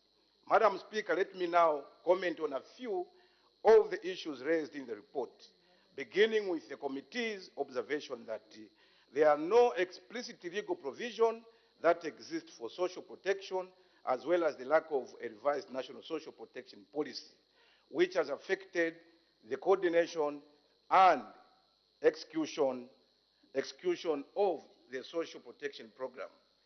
Madam Speaker, I'm very happy that we are discussing this issue, especially that this week, this is a social protection week, which we are commemorating starting on the 19th to 23rd of June, under the theme, Adaptive, Shock Responsive and Inclusive Social Protection.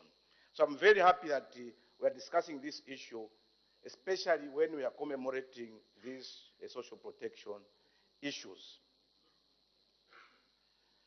I wish to assure the House that government, through my ministry, remains very committed to ensuring effective implementation of social protection in the country and recognizes the need for a comprehensive legal framework. In this regard, I wish to bring to the attention of the House that the ministry is in the process of reviewing the national social protection policy, which will inform the development of the legislation on social protection. Madam Speaker, in terms of the observation of the lack of connectivity, especially in rural areas where most of the social cash transfer program beneficiaries reside, I wish to assure the House that this is well noted, and I wish to point out that consultations on this matter have been ongoing in the ministry, and efforts are being made to collaborate with the Ministry of Science and Technology. May I also report that this matter has affected the digitalization of the social cash transfer program, a matter that has also been highlighted in the report. The ministry has embarked on the digitalization of the program as a way of cutting down on the high administrative costs incurred during the administration of the social cash transfer funds to beneficiaries, especially in hard-to-reach areas, but this has been affected by poor connectivity. That we do agree. So far, Madam Speaker, 12 districts in urban areas are using the digitalized payment system, and these include Chinsali, Choma, Namwala, Lusaka, Kabwe, Ndola, Kitwe, Solwezi, Mongu, Chipata, Mansa, and Kasama. Roll-out to rest of the district is expected to be completed by October 2023. I am concerned with the report that beneficiaries of the social cash transfer program were being charged 50 kwacha to withdraw from Tenga in some areas. This is a matter which will be looked into, Madam Speaker, with uttermost urgency, because all administrative costs for these payments are already paid for by government. But you know, Madam Speaker, change is gradual. We know that there are rotten eggs in the system that need to be wiped out. So I appreciate this report because there could be those eggs that are still existing. At no point, Madam Speaker, should any service provider charge beneficiaries for the withdrawal of their transfers. This matter will certainly be followed up. On the committee's concern that selection of the social cash transfer program beneficiaries in some areas was not being done in a fair and transparent way, I wish to bring to the attention of the House that registration is not done by CWAC members, as perceived by a lot of members of Parliament. And I believe maybe it's because of lack of information. The identification of beneficiaries is not done by the CWAC. Honorable Minister, the use of rotten eggs, the person who is listening out there won't understand you. And rotten also in the context that you've used it is unparliamentary. Can you replace the word? I do withdraw and maybe replace it with those that do not mean well. Thank you. Thank you, Madam Speaker. Registration is done using the PU system, Madam Speaker, and this means that officers and CWAC members do not go out to choose beneficiaries to be registered. It is the beneficiaries who come forward to register. With these few remarks, I want to thank all the members who have debated the report, as well as those who have not debated due to constraint of time. Thank you very much, Madam Speaker. Thank you. The Honorable Member for Lukulu East wind-up debate. Thank you very much. Thank you very much, Madam Speaker. Order, Honorable Member. As the time is 19:10 hours, I interrupt the proceedings and debate stands adjourned. Day for resumption of debate. The chairperson. Madam Speaker, tomorrow. Thank you. Debate to resume tomorrow. The acting leader of government business adjournment.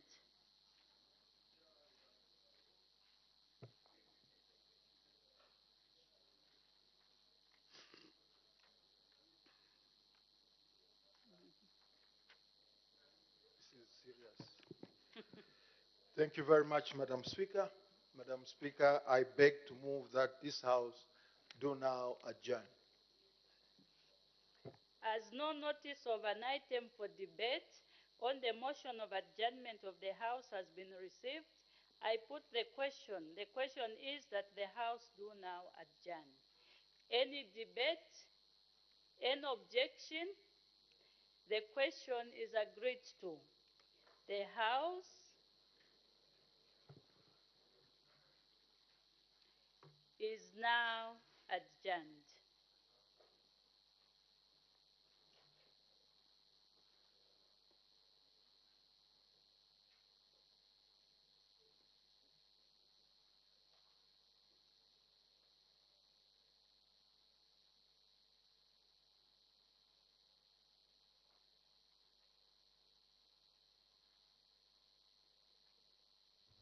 this is where we've come to the end of today's live parliamentary proceedings. But before we leave, a recap of what has been considered on the floor of the House when business resumed at 14:30.